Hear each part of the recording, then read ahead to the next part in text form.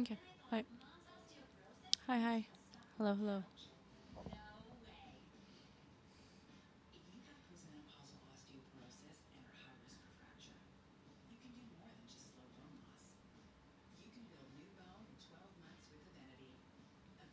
Hello, hello.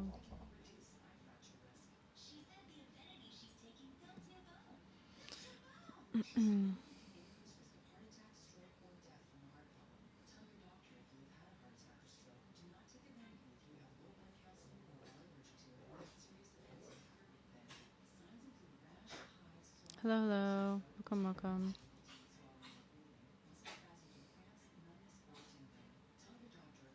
Hi.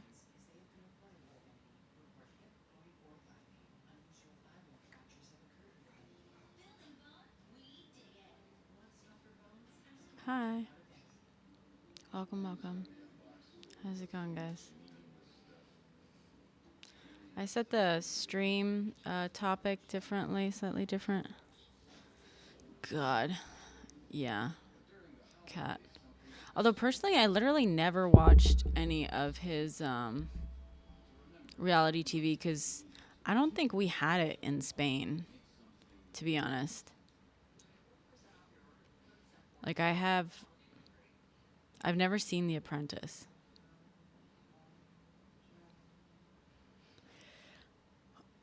Oh yeah, yeah.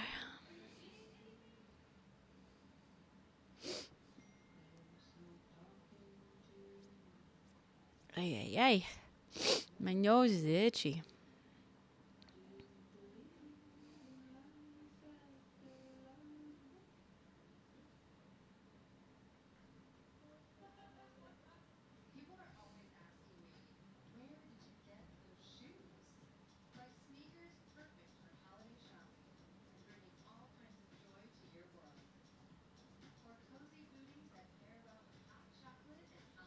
The fuck is this?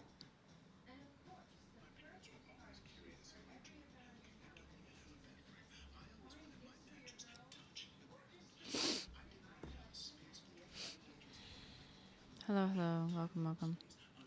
I might just have to set it. You know what? I might have to restart the live and just reset the topic for some reason.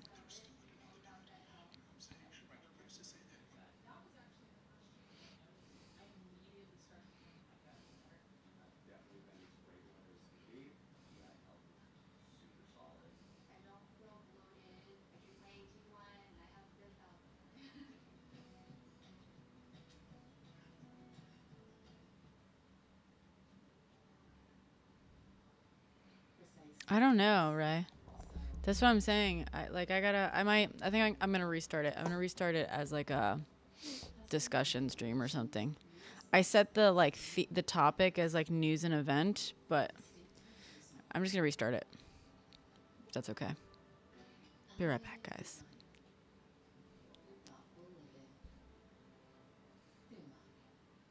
Yeah, because I'm super lame.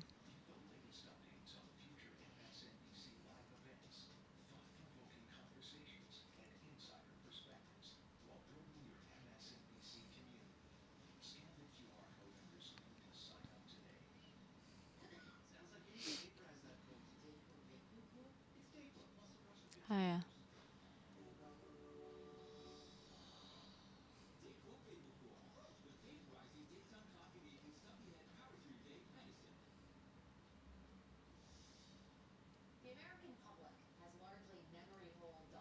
There we go.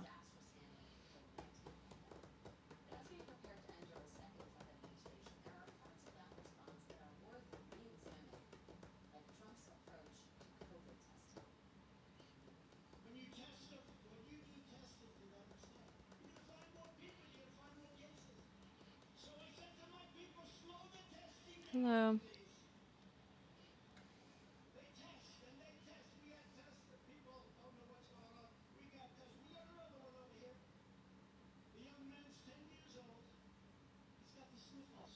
Hi.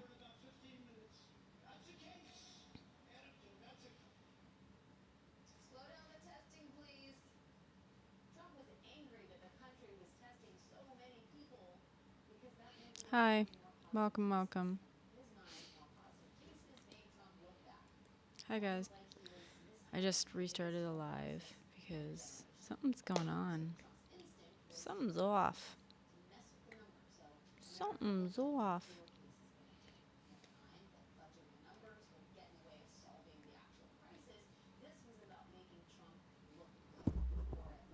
Hi guys. Hi, hi, hi. Hello, hello. Welcome, welcome.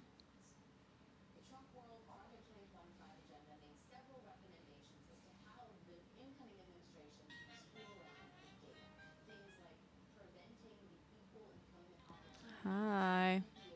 How's it going? I just had to restart the live way too early. It's almost 10. I was going to go on a couple hours earlier. What do you mean it was way too early? Way too early for what?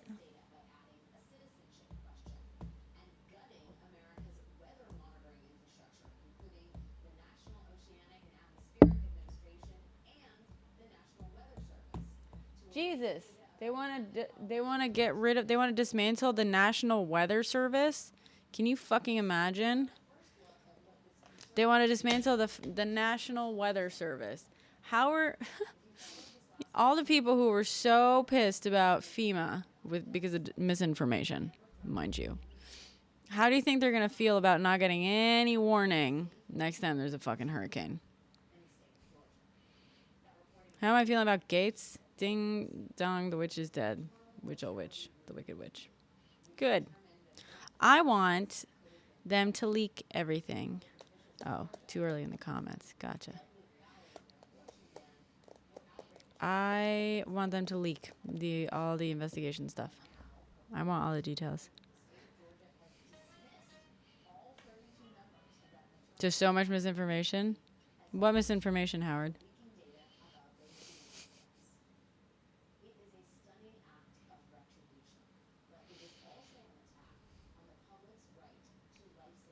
Who sent up the chat signal? You guys aren't like welcome here. I mean, you're welcome here, but no one invited you, is what I'm saying. You can sit here. You can watch. Blake and Riley.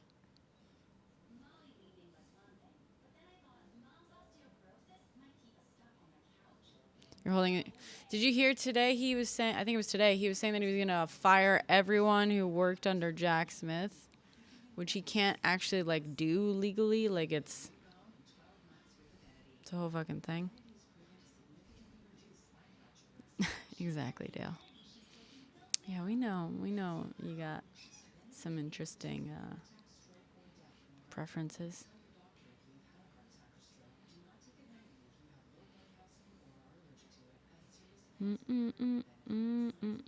Justice for the teenagers Gates victimized. Let's start there.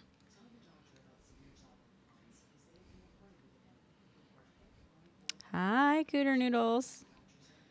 Coodles. No evidence?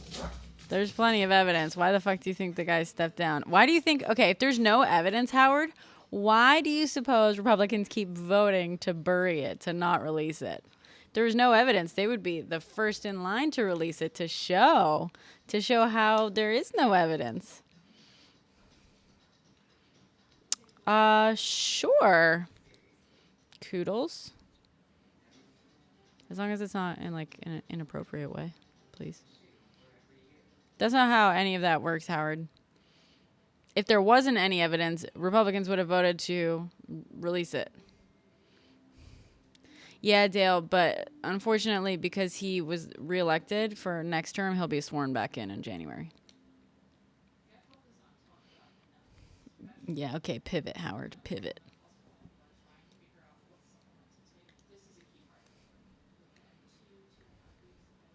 Okay, yay. Yay. Hi, Ray. The party of war. I missed when the U.S. declared war. Did it? I was unaware of that. Snowflake? I'm the snowflake? That's me. Such a snowflake. I'm the snowflake. I want all the evidence to come out about Matt Gaetz, but you and Republicans are so scared. You're so scared of it being made public. I'm the snowflake, though. Do I enjoy what's happening in Russia right now? Do you enjoy?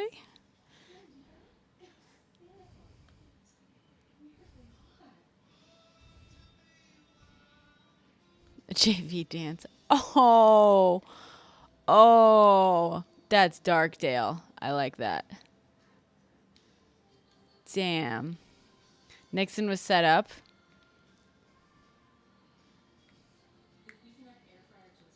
Okay. Yeah, you're right. He was handed a script to commit crimes on audio tape. Thank you, Cooter. I figured he didn't, Dale. I'm gonna text that to my friend who's gonna fucking appreciate that.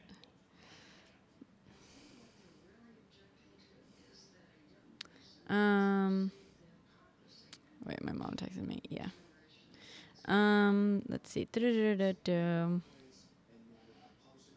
How did it go? Gaetz stepped down when he realized it was JD Vance, not the JV dance he was used to or hoping for. Should I say used to or hoping for? Let's say used to.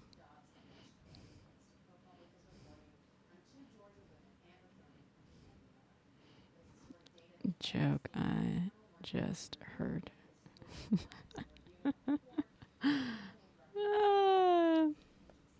My pronouns are she, her.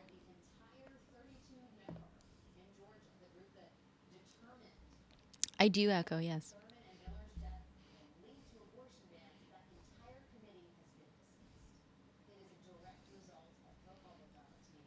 I mean, you guys are really fucking... The Republicans are really into grape essay. You guys keep nominating essayers for stuff.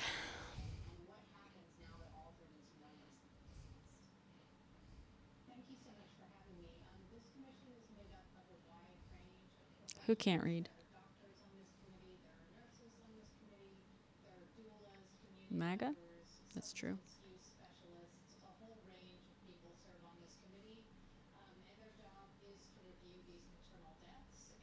No, you don't, D-Man.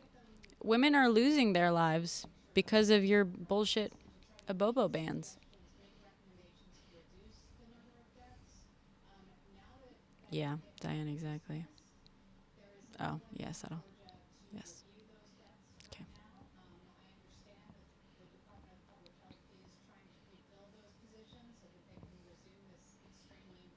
Whatever, MAGA. Yeah. And today, so Georgia dismisses committee that identified 2 women who died from lack of safe abortion care. So they revealed oh yeah, a couple women passed away because of specifically as a direct result of not having. That's not true, country. We literally saw today in Georgia, a committee presented evidence of at least 2 women that were denied care because of the ban. So in practice, you can say that, they don't get rid of the exception. The problem is that the exceptions are worded in such a way that it still puts women in danger. Hi, TZ. Because basically doctors then have to wait until the woman is literally on the brink of passing before they even step in and help her, even though they know that that's where she's headed. Which is why you end up women literally bleeding out in parking lots, and at least a couple have already passed as a result. Exactly. Electile dysfunction. Nice name.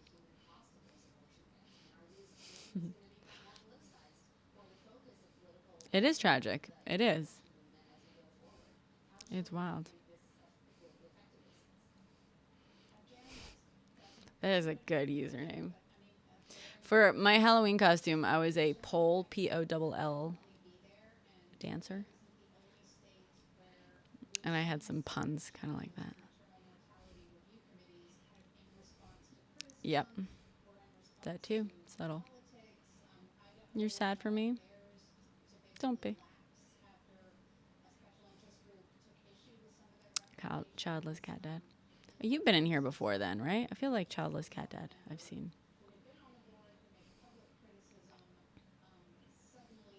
Yeah. Welcome back. We love a childless cat dad here. I'm dating one right now.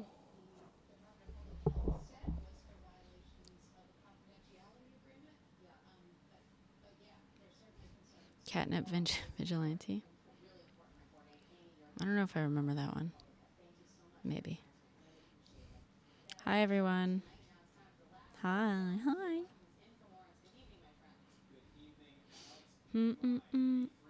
No, I'm not. Dynaco.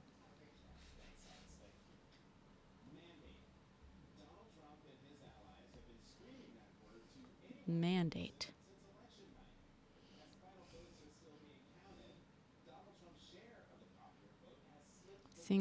Single girl dad with cats, plural. Oh, single girl dad with cats, plural. Nice. Hi, film. Been a while. Yeah, no problem. Dinaco.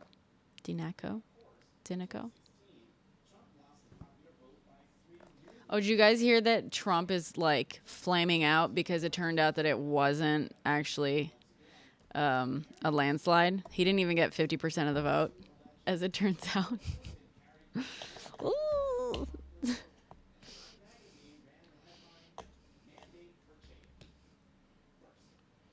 We're talking about news in general. Yeah, he didn't even get 50% of the vote. He got like just under. He got like 49.8 or something. 49.7% of the vote. Yeah. But he's like already claiming whatever bullshit conspiracy theories.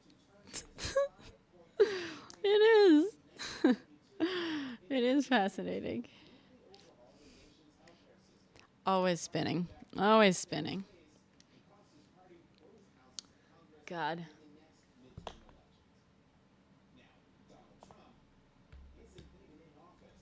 Failed Gates nomination reveals limits on Trump's power. Man, oh man. When is Trump starting? He gets inaugurated in January. It's usually around the 20th or so. Yeah, Electel. I have yet to see any actual evidence of that, so I'm not gonna. I will acknowledge that that's what some people are saying. Outside people, right? Being like, I'm a statistician and this is rare. Da da da. That's not evidence of anything. You know. Technical. Yeah, right.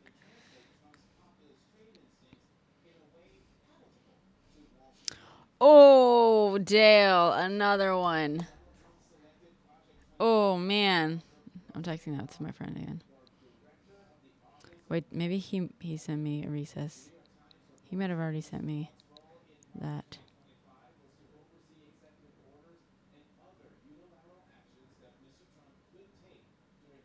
Do do do do do do do do. Let me see if someone said that. Recess.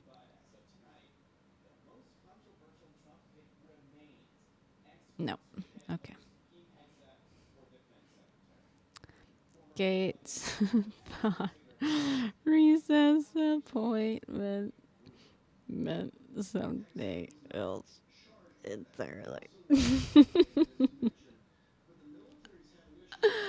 Welcome, guys. Welcome. Oh, okay, good. I guess it just took a second for the algo. Hi, guys. Welcome, welcome. We're talking about the news tonight. Wait, teasy. Let me see if this is working for ya.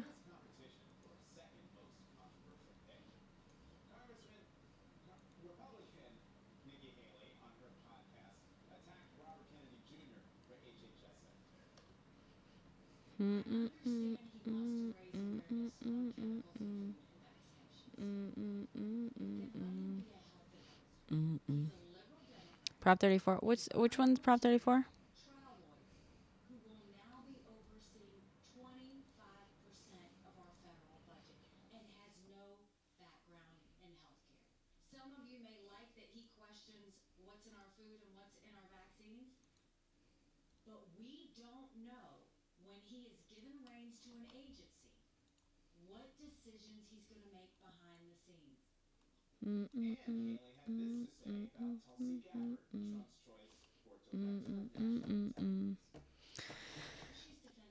Did I get to do the AI image from last time? No.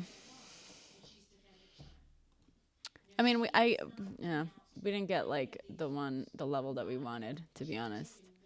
But I'm gonna try something. I'll try a simpler prompt next. Sup, Pixel?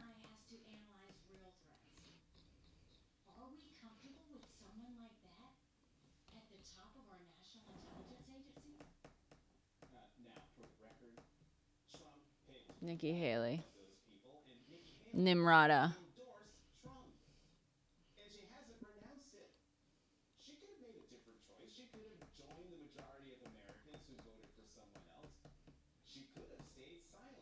What about rent control?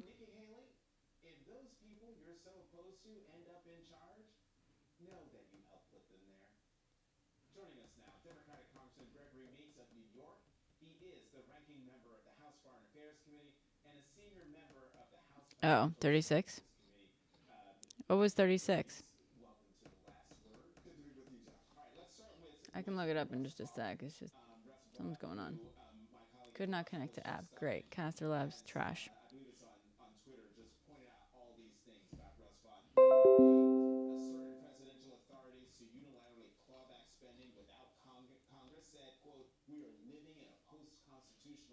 Okay, Twitch.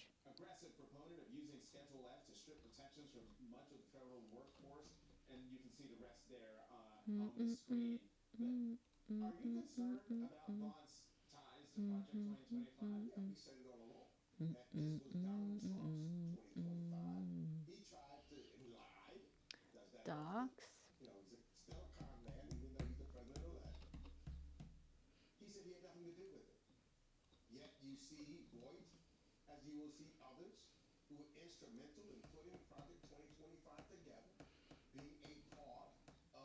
What is it? The one that make harsher penalties for nonviolent crimes? Really? Is that really what we need? Harsher penalties for nonviolent crimes? What the fuck?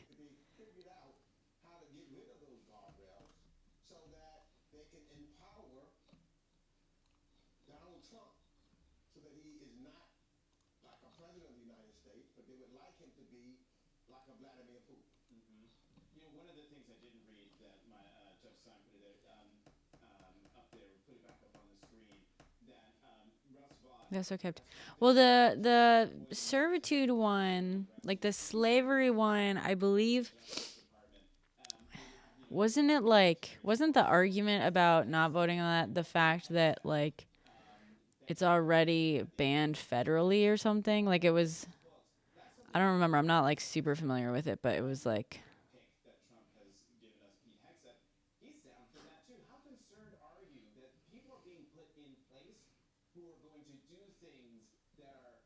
Oh no, I know. Well, it's banned except for prison. Yeah, 13th Amendment. I know that. But wasn't it just like a reiteration of the 13th Amendment, basically, but on the state level?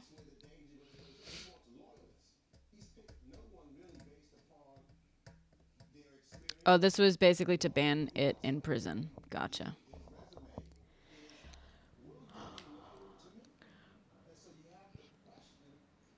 Why do I look sad? I'm actually just tired. I'm not sad.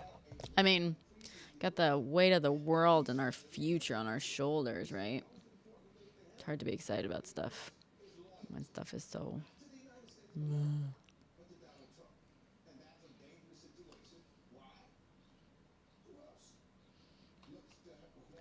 Docs.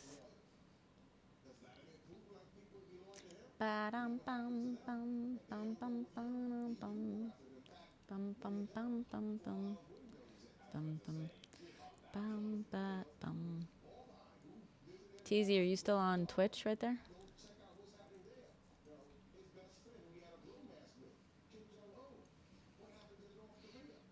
Dead space. Sailor was a depressingly capitalist. Yeah. That is sad. That's disappointing.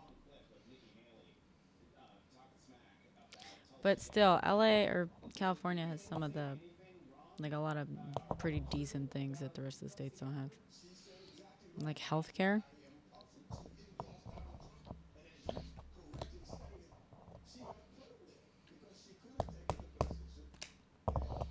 Ay, ay, ay. See real-time U.S. election results really so here. No, this is my place.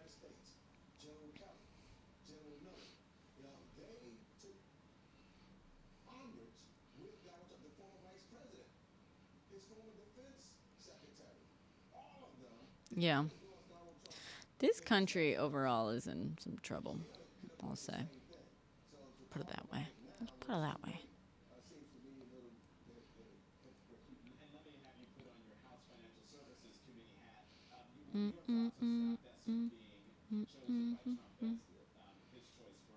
Oh, yeah. That's understandable.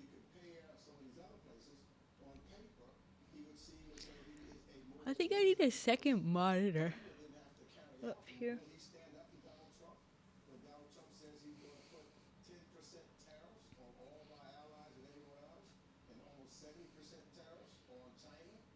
I'm serving more Tina Fey than usual. Maybe it's there. No, you know what it probably is? It's probably the lens. This like widens me out basically because it's like a wider lens than whatever is like built into the iPhone. It flattens out. It flattens the image and it makes everything. It also kind of squishes and widens. So my face looks wider on here than on my phone, on my iPhone, which it serves more Tina Fey because she has kind of like a wider face as well from like some angles, you know.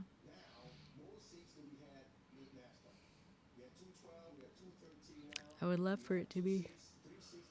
Yeah. I know. It's hilarious.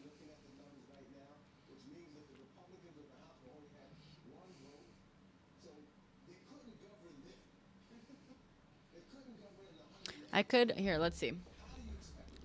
Let's zoom it a little, right?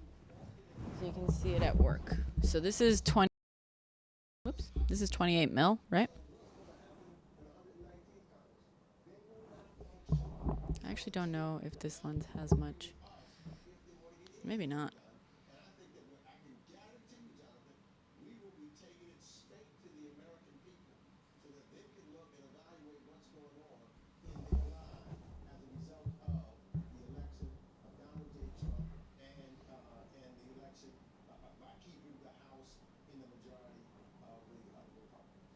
It's subtle, but it's there.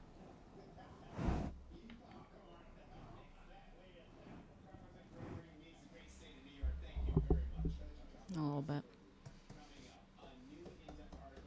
You're subtle? You are subtle, psycho. You are subtle. Psycho, you psycho.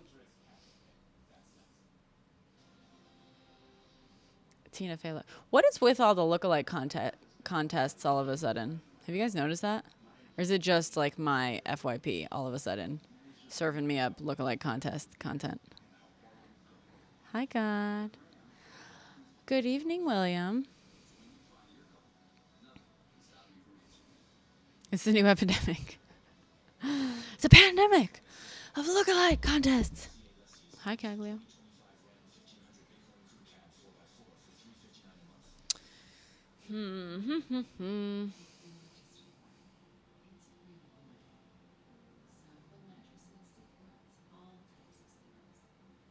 There's elements.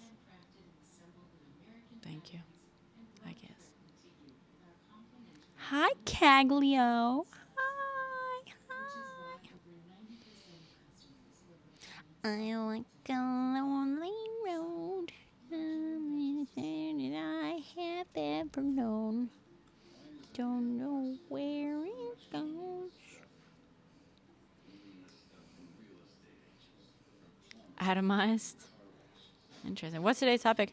Well, I titled the stream Hangout/News. Thought we could talk news stuff. I don't know. The doppelgangers? What doppelgangers, William?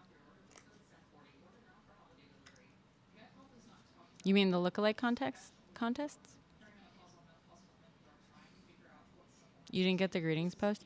Yeah, something happened. Oh, wait, the greetings post? Oh. Interesting. Something's going on with live right now. When I first came on, when I first started the live stream, I set the whatchamacallit, the topic as like news and event, and it sent me like we didn't even break like 10 people. Maybe a couple times we had like 11, and I was like, this is odd. So I just decided to restart the live like 5 minutes in, 10 minutes in maybe.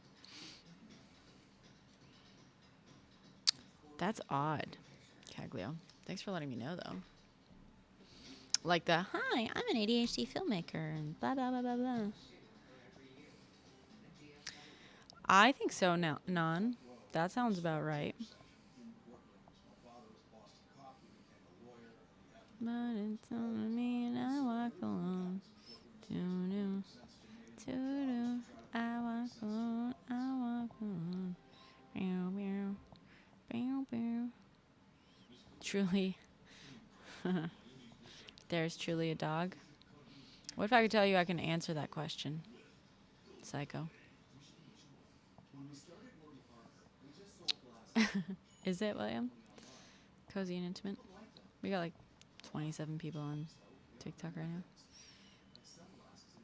I'm on the FYP? Okay. But it's not giving my little, God, do you want to hop up? Scene transition. Oh, record? No. Hotkeys? Oh. Control H.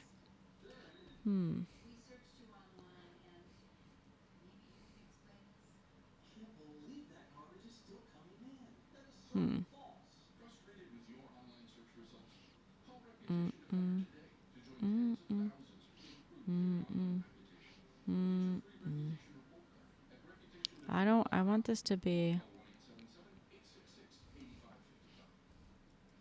oops. I want this to be S. S.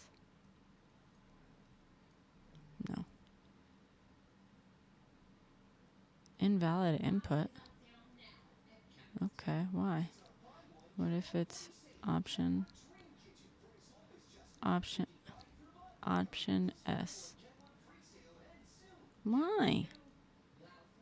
Option A? Okay, let's try that. Option A.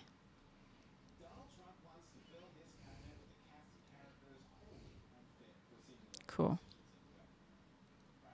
Hi, Angry Hobbit. No, I was going to say, tell you if there is a true, if dog. You're on the tube. Yeah, I know, William. I can see that you're on the tube. I think you're the only person on the tube, right? Sorry about that. I hope it's not lonely in there. Everyone's at the movie theater right now. What's everyone watching? Is everyone watching Wicked this weekend? Or Gladiator? Philippe is in Philly. Philly's in Philly. Philippe is in Philly. Philly Philippe. The substance. Oh yeah, I gotta see that. Philly Philippe. There's a protest for Gladiator. What's really? What's up with Gladiator?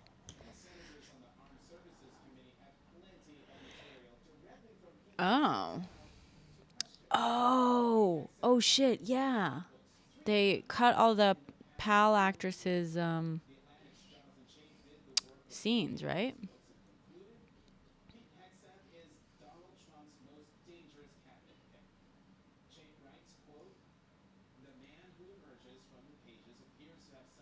She's blacklisted in Hollywood right now. Let me see. Gladiator actress blacklisted? Which one? Oh, Egyptian actress May Calamize. Pal Egyptian actress May Calamize. Cover me.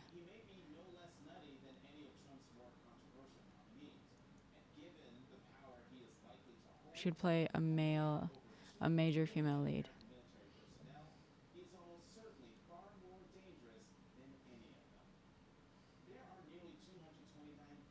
Someone who has seen the movie thinks this happened.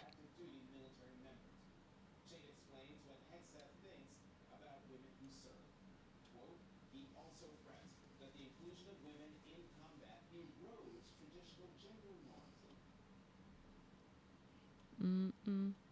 Mm-mm. Mm-hmm. Mm-hmm. Uh-oh. Sorry.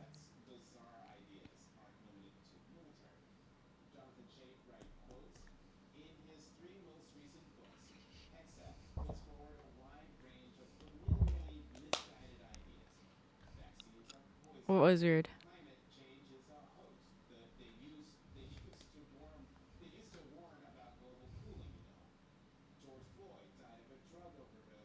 Wait, what? Where's the source on this, Caglio? Because I'm not seeing that. I'm not actually seeing that. I'm just seeing that she was, like, removed and the whole character was cut. She wasn't replaced by anyone.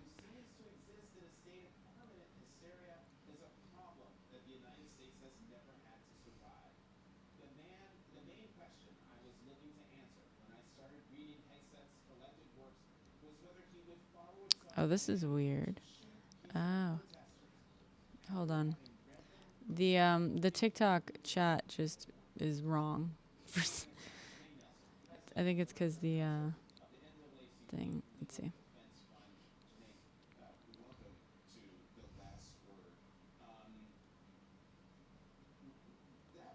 There we go.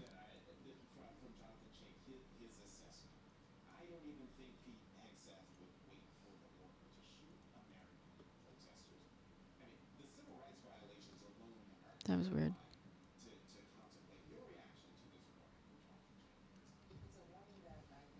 You saw it on TikTok? TikTok is not a source, guys. Literally anyone can come up on TikTok and say anything they fucking want. Anything you find out on TikTok, you should fact check elsewhere.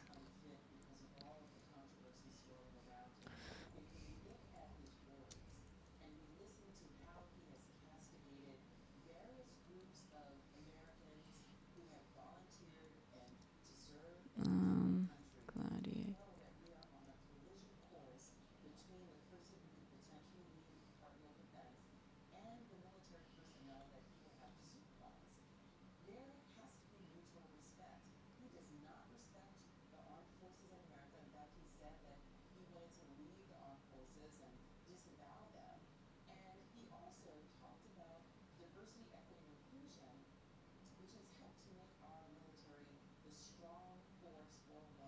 I'm seeing one random website called Roya News that says that it was a replacement, but I don't know what the fuck Roya News is.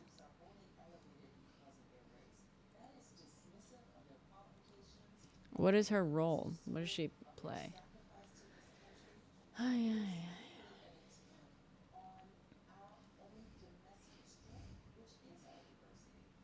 Is that true? That seems true. Well, that you have to understand, like that the source is literally someone being like, "This is my experience," right? Um, Hi, animal crackers.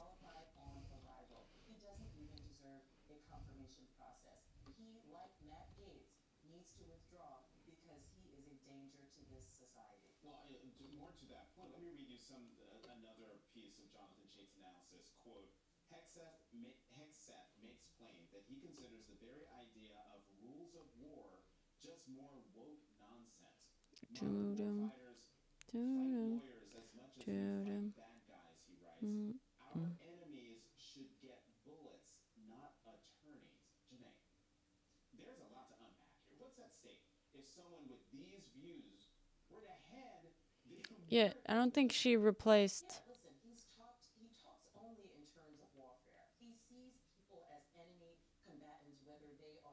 I think she was cast from the beginning.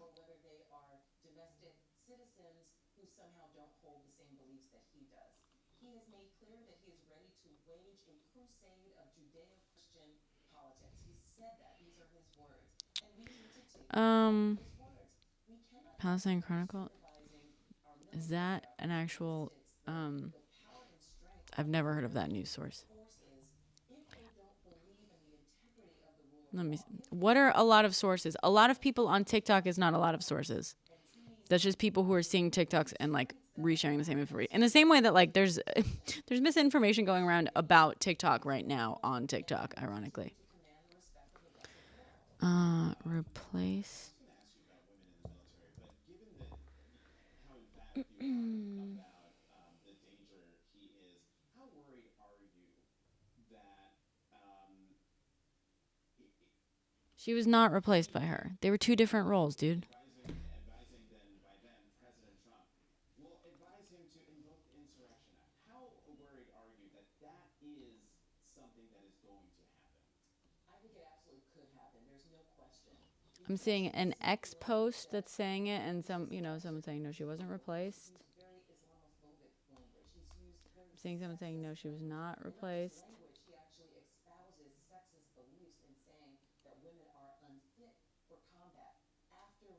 They're two different roles, guys. They're two different roles. See, this is fucking bullshit.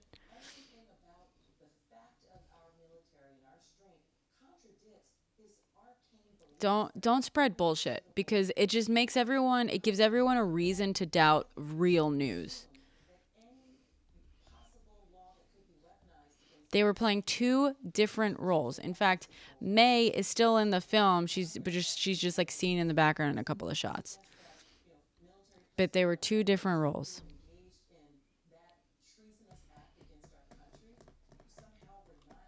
Please, if people are saying that on TikTok, please fact check them. Please say that's not actually fucking true. Aunt May from Wizard of Oz. Wait, is it? No, Aunt May is from something else. It's Auntie M. Caglio, and I'm telling you, everywhere on TikTok is not like. Because I'm pulling it up, and they were two separate fucking roles. They played two separate roles. Aunt May, yeah, thank you. Is a sign America is ready to fall like the Soviet Union, according to one Russian news editor. That Yeah, editor send me an actual source, Caglio. about Putin's prediction. Next. Literally the original source I'm seeing is fucking on X. Mine found me at an early age. It was just a matter of how good I could get and how far I would go. At Ram, our calling is to build trucks.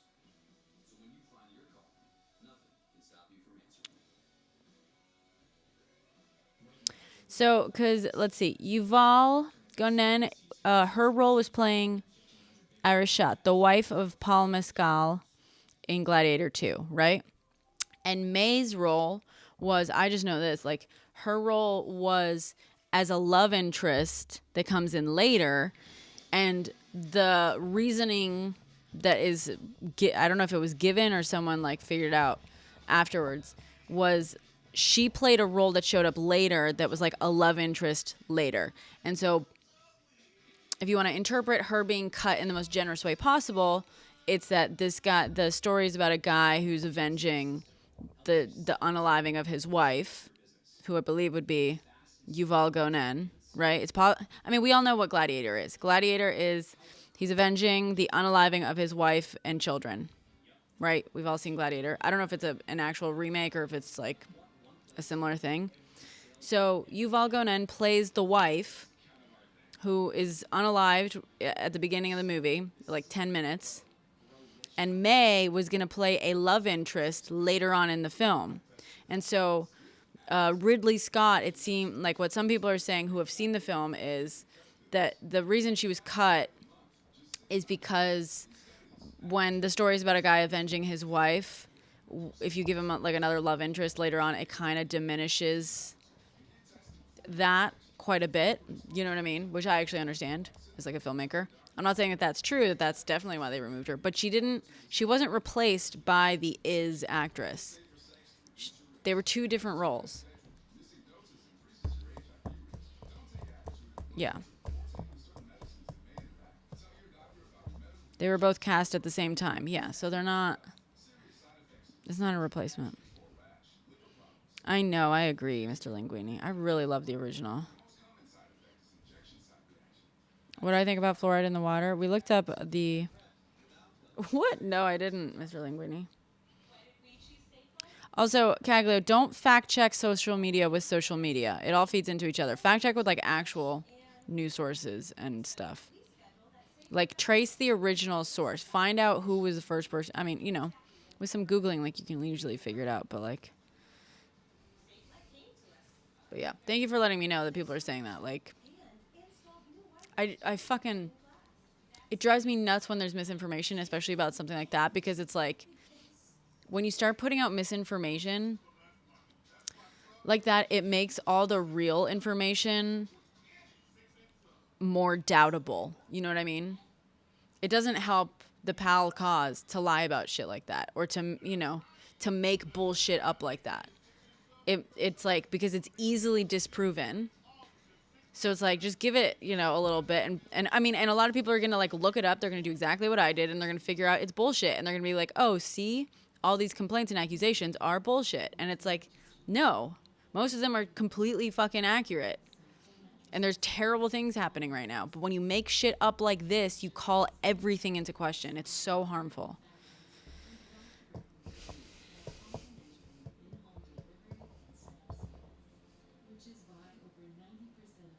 Yeah, that's wild, Caglio. That's insane.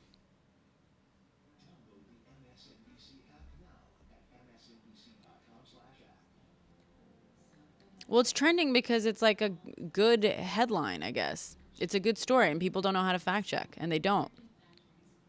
People are sharing it because they're seeing that and they're taking it as truth. And listen, if it were true, it would absolutely be like, absolutely, you want to spread the word. If it were true, for sure. If it were true, it would be an infuriating story. It would be a terrible story. It would be maddening, absolutely. But it's not. And people are just not verifying if it's true.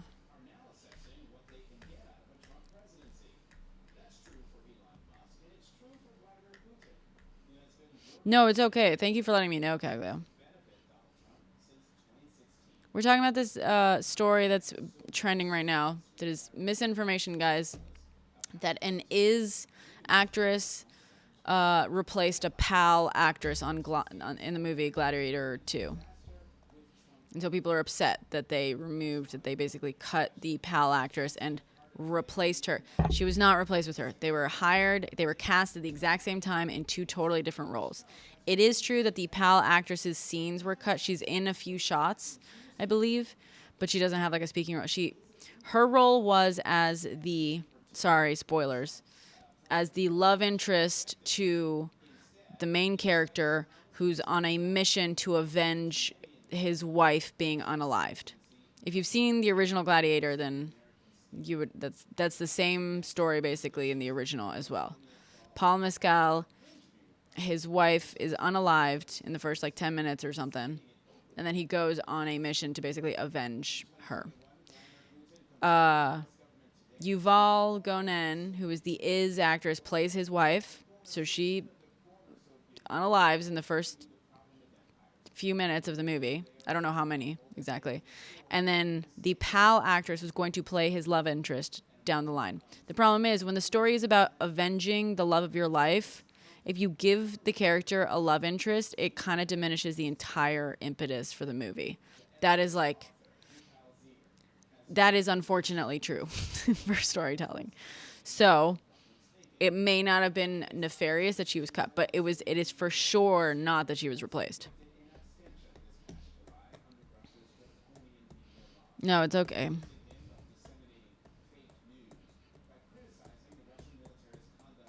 I mean, that's not entirely true, Mr. Linguini, right? Like, you could still avenge your wife and then also develop a new love interest, right? Technically. But yeah, I guess when they tested it and stuff in, like, test screenings or when they put it together, like, it happens all the time, right? You end up cutting roles like that all the time. But I guess it just, like, wasn't working, which makes sense considering the entire purpose of the film or point of it, you know. I'm not using a filter, Alpha. I'm just using a fancy camera.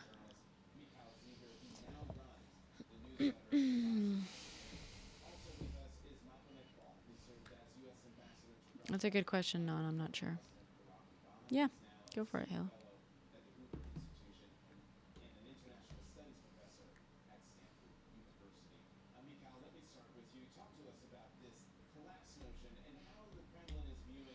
And he finds new love, and they live happily ever after, a tale as old as time. Yeah, right? I mean, sometimes it works, right? Sometimes when someone's, like, avenging the love of their life, they eventually find a new love interest, and it works, and, you know, whatever. But that's always a gamble. Sometimes it really doesn't work with the story or the screenplay, and you can't do it. Do you want to hop up, God?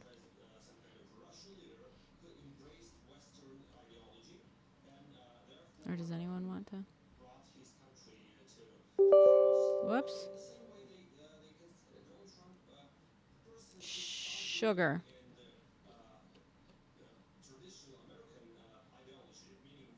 Something weird's happening. Sorry, with my... Thank you for the galaxies, Caglio. Wow. Thank you. Oh, there we go. Hello.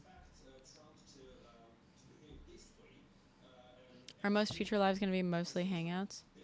Oh, wow. How many galaxies was that? That was 2, I think, right? Thank you, Caglio. And a bunch of let 'em cooks. Thank you. Thank you. I don't know, Living Heal. I kind of feel it out. So a lot of times the hangouts, I just put hangout sometimes because, and then they become something else. You know, a lot of hangout streams become debate streams or like news streams and stuff. You know, can we rile up some MAGAs? I don't know. Do you guys want? Oh, shush, William. Shucks. Thank you.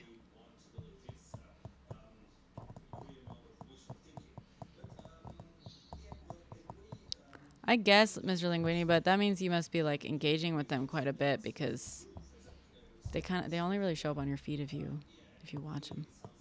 But we do lives. You've been in here before, right? We debate people, but it is a different vibe than the usual debate lives, I'm told.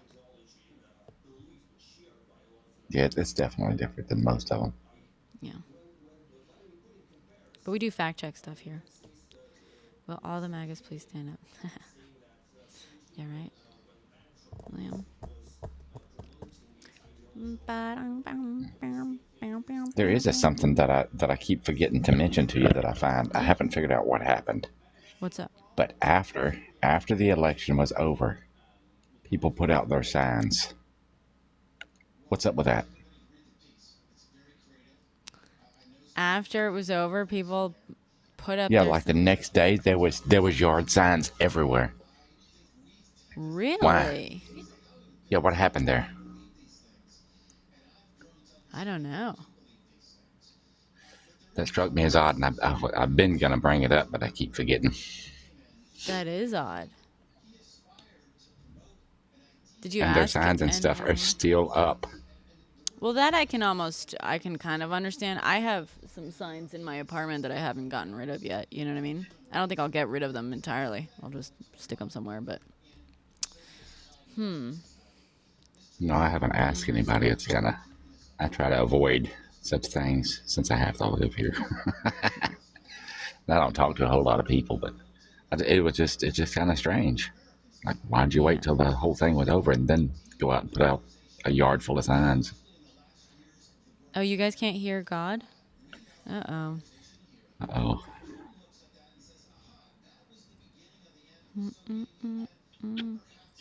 Let me see.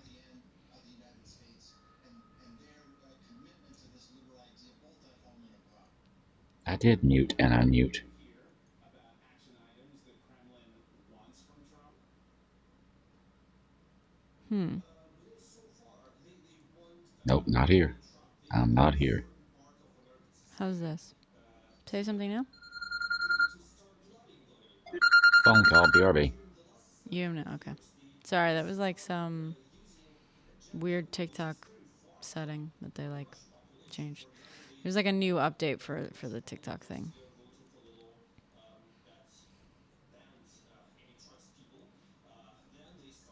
Does it work now? It seems like it, yeah. Okay. What happens if you accidentally put garbage in the recycling bin? Terrible things. No, it wasn't. It's Muting and terrible. unmuting wouldn't have worked. It's like something on here. They changed like the automatic audio inputs and outputs on like for some reason. I'm not sure why, but straight to jail. Yeah, exactly. Straight to jail. Straight to jail. Straight to jail. Believe it or not, straight to jail. Undercooked chicken. You overcook fish. Undercooked chicken. Believe it or not, straight to jail. Undercook, overcook. There was a new update, what, like 3 or 4 days ago? Well, for me today on like TikTok Live Studio, I had to, it was like, oh, update now. So.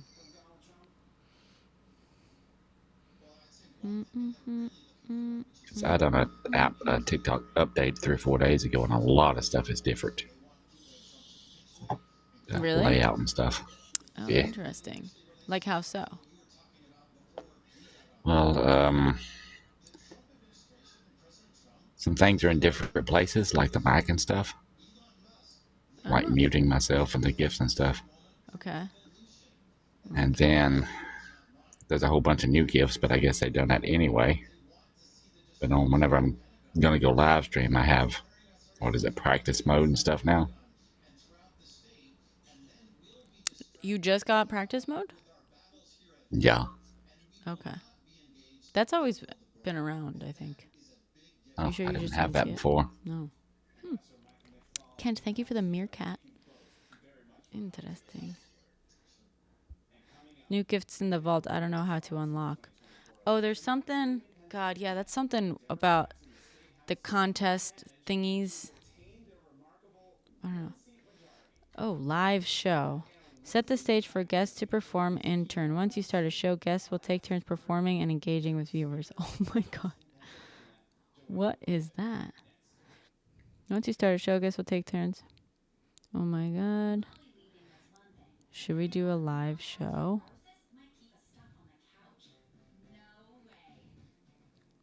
What happened to your 6,000 tickets? You've been bamboozled? Oh, only one can talk. Oh, okay. Never mind. Thank you for the team cheers, God.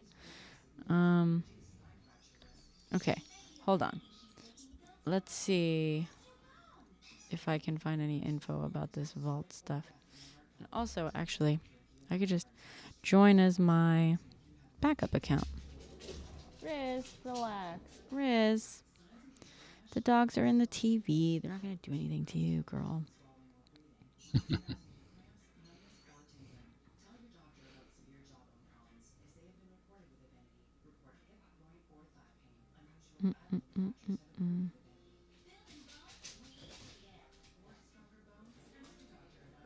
Oh, Mr. Linguini, you're fucking MAGA?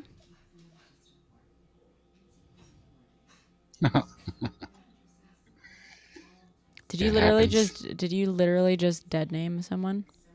In my fucking, like, unironically?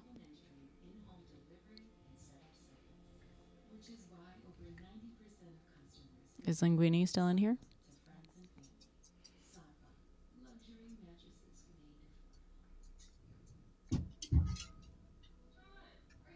For the live thing I said? What live thing?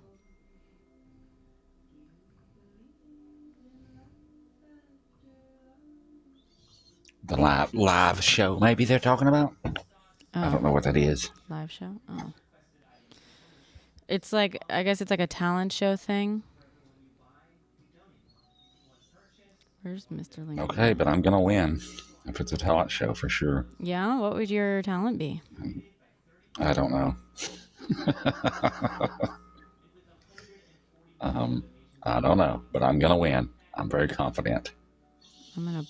Is Linguini in here?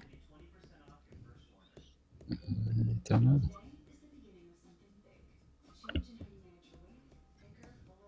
Remove this follower. He left? Cool.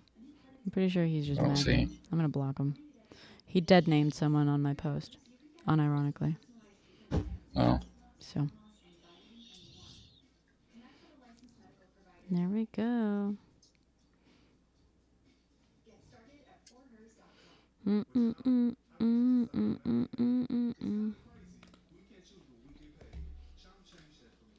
Bum, bum, ba-dum. Are we doing a live show now? No, there's like a special thing. Oh, so William on YouTube says, which signs, Harris or Trump? Either celebrating Trump's win or Harris's loss. That's what his theory is. I already blocked him, Caglio. maybe. Thank you. They're all Trump signs. I assume, yeah, if they're Trump signs, I assume it's like to just gloat or whatever, which is fine. Whatever. I wore a Bernie pin on my lapel for like years, but mostly because I was just pissed at the DNC. Well, it just strikes me as odd because last election Ages ago, okay. cycle, they all had their signs out way before the election, and now wait till after. Just strikes me Probably as odd. because they were afraid of losing. They like a lot of people weren't we theorizing that like a lot of people voted for him just because they wanted to vote for the winning team. I've heard that, but I didn't think it was a thing. Yeah, I don't know. They're just rubbing it in. Yeah, I agree, William. I'm doing some work for a guy that in the air that done that, so I'll ask him after the work is done. Why did you wait? Well, I know those signs weren't out there before, yeah. because I drive by his house on a regular basis. They were probably just embarrassed. They were like afraid he was going to lose and then didn't want to admit that they were going to be on like a losing team. But once he won, they were like, oh, cool. You know what I mean? Like that would be so in line with them. Feels like. I don't know. Yeah. Mayhaps.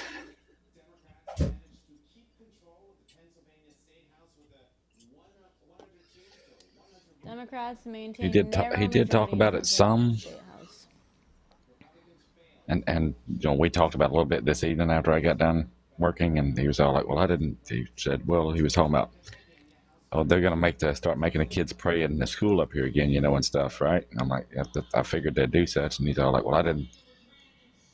He's all blah, blah, blah about it or whatever. And I'm like, well, you voted for him. And he's all like, I didn't think they'd actually do this stuff. Like, what? always with that bullshit. Always. So what, you voted for someone you thought was lying to you? Like, yeah, that's what I told him. He's all like, yeah. He's all like, I didn't think they'd actually do it. But yeah, they said they was going to do it. Yeah. So what did actually? We should start asking them. What did you think they would do? Because that's what they've been saying they were going to do. What did you think they were going to do? Yeah. That's kind of what I asked him, and he just sort of looked down at the ground like, yeah. He didn't say anything else. Christ. I don't know. I warned Philippe, like, I think today we had the conversation. I was like, my family, I have like this like liberal side to my family, and then this like conservative side, right? And once a year, basically, sometimes there'll be like a thing after, more than that, but basically the number one thing that happens once a year is like between Christmas Day and New Year's Eve, like all three branches of the family like get together and have like a dinner. You know what I mean? Classic, whatever. We don't know who everyone voted for, you know, and some of them, at least some of them, definitely voted for Trump the first time around. Second time, I think maybe some of them didn't, you know, hard to know. But this time around, like, I warned Philippe, like, I don't know if I'll have the guts to do it, but part of me really wants to know which ones voted for him. And so if I can somehow muster up the courage to do it, I would like to basically ask, like, so who did everyone vote for? Good night, William. Yeah. And I was like, and he was like, uh-oh. I was like, listen, I'm not trying to debate them. I'm not going to try to debate them and stuff at all. Like, it's, you know, I think I'm now desensitized to most baiting techniques. Been practicing for months. At least anything that they could throw my way. But I want to know. And he's like, well, why do you want to, like, know if you're not going to do it? I was like, because honestly, if it's most of them, I want to know who to cut out of my life. And I'm not trying to be, like, melodramatic or anything like that. I'm at the point where, you know what? Yeah, I don't need these people in my life, even if we're, you know. But I don't know if I'll have the muster up the courage, because they also, like, my aunt who hosts it, she like she has been prohibiting political discussion for several years now at the things. I mean, something always comes out, but, like, you know, she's like, no politics are allowed, because she knows everyone's. Yeah, let's like, try to keep this peaceful. Yeah, but, like, also, like, I don't know. You just got a strike for bullying. Oh, no. Okay. Sorry, Caglio. That's weird. What? Hi, Kermie. Yeah. McCub.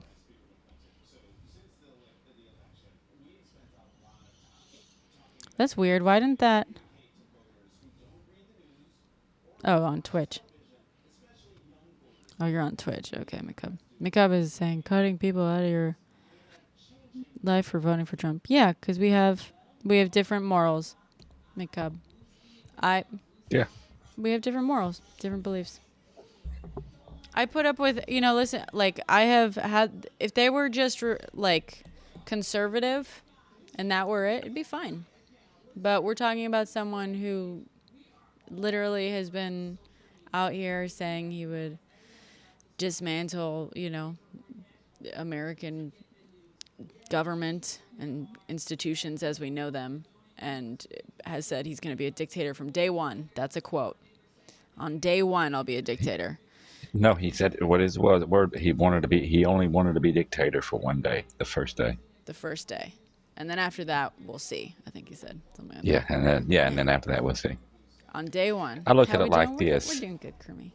In Germany in the 1940s, what would they have thought about, you know, somebody voting for that guy? You know, it's the same thing. Same thing, McCub it's no says, different. come on, dude, mellow out. There's more to life than politics. Yeah, there is more to life than politics. And their politics tell me all I need to know about their morals. And politics ain't some game show we're watching on Yeah. TV. It affects people's lives. It very much does. It puts people in danger. It ain't a sports game or something. It affects people's lives in big ways. I'm way smarter than that, Brenna. I'm way smarter than you, maybe. You really don't think, you really genuinely don't think that politics have very real effects, and especially in this past year, speak to people's morality? Like, to pretend otherwise is fucking nuts. I want to say you're smarter than that, but I guess not.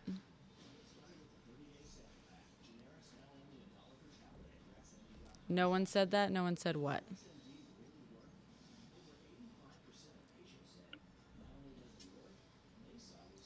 Howdy, Noah. I mean, they seem to be able to understand that politics affects their lives whenever they're talking about gas prices Yeah. or the price of a carton of eggs. That's a But, you know, great that's point. it. Just that part of it. That's a great point. Nothing else.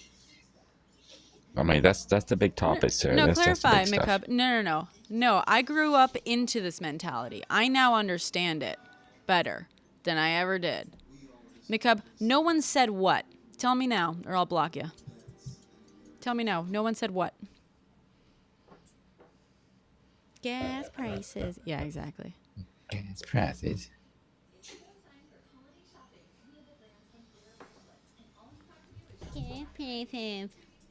Yeah, did you see the reports that apparently, like, God, what's the percentage? Like, basically a large amount of Trump voters who were basically, who took like a poll, said that their lives, that the economy was worse off.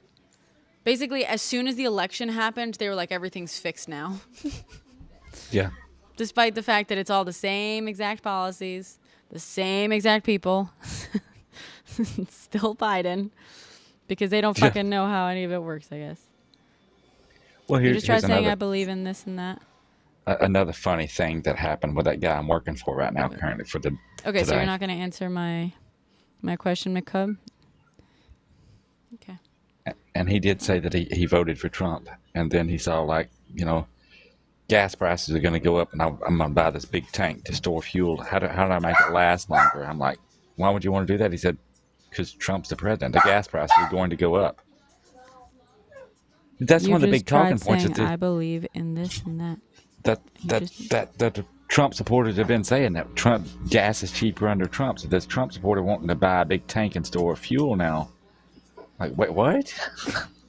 Jesus. What are you saying? Be specific, McCub. Who never said that? Who never said what? Are you talking about the are you trying to claim that Trump never said he'd be a dictator on day one?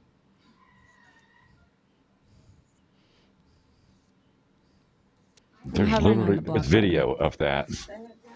Yeah.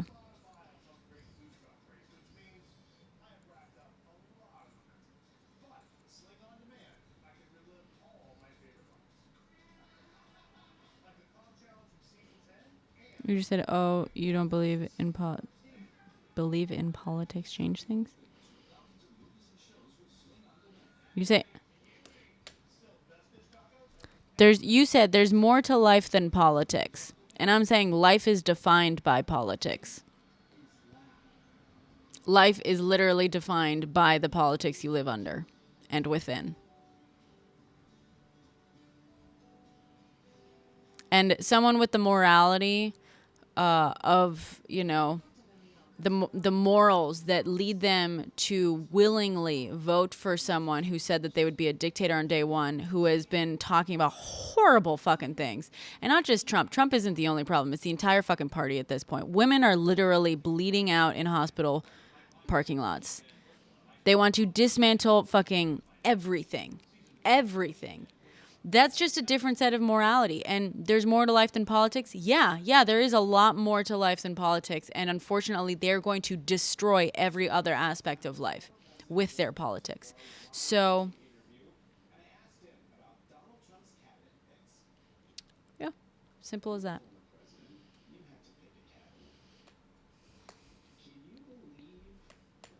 I think it's, Jared, I think it's longer than 3 to 6 months. I think it's like, technically, I think it's 3 to 6 years.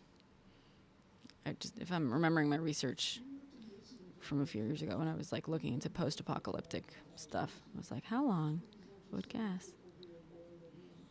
Well, you hope I'm wrong? Yeah, I hope I'm wrong too, but it doesn't matter.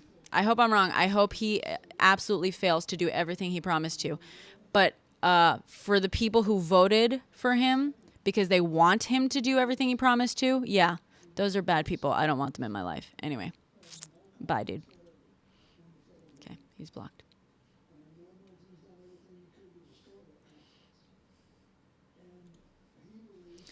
Anyway. It's actually multiple Anon. In fact, today a report came out in Georgia. So Georgia Republicans dismantled the committee that found 2 women at least had passed away after being turned away because they were having miscarriages and they needed life-saving medical care. But the abortion ban basically resulted in doctors not wanting to take the risk of giving them care in time. And that's happened several times in Texas already, too. He did say he wants to be a dictator, dude. He literally said it. I'm not blocking any dissenting opinion. You're still in here. Actually, Throck, only 22% of Americans voted for him. Get your fucking facts straight. 22%, I believe it is total. Less than 50% of the people who voted for him. He got like 49.8% of the vote or something. Funny enough. It's actually not the landslide that they thought it was. Now that all the actual votes are getting counted. Math ain't mathin'. I don't think you know how elections work. Firstly, there's not 100% turnout in the first place. There's only something like 30-something, whatever, or actually 40-something percent turnout, I guess. And then of the people who voted, less than 50% voted for him because you'll remember it was over 1% of the vote went to the Green Party. So it's very plausible. It's very possible. And in fact, it is what happened that, he won. He technically got more votes than Kamala, but he still got less than 50% of the vote.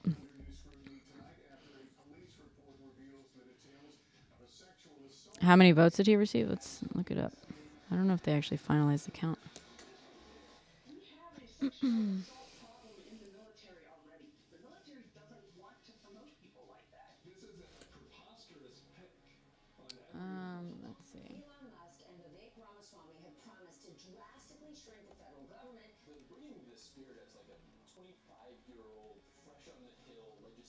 You got the total number of votes? Majority of voters? Well, he didn't, though. He didn't even get 50%. He didn't get over 50% of the voters either. Of like the people who voted, he didn't even get 50%. Closest margin since Bush v. Gore. Yeah. It's an incredibly close margin, as it turns out. Yeah, you don't even know the fucking basic ass numbers? Dude.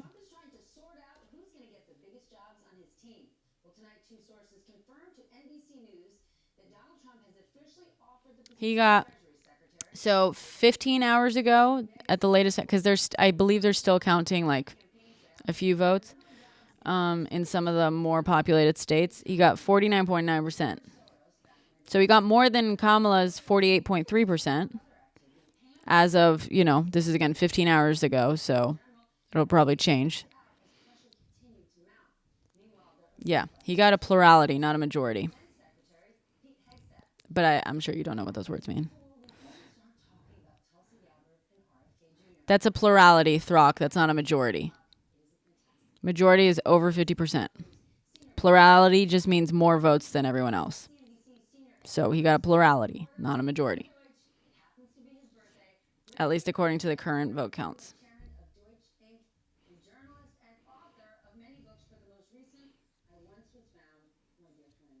How the fuck are you back, dude? He did not fake them, McCub.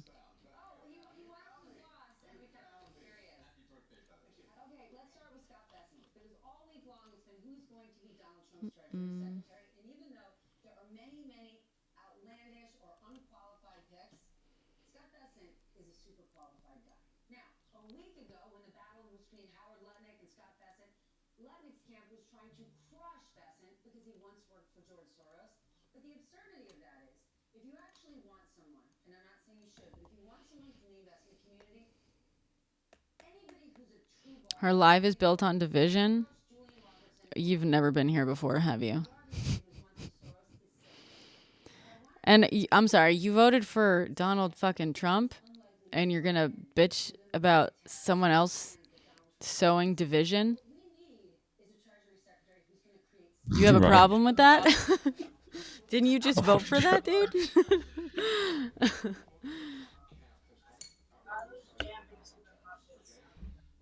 The fucking irony. God, such babies. Such babies. Can you imagine? It's so funny that now, I mean, I know we've talked about how fucking funny it is that they're like, oh, you're sowing division. It's like, I'm sorry, I thought you loved division. But, like now, you know, while they're like trying to figure out how they can self-victimize, again, they're starting to land on like division. Anyone who criticizes them is, you know, division, divisive. That's the only way they can like self-victimize now. Y'all won. You have the trifecta. You don't get to self-victimize anymore. Get over it. We get to make fun of you. We get to criticize everything that he does, especially when it's harmful. And get over it. He's not sworn in. Are you fucking kidding me? Oh my God. You don't even know he's not sworn in yet, dude? You genuinely don't know that? Why are you in here talking? You don't even, you literally think he has sworn in? Oh my God, dude. They haven't even certified the results yet, dude. That gets certified in January of next year. This is why, see, this is what I'm saying. Like, this is why fucking MAGA is suddenly saying that the economy is great, because they don't realize that he hasn't actually taken office yet. It's so fucking, oh my God. Hello, lava. He's so old, he may not make it to office. I know, I mean, right? he's old, so old. He can't even walk down a ramp without assistance. I'm sorry, That's I'm how on old he live is. sleep. Yay, good. Was the traffic really bad? Yeah, they get old and senile, forgetful, can't walk down ramps, can't pick up bottles of water with one hand. Oh wait, that's not because he's old, that's because of his tiny little hands. He needs a sippy cup. Yeah, Start wearing diapers when they get too old. I'm sorry.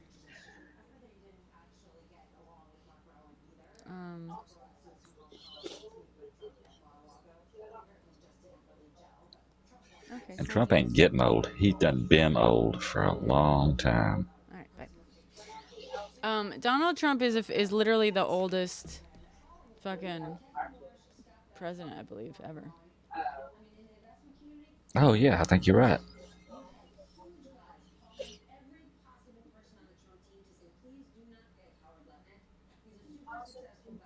He's so old, he's already starting to decay. I mean, look at him. He was the oldest. He's going to be the oldest president. If he makes it to 4 years, he will be the oldest president. He was the oldest candidate, I believe, this time around. Oh, No, I think Biden yeah, is in Biden his absolutely. prime. Well, Biden was too old for me. Yeah, absolutely. But here's Yeah, the but thing: now that I'm he's not not a gonna be- hypocrite. Biden was too old. So is Trump.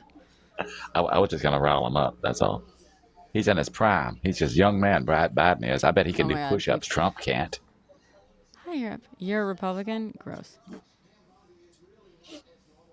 I'd like to see that push-up challenge. Trump versus Biden. So peeps, okay, the fucking, let's see, her life is built. So peeps, you really don't. We called you out on saying something as stupid as saying that he was already sworn in. Firstly, not a word, sworn in. Secondly, not accurate. And then your immediate pivot was blocked in 3, 2, 1. You're not blocked, as you can see. Psychology majors should do a case study on these people. Wow. So no response to the fact you're not. Are you going to acknowledge that you got it super fucking wrong?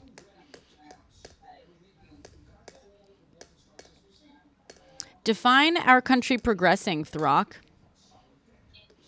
Peyton, I'm not mad. I just think it's fucking funny that you guys think that Trump was already sworn in, which is why you're claiming that everything is suddenly like perfect. Trump wasn't sworn in. So if everything is great, if the economy is suddenly great, that's because of the same policies that have been in place under Biden this whole fucking time. All of a sudden, the economy's great. Okay, Biden is still president. Someone coming in here saying, oh, get over it. Trump's already sworn in is like the funniest fucking. Oh God, that's so fucking funny. That It's is probably the so same funny. kind of.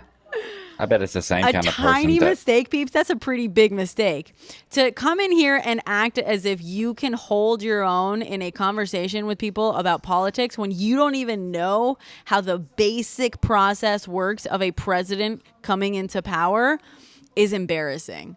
You don't even know that. How the hell do you think you understand any bit of it, dude? Slip of the word. Oh, what was the word that you meant, peeps? Slip of the word. Okay. What was the word you intended to use?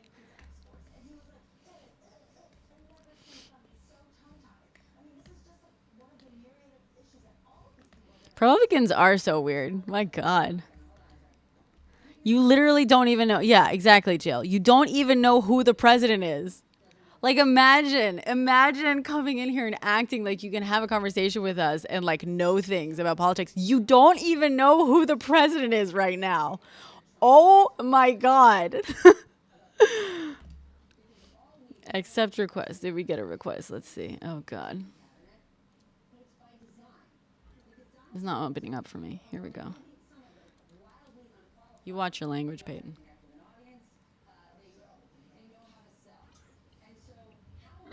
What's up, Peyton? Yo, how you doing? I'm doing great. I just think you're spewing like crazy far left propaganda. What, in my that opinion. Trump isn't currently the president? That's my crazy far left propaganda? No, not that. But saying what? you know, the market, it's going up because of Biden, really. I mean, it has been. It was a record climb this year. Dude, Under Biden. As Yeah, soon Peyton, as the how old are you, election, Peyton? as soon as you the sound like you might be election, 15. maybe as soon as 16. the election How old are started you? going. How old are you, Peyton? I'm 22. I don't know if that's true. You sound young. What year were you born? You sound like you're fucking What year 40 were you years born? old. What Oh, year were you one. born? 01. Okay. Okay, then. Just checking. Okay. Yeah, I just think you guys have horrible takes, to be honest. And Dude, as soon as the Republicans started to win the election, the market started booming. And As then well it as crypto. crashed this week. It's crashed? Are you stupid? Well, yeah, it fucking super dipped because as soon as Trump started announcing his cabinet picks. Last Did you time miss I that? checked, I was up like 80% on the stock Since market when? this week. Since when? Since like this past like 10 days. Okay, you went up 80%. Wow. Yeah. What, just Yeah. holding Tesla? No, XRP, Dogecoin, ADA. Oh my God, Dogecoin. Business is Dogecoin booming, isn't the man. fucking stock market, by the way. Well, Dogecoin's my smallest asset, to be That's not the honest. But it's fucking- it's that's still not the up. stock market. It's still up like I don't know, like a lot. Like it was at 20 cents like 2 weeks ago. Now it's at 40. Dogecoin I is would say- not the stock market, Peyton. I said crypto. Crypto is Stock also not market's the stock booming. market. The stock market's booming as well. But Okay. You understand that the stock And- market had historically high returns under Biden, right? You understand that? and also Are you going to acknowledge that fact? say that again. That had historically high returns. It Who did? climbed the stock market under Biden. I don't know. Oh, you don't know. Okay. Well, I'm telling you that is a No, fact. That is a I fact. haven't heard about That is that. a fact. I mean- Yeah, I'm sure you didn't because you don't care about I know facts, prices. Peyton. I know prices have been up. Houses. You don't. Yeah. everything Okay. costs Oh, up. okay. You gotta get Pivot. off the house Pivot. while Pivot. you're Pivot. stacked the Pivot. Peyton. prices. I mean, I don't. Jesus, I pivot. haven't noticed that. I know since It Trump, doesn't matter if you I know didn't since notice it, Trump Peyton. won That's the, a I know since fact. Trump won the election that we've been up. The stock Peyton, market's been You up. went Peyton. from the stock market and pivoted to prices of things. Those Yeah. are two different things. I just wanted Yeah. to bring up like Pivot, last night. pivot, But now you- pivot. now you just no, gotta Peyton, walk away Peyton, from it. Peyton. You don't get to just pivot away from facts. You don't get Can to you brag can about. you send me no, can you send me a source or something? just Google it right now. I'll send you so fucking many. stock market under Biden. Let's Google that. Let's see what we come up with, okay? Biden is beating Trump on stocks. History shows stock markets do better under Democrats. Let's see another one.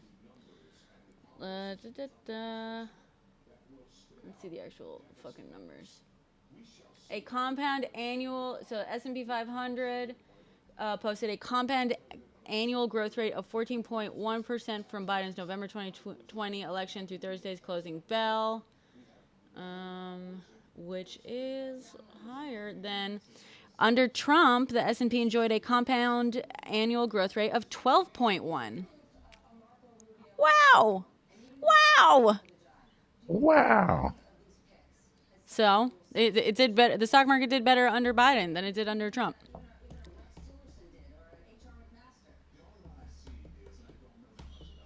Oh, you want to pick and choose, Throck? No, it did better under Biden than under Trump. And anything tied to Musk stock Silence. will go up just because he's Trump's new bestie. Yep. For no other reason than I'm sorry. that. The last quarter, Throg, the last quarter was also under Biden. Why the fuck would you... Do you want us to cut out all the best quarters and just count the bad ones? Okay, why don't we do the same thing for Trump then? What are you fucking talking about? Especially when we're talking about... You understand that, like, the recovery has been slow as a result of recovering from Trump's policies, right? So, like, yeah, near the end of a Democrat's term, the stock market is going to be better than it is coming out of a Republican's term. And the stock market literally always does, like, on average, better under Democrats than under Republicans. You don't get to, like, cut out the quarter that is the most removed from shitty Republican policies and governance and say that doesn't count. No. That, if anything, should be the part that counts the most, because that's how we are furthest away from your bullshit.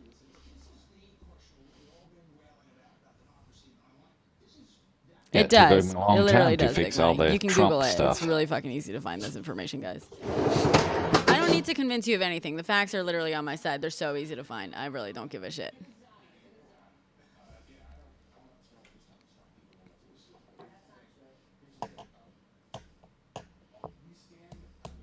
Yeah, Obama was pretty good.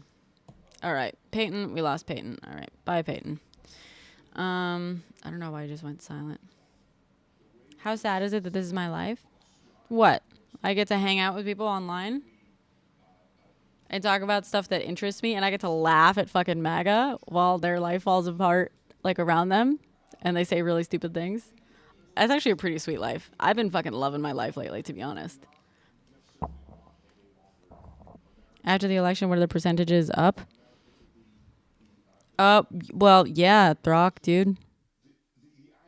There was definitely a surge, especially of Tesla, but that's because they know how fucking corrupt Trump is. I was on the edge of crying after Trump won. Yeah, I'm worried about people. I'm not happy Trump won, although guess what? I make more money when I have, like, more fascism to call out, ironically. Personally, as an individual, the next 4 years are going to be great for me. As an individual, they're going to be great. I'm going to make a lot of fucking money pointing out your bullshit. So, whatever. As a whole, the country is going to suffer a lot. And a lot of people are going to be put into a lot of fucking danger. And the thing is, my morals state that I give a shit about other people. I know you guys don't. I know that it's a foreign concept.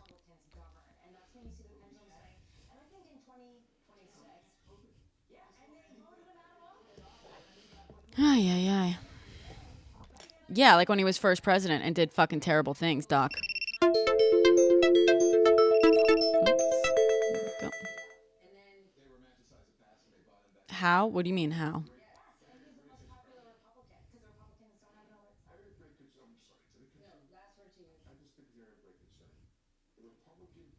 How is he terrible?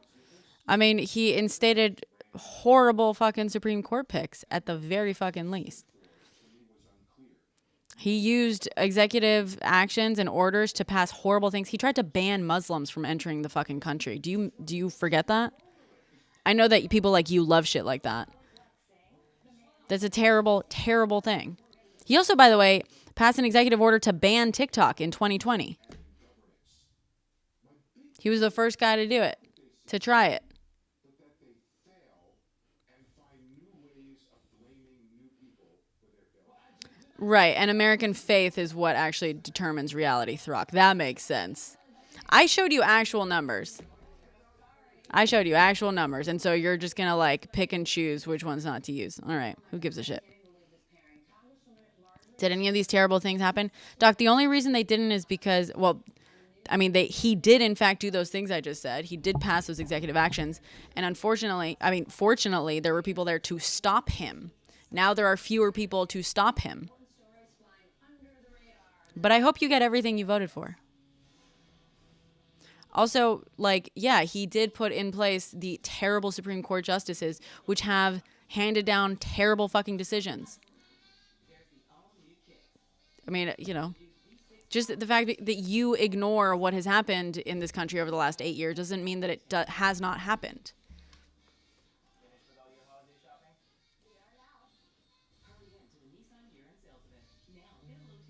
Have another guest request. Oh, Levin Strauss.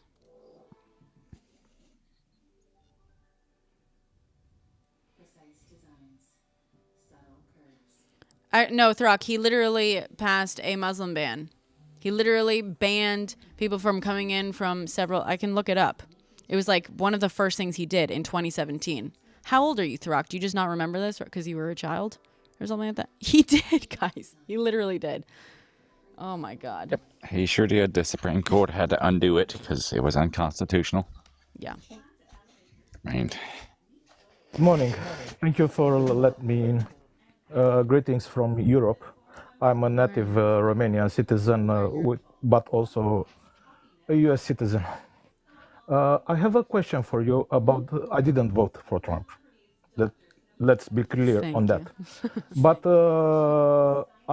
as my first nation of birth, of my place, is Romania, and I want to know the position because we have the Ukrainian war, the Russian aggression in there, and my country is in the front line. And we are scared about the Trump administration because my heart belongs to also to the US, but also to Romania.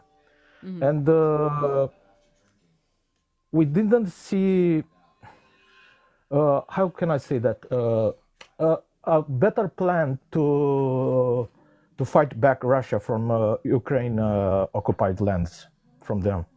And all the mass murders that are making in there the Russians since the 3 years of the invasion. And I want to know your opinion about that, because I think about my family, part of my family, I think about my people in Romania. I think about many, many things that we are facing in there.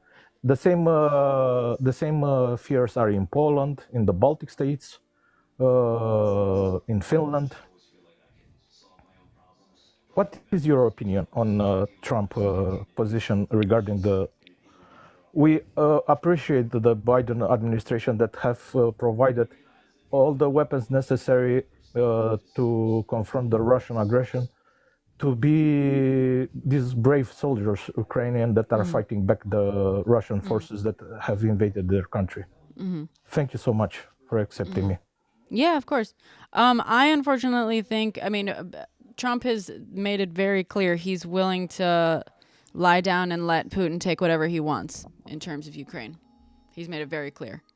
So I unfortunately, and by the way, I think that is why Biden has pretty much allowed Ukraine to escalate over the last week and a half, just basically being because Ukraine understands this as well, and they've made moves basically acknowledging that they understand that once Trump is in power, that he will basically withdraw all support from Ukraine, and because obviously, he will let Putin do whatever Putin wants to do. He is Putin's puppet, we can all tell.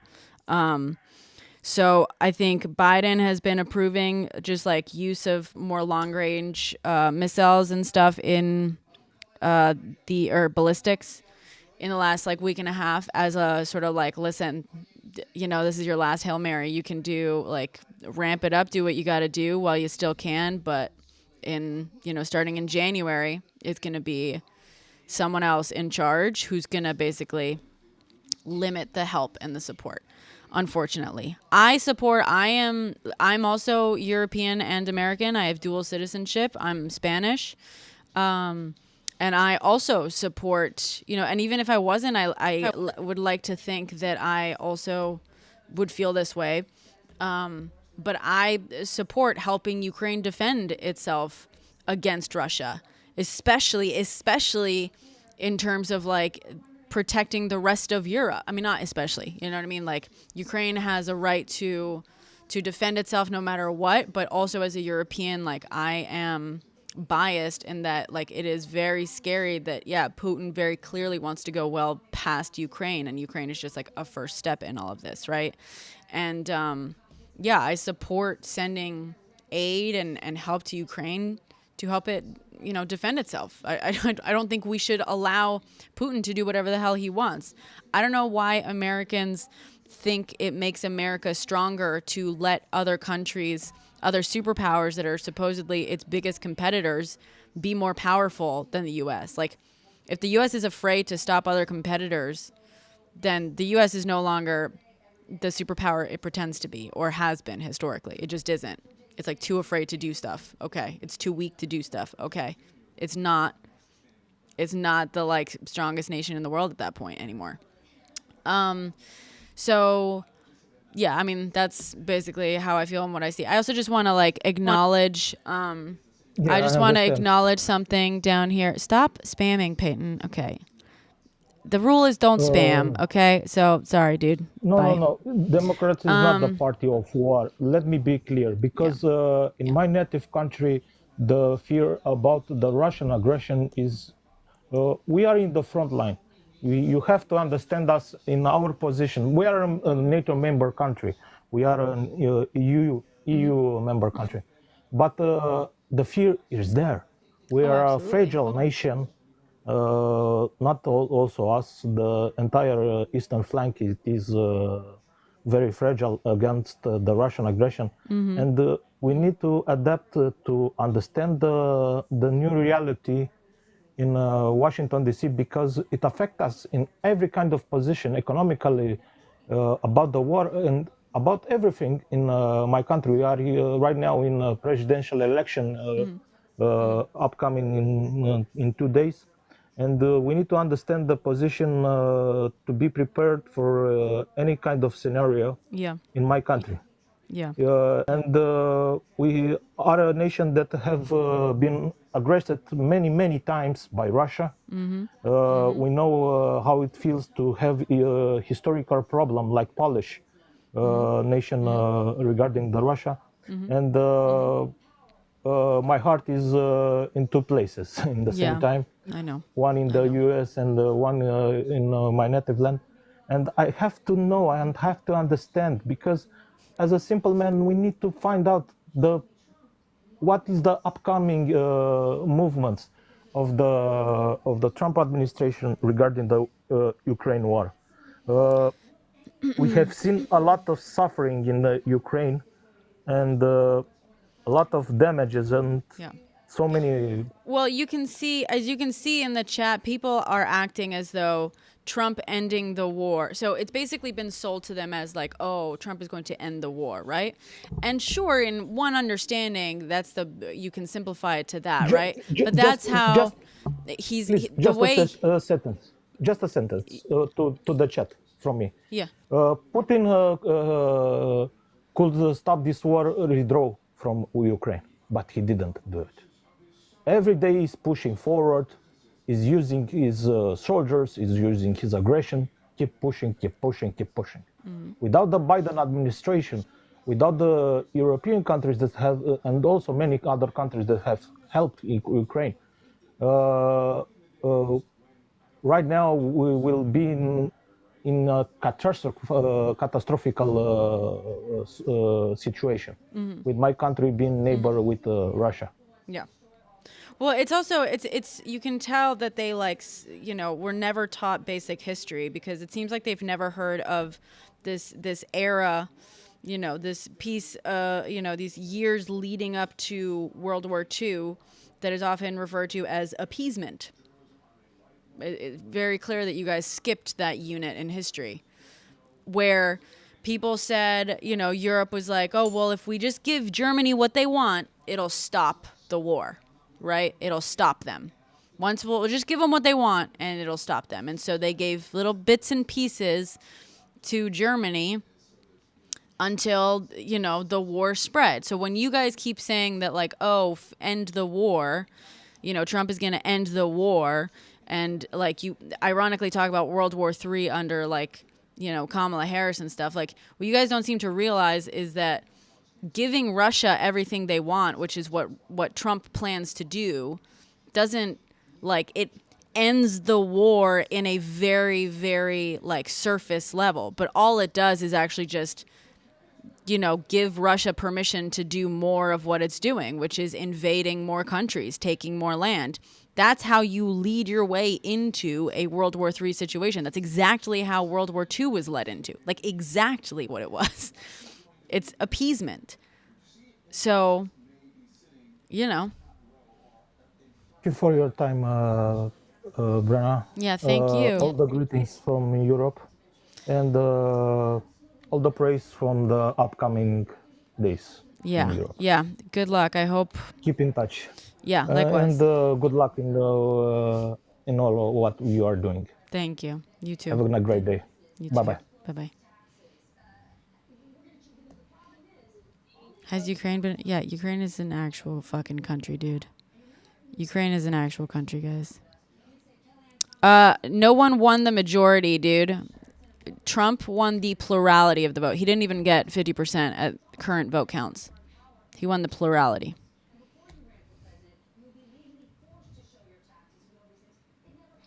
Doc, I just answered your question. Stop spamming the chat. No one won the majority. Trump won the plurality.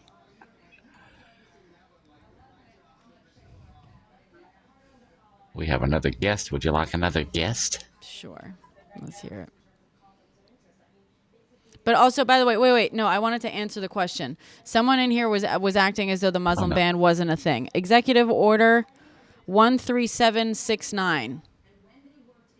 It was referred to as the Muslim ban colloquially by both, proponents and people who were against the executive order. That's what it is. Executive Order 13769, where he banned basically accepting people coming in from, let me see, from Iran, Libya, Somalia, Sudan, Syria, and Yemen. Iraq was also included until it was dropped, following sharp criticism from the Iraqi government, promises of improved vetting of Iraqi citizens in collaboration with the let's see, because President Trump, it was like referred to as the Muslim ban because President Trump had previously called for a temporary ban on Muslims entering the United States, and because all of the affected countries had a Muslim majority. Do you not understand? Plurality, bro. Plurality. Plurality. That is what plurality means, Doc. Trump did. Elon, yeah. Oh, good God. Hi, Chelsea. Hi. Can you hear me? Yes. Okay. I just want to premise, did not vote for Trump, but the biggest thing that I just want to say, like, I have a background in communication. I have a bachelor's in communication and took many classes involving psychology of genders, all the social classes that a lot of people tend to kind of forget about, even though it's literally a part of everybody's lives and daily lives. And what has been really frustrating me lately is the discourse that's been involved on university campuses between men and women of just your body, my choice. And it's creating a major discourse issue in regards to that. A lot of even younger boys in elementary schools, middle schools are discussing this matter at a level that they don't understand that the media is targeting them particularly to influence a whole nother generation of violence. And it is so sad to scroll through our pages right now and to literally see fathers of daughters. And I come from having 2 nieces myself, and my brother is 10 years older than me, and he's thinking I'm never going to send my daughters out anywhere because or I have to send them out ready for combat, because at this point, like, can't even go on runs, like, can't walk anywhere in a parking lot. The fear tactics that are involved about it, and just yelling that at a human in general, is just a whole new moral level. It's a lot of people are saying, oh, it's policy, oh, it's this, oh, it's that. And I'm coming from a blue state myself, and it's just, it's beyond shocking to see the level of, it's beyond disgusting to see. Even the people in this chat here want to say, like, you were exactly quoting it right, that when you're talking even about the war, exactly, like, they don't even know what it means to end the war. Like, their president is on the grounds fighting. Like, obviously this is like a whole new level of human ignorement and needs to be addressed at like the UN level. Like, what are we doing right now? Because this is just leading to a whole new level of chaos. That, as somebody, like, for me, I'm 28 years old. I'm only the oldest level of the Gen Zs, right below the millennials. And all I've ever seen and voted for is this unqualified man. And I just cannot stand sitting here watching all this unfold. I think you can see how it's taking to women across this nation, and even men who don't support this measure of taking rights away. Yeah. All right, but wait, sorry. wait. I want to address something. Someone in the chat was saying that we're lying about. Yeah, no one's saying he didn't win the popular vote. Big money. You don't understand. You clearly just don't understand what plurality means. No one said he didn't win the popular vote. We're saying he didn't achieve a majority, which he did not. He did not get over 50% of the vote. He got a plurality, which means he got the most number of votes of anyone. No one is disputing that. At least so far, at the current count, he had the highest number of votes, but he did not receive the majority. He did not receive the majority. Yeah, it was less than 50% technically. Dude, we literally looked up the numbers.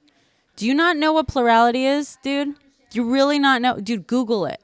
Fucking Google. Plurality means he got the most number of votes. But it does not mean he got the majority. It is such a simple fucking concept. Yes, because of the third party. Exactly, Louis. That's exactly why. No one got over 50%. No one. Dude, you're so pathetic, dude. The fact that you don't know, you're refusing to understand such a simple concept. No one is saying he didn't win the popular vote. He still has the largest number of popular votes, but no one got over 50%. And majority, by definition, is over 50%. What he received was the plurality, which means the largest amount of votes total. Such a simple fucking concept, dude. Google it. Google it right fucking now. I'm not evading. Guys, I'm not Throck. I keep saying he received the most amount of votes. How is that evading anything? I am just fact-checking the fucking claim that you're making, which is just simply not true. It's a simple difference of word. Majority versus plurality. They mean two different things. So I'm fact-checking you. If you're going to sit here and say he got the majority of votes, that's just simply not true. He got the plurality. No, it's not that no one ever has over 50%. Sometimes people do have over 50%. It's just that this year, so far in the vote counts, he received something like 49.9% or 49.8 or 49.9. That was like 15 hours ago. There's still technically some votes to be counted. What do you mean when? I think what's also bizarre. I don't know why you guys are so mad about me. Thank you, Philippe. About us being precise in our language and being accurate in our language. Like it's not. Why are you mad about the facts? Why are you so fucking mad that the fact of the matter is he didn't get over 50% of the vote, and we're just using accurate language. Like fact, I've never seen facts trigger people so easily as they do with MAGA. It's not an insult to just acknowledge reality. He got the most number of votes. Congratulations. He won the popular vote. Congratulations. He won it with a plurality. So simple. It's don't take it personally, guys. Like, oh my God. And Dave is down there in the comments just spitting out straight up facts and numbers as usual. Dave, Good job, Obama Dave. had over 50%. Thank you, Dave. Yeah. Yeah. Bush had over Dave 50%. Saves Yeah. is awesome. Dave Saves Rock, is a friend of mine, and he is awesome. Oh my God. Because I understand. Well, what they're trying to say is false, Throck. It is simply false that he got the majority of the vote. It is simply fucking false. So I don't care that that's what, I mean, I do care that that's what they're trying to say, because it is not correct. He received the plurality. I am correcting it. It doesn't matter what they're trying to say. I am correcting it. How about this? Try to speak the truth and not your fucking bullshit close enough version. The facts don't care about your feelings. I know you want to say it was the majority for some reason. For some reason, you're so pressed. I know. He didn't. He won with the plurality, at least so far. And I keep like qualifying this, by the way. This is according to the vote count like 15 hours ago. And I believe there's still like some, votes to be counted still probably in the most populous states right now, right? It's not that big of a fucking deal. I mean, yeah, it is like he hates it, right? He hates that he didn't get over the majority. I know what you guys, I'm sorry. I am being unfair in pretending like I don't know why you guys are so pressed. I know why you're so pressed. I know why you're upset that he didn't get over 50%. But like the fact of the matter is he just didn't. They did, exactly, Joe.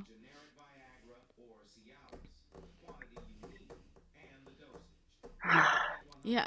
I think people just really need to take a look at the media that they're consuming. Throck. Yeah, they should, right, Chelsea? Which is a plurality throck. Yeah. Congratulations. You defined the word we've been defining here for quite some time. When I was in college, at the time, I was going through all my media courses of all the analyzations during the time of the 2016 election, and we were deeply analyzing it. I don't watch and everybody in the class was talking about all the different types of media that they consume. And the professor would ask them, well, why do you consume that? What is your driven basis? Do you have your reasons? Is it morals, or is it just because you think it's entertaining? And that had so many people fighting in the room because they're saying, well, news is also supposed to be entertainment, but it's also like news, like late night news or certain types of channels that a lot of people tend to watch. They're getting the wrong type of message, or they need to, I always say, fact check your news that you watch, because at the end of the day, you need to do your own research and understand that if you don't come to a conversation prepared to battle at this, then but also battling involves active listening, actually hearing it. And it seems like whenever I am speaking to a MAGA, they don't hear and I'm not even talking about like regular Republicans. I completely actually like love talking to regular Republicans who are willing to kind of have an actual like conversation. Yeah. But absolutely. But the MAGA people just want to continuously defend this person who is a multi-criminal, who is currently trying to get his types of convictions like nullified. And why is the president considered nullified to any sort of like basic crimes? Like every single person daily when they apply to, and I'm an HR rep myself, at the end of the day, when somebody gives me a document that says that they're a criminal, like we have to do background checks into that. We have to really consider if it's safe for them or for us at the end of the day, ethically. And how is it that we are the only government that is allowing this? And at the level of cabinet right now that's there, I mean, I'm a female that has autoimmune issues as well. I'm concerned about our healthcare standpoint with the person who's in charge, and it's saying make America healthier again. Yeah, Maha. Yeah. I don't think that's the correct choice of rhetoric. That's just not like, I think we need to really look at the grassroots of where the system is, with how much people are paying out of pocket for just going to find out that they are sick. Like, you could be completely healthy one day and find out you have a condition that's going to last with you forever at a young age, and you're stuck. You're stuck paying these high premiums. Even if you have insurance, have a great job, it doesn't matter. You're still having to pay at these ridiculous out-of-pocket costs that the federal government doesn't care what I'm paying. Yeah. Like, at the end of the day, they're there to pass all these bills and take away things that don't make sense to what my daily life does or what involves my husband and I in our decisions, like on my health care. That doesn't, my whole life has changed. Now I have to pivot and figure out what is this going to look like? And I can say from the first time ever, I have no clue. There is no sort of organization at that level. And it's being called out, like at the lower court levels, and like saying that these people are not the appropriate people to be in the cabinet. But that's going to take a due process. And for somebody who has healthcare issues, they can't wait for this type of news. And countries all across the world are so advanced with their healthcare. It's like, why is it that we're one of the most wealthiest countries who can't seem to figure out the healthcare? Why? And then also saying that, like, oh, well, we want the Affordable Care Act, but not Obamacare. That is just mind-blowing to me at that level of you're just not getting it. You don't get the full fundamentals. And if people are talking about, well, access to education, it's like, well, my generation was told from our parents, you better go to college or you're not going to be successful. And a lot of us tried and got in and are still working at it and got our first jobs. And then we're also being told that we're lazy and that we're not here to work, but yet there's a retirement age that's now gone up. So you have your senior level leaders who won't leave those positions, and it causes a trickle down effect that nobody is seeming to see in the economy. It's like they want to back Trump and say, oh, the economy. It's like that doesn't, what do you mean? Like, you want to talk about gas prices, the immediate gratification, we need to think bigger in a country wise of just outside of our dinner table. Yeah. I don't disagree with this. I'm sorry. I'm like, I'm scrolling through the comments as well because there were some things that I wanted to address as well. No, thank you for letting me speak. I really appreciate it. You're really bringing a light to some people who just clearly don't want to hear out the facts in it. And if these people don't want to, they're eventually going to start realizing that there's a movement going on, and they're going to have the rude awakening eventually. Yep. Let's see. Sorry, it takes time to, because someone in here was like, oh, it's not that big of a deal whether he got the majority or not, who's like arguing, trying to use a word that's inaccurate. If it's not that big of a deal, stop whining about the fact that it was a plurality, number one. If it's not that big of a deal, we're being accurate. You're the ones who are making shit up. It was a plurality. Second, let's see. Nobody's doubting he won. Yeah, no one's doubting he won. My God. Number two. Here. You said, you know that 98% of professors are not Republicans, right? Fact check your professor as well. Okay, I don't even know. I don't know if that's true, if 98%, if it's truly 90%. I will say I would be shocked if a majority of professors were not on the left, or at least Democrats, because you know that doesn't mean that Democrats are somehow controlling things, right? That just means that the left and liberals and just general, blue and leftwards in general in this country are more aligned with facts, right? So people that work in professions that entirely depend on facts are going to lean more left. That makes sense. That's not like an own on this. Like scientists, the majority of scientists lean left. The majority of professors lean left. The majority of like actual journalists, not entertainment, people, actually journalists lean left because their professions are all defined by seeking out facts and information and giving a shit about accuracy, whether you like the facts or not. That doesn't mean that there's some sort of big conspiracy. It just means that people who care about facts end up, voting blue. There. I would say that the majority of the industries you just mentioned were once colluded with the government at one point, specifically by either George W. Bush or Barack Obama. You're not using that word right. They were colluded by the government or whatever. You use the same word incorrectly in the chat as well. That's Yeah, we can argue semantics like the plurality thing, but I think it's a waste of time, to be honest. okay. Well, no, Scavenge. We're accurate here. We're gonna be accurate with our language. So if you think it's a waste of time, you can step down. I'm not gonna let you like throw words out that mean different things and act as though they're factual. Okay. So We're gonna be precise here with our fucking language. Healthcare, insurance, education, all these things, the things that have increased the most in prices were all, Is that however true? you want to phrase it. Yes. Prices Yes. to whom? In prices to whom? Like they've had the highest price increases in the last 20 years. To whom? To every other industry and every other price. No, like price. Because you're not paying. Are you paying for your like your? Do you have kids, Scavenge? No. Okay.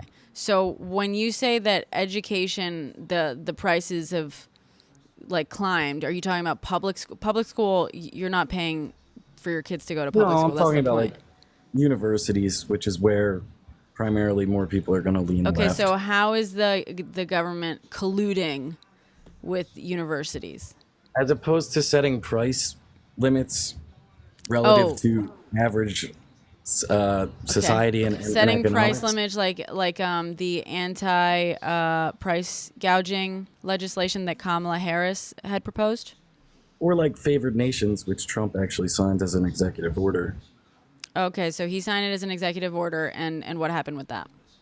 It was overturned by Biden and then later overturned by a court as well, I believe. But I thought it was a That's not great how that stepping stone towards price caps on essential industries, specifically But and yet, okay, but you didn't. But pharmaceuticals, healthcare. so why didn't you vote for Kamala, who had anti-price gouging legislation? Because they tend to do the opposite of what they say. Just my personal opinion. According That's to it. what? I mean, the actual data doesn't. Just your personal opinion. Okay, give us a source on that. They tend to do the opposite of what they say. Let's. For example, the healthcare. Like, yes, you can get it cheaper if you ask for the government, but it's not actually cheaper because the government is just subsidizing the industries and the insurance to pay for it. So there's never actually a deduction in price or costs, and very rarely are profit margins measured. And a big part of that is, in my opinion, the collusion between government and those industries. Okay, sorry, I'm like only half fucking listening. I'm saying there were tariffs in 2018. Didn't see a lot of prices go up, did you? I'm sorry. Have you guys not been bitching about prices going up constantly? I'm not talking about tariffs. I'm talking about specifically the industries I'm that answering. now. I know I'm answering comments as well. Scavenge. Oh, I got I have you. to Sorry. I have to multitask. Sorry. So, okay, you think? Can you repeat the last bit about this? I'm trying to like understand why you think that there is why to you there's collusion. Why is it collusion when Democrats do it? You know, collusion. Oh, it's either. And- It's George W. Bush and Obama. I think they followed almost the exact same model. And I think every industry they touched is not weaker. Any industry they regulated is now much stronger than it was before they regulated it. For Don't example, you think but when Trump passes his regulations, those regulations are good in your opinion? they're different in a way, but not necessarily. I just haven't So the seen issue any is that industries- it sounds like the issue you have is that the government was regulating, and you're claiming that regulation equals collusion, except when Trump regulates. Then it's not collusion. I just didn't see an industry that Trump mixed with the government to the point where they're that much stronger and the prices have gone up that much for those pretty essential things like education, Okay, healthcare, but when and you so say on. stronger, like I'm sorry, I'm confused. You're saying stronger industries are stronger as if it's a negative thing. Don't we want in like American industries to do better and become stronger? Typically, Isn't that the goal of capitalism? Yes, but not to be centralized. That's the whole point of breaking up monopolies, which is a pretty left-wing concept, I understand, but I think we have a better chance at breaking up monopolies under Trump than any other president I've seen in my lifetime. But what has Trump done that would lead you to believe that? not When, colluded as you say, it any is a major industries with the government and made them okay, but incredibly again, okay, strong so this and is much why, more again, I'm trying to get expensive. you to be precise because you're using these very like general terms that don't actually mean like colluded, the government colluding with an industry by regulating it. So By you want being to your do cosigner, for example. your cosigner. Okay, let's again be precise. What do you mean by cosigner? People You're ask me upset all that the time, industries did better. what does You're the upset government have that to industries gain? that got regulated by the government got stronger, which is like Right, but the genuine. government is also getting the interest from being the cosigner. So they have a hand in it. And that's what I mean by colluded. Oh God! Again, be precise. The government is getting interest by being a cosigner, so they have a hand in it. So they have a Yes. hand in an industry doing better, and that's a bad thing. Yes, because it centralizes, it picks the Okay, so winners. It's not true industries capitalism. to do more. You want weaker industries in America. No. Okay. So again, explain to me why it's bad when Well, industries are stronger. potentially in certain essential industries, we'll say, like healthcare, education, and so on and so forth. You want fair competition there. You don't want the government picking and choosing the winners and losers. Sure. And in what way did the government pick and choose the winners and losers They are in healthcare? Let's say, how did the government pick and choose the winners and the losers in healthcare? because they haven't set price limitations on those industries. Well, but that sounds to me. So what you want are more regulations, right? Yes. Okay, On but you're certain also industries, saying that the yes. problem is that the government regulated them at all, therefore making them stronger. But you're also saying that the reason you don't want the government to be involved in industries to help them be stronger is because you want there to be fair competition. But it sounds like fair competition. And yes, I'm taking some leaps here because I usually when people argue about like free market fair competition, those are people who don't want the government regulating an industry, and they're saying like let if the you're gonna go companies do for what it. they do and compete with each other, and then everything will go great, right?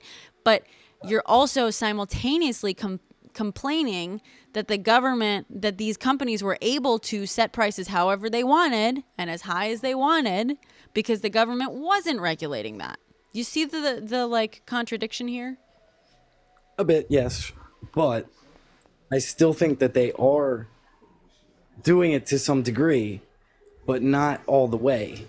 So they're still the insurance companies weren't hurt by Obamacare, whereas in principle they Sure. should have been, because Okay. that's supposedly a left-wing principle, right? Right, but Like, you understand that Obamacare was like the sort of like interim that was if an negotiated. industry is too conglomerated, it needs to be broken up. That's typically Sure. what the government's supposed to do. If the U.S. That's what corporation exists that's what the and left wants to do. insists on being a corporation, then the U.S. corporation should police other corporations. That's my view And on it. okay, And but you they are understand that's a currently very not. that is They are and you strengthening them. and you understand that is left And wing they were already ideology. Yes, Okay, absolutely. but so you understand that They were that you already understand. conglomerated, and now they're conglomerated further.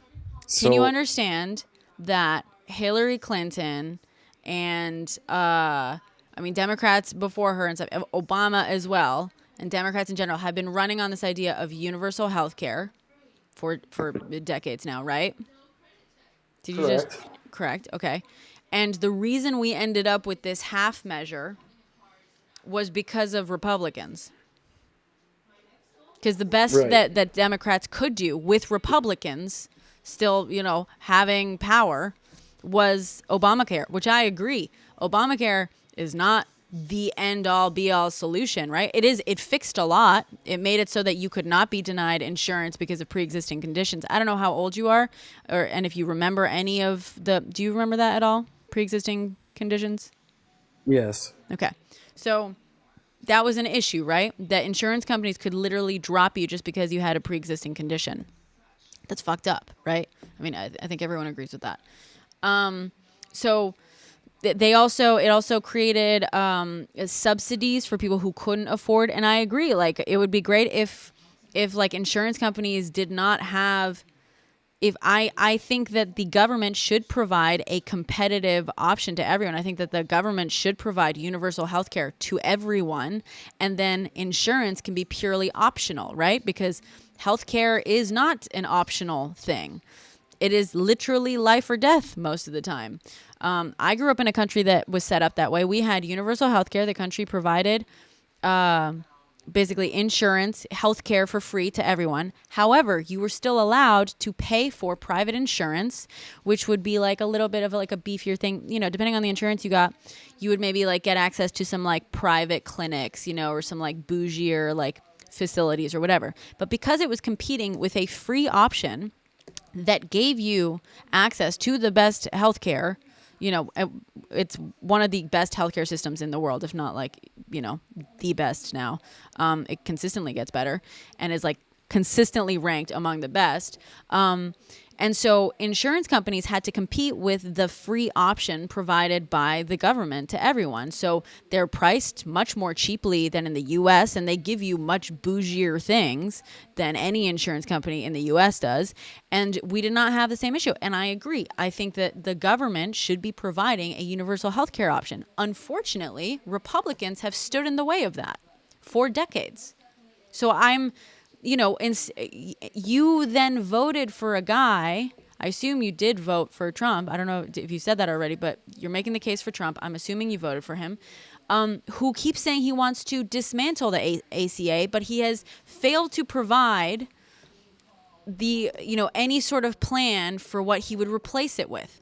And by the way, he did this the last time he ran too, or not last time, 2 times ago. When he won in 2016, he ran on dismantling the ACA, Obamacare, but never presented what he was going to replace it with. And then when he got into office and had the ability to do it, he didn't, because he had nothing to replace it with. So McCain was the one who kind of famously stopped that.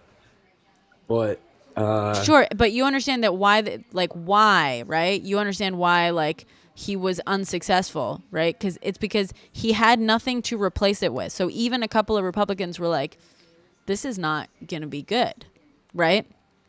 So now you want this guy who did that, who's running on repealing the ACA, getting rid of it entirely, but still has not provided any sort of pitch for what he's going to replace it with. The most we've gotten from him is, quote, concepts of a plan. Well, they took out the individual mandate, which I thought was a good thing. Although most of the states have a lot of, open guidelines for getting out of that anyways. But, I just didn't see an industry that Trump, Everyone by say hi to regulating Shape it, of Content. made stronger or further conglomerated. And that right now, MAGA is the party of stopping stock trading in Congress. No, That's it's a not. pretty left. Yeah, absolutely, it is. Absolutely, it is. According With to what? According to what? The people that talk about it, Who's the no? Tell me a person. Tell me the Republican that is running on policy that will stop Congress from being able to trade stocks. Gates pushed it. I believe Hawley pushed it. Did he? Did they introduce bills and stuff? They tried, yeah. And I think And what AOC happened? actually worked with Gates. Oh, it had no support, of course, because Right. they're a very few minority. But So the vast majority of Republicans did not support it. both of them, yes. I don't. Okay. I don't. Okay, don't no. see But you see Trump this as is the why. same- Okay, but you understand this is why I have Me an too issue have with you said saying that. Republicans or MAGA are is the party of doing this. No. You had Matt Gates. No. You had Matt Gates and 2 other people, probably whatever that crew is called. Present it. Here's the thing. Also, I need you to understand that a lot of times certain members will pretend to support something that they know will get 0 support and it won't pass, because it's easy to trick people to be like, oh yeah, this is something I totally support and want to happen, right? But to tell me that the Republican Party is the party of stopping, making it so Congress I can't didn't see trade the stocks. Republican. Or so you said Party. MAGA, pardon. But at Yes, this point, I- I would argue that MAGA and the Republican Party are one and the same. MAGA is the party, because you said the party. So if MAGA is a party, it is the Republican Party. I respectfully disagree, but go on. Yes. Okay, but it's not- if you but they called are MAGA exactly a the same. party, I don't see. You called Most people that MAGA a vote for party. So if Donald MAGA Trump is would a not vote party, for Mitch McConnell. They just wouldn't. Like, right? But most of them and most Republicans voted for Donald Trump. So I would say that if you're going to refer to MAGA as a party, there is no separate party, right? You said MAGA is the party of. So if MAGA is the party, there's no official MAGA party. The MAGA party is the Republican Party. Do you see what I'm saying? So if you're going to yes, it is piggybacked off the traditional party. And in 2016, there was a chance for both parties to do that, but one of the parties was very corporate in their way of handling things. Wilding versus DNC would be the thing to look up in that regard. And the other party succumbed to the will of the people. Whether that makes Stop spamming, dude. the RNC corrupt or inept as a corporation comparative to the DNC, I'm not sure. But the DNC actually argued in court that the will of the people is meaningless to them. And the will of the people is meaning. I'm sorry, when was this? Wilding v. DNC. It's the Bernie Sanders supporters sued the DNC because the DNC took their money and put it towards Hillary Clinton and put the effort that they were trying to. And in the charter, it says Okay, but you that understand. their Well, effort and their finances will be distributed by the will of the people. And they argued in court that is merely suggestion. They don't need to follow that, and that they can choose who they want when they want to be and that their is party. okay, but that is true. You understand that, like, making an argument about how campaign financing works is different from arguing with regards to representing the will of voters, right? You understand that's a very different context. Yes and no. I mean, It there's is. a reason No, why it Bernie is. Sanders had to go direct with his. Dude, listen, you're preaching to the choir. I am a Bernie bro through and through, and I So then fucking hate the why are DNC you because of this. defending the DNC right now over the Because I want to RNC be who- factually who fucking accurate, and was if you could listen to stomped me. on by the will of the people. Okay, I mean, do you with want to fucking Donald listen Trump. to me, or do you want to be fucking muted? I also would like to occasionally finish a sentence, but go ahead. So I am saying, and people who have been in here before will attest to the fact that I bitch about the DNC all day long. I am a Bernie bro through and through. I have plenty to bitch about with regards to the DNC, but at the same time, I can recognize I'm going to be factually accurate here, and I'm going to point out that arguing that a political party, when I say a political party, I mean like literally the structure of a political party, any political party. Not just the DNC, but the GOP does this as well, Green Party, They are, by law, they are allowed to use funds that are given to their, campaign, to the party coffers. They are allowed to distribute them as they want, and they are also technically allowed to choose, like, their candidate as they want. So, like, a lot of people were saying, like, oh, it's undemocratic that, like, Kamala Harris wasn't primaried and stuff. And technically, yeah, you're right. I'm not going to disagree with that. However, in this country, a political party is allowed to choose the candidate however the fuck they want to. Like, there's no law saying otherwise. There's no rule saying otherwise and stuff. And I am going to say that, like, the DNC arguing in terms of, like, hey, a political party in this country is legally allowed to distribute raised funds that it has received as they see fit, that is actually legally true. And that is not the same as the DNC saying, like, we don't have to follow the will of the people, right? Which, by the way, technically is true also. Technically, representatives don't have to follow the will of the people. They can, like, they're supposed to. We are electing representatives in the hopes that they will represent us, the best way we can imagine. But in reality, it is not illegal for a representative, an elected representative in this country, to go against the will of the people. It just isn't. And so, like, I understand that that's like a very tidy way to be like, well, the DNC argued in court that it doesn't want to follow the will of the people. That is a gross oversimplification without context. And it's very manipulative to try to turn that into something that it's not. Anyway, more people should watch Michael Moore's Fahrenheit film. Yes, I agree. Let's not get into a lot of it. Yeah. I also think that a lot of the sane people from that DNC shell wound up under Trump's watch right now. I also, as a quick aside, and maybe maybe it's silly, but I still think the most progressive legislation I've ever seen in my lifetime was the second COVID bill, which I criticized Trump for despite voting for him pretty often. What was the second COVID Just that bill? whole COVID package is the most progressive thing any politician objectively has done in our What, lifetime. where they gave out UBI? Where you got $750 a week to stop working, yes. Yeah. UBI. For a hypothetical. It was UBI. At the time, a hypothetical, yes. It wasn't a hypothetical. What do you mean a hypothetical? COVID was real. You know that, right? Absolutely. Okay. But the hypothetical was it natural or was it unnatural? What do you mean by natural or unnatural?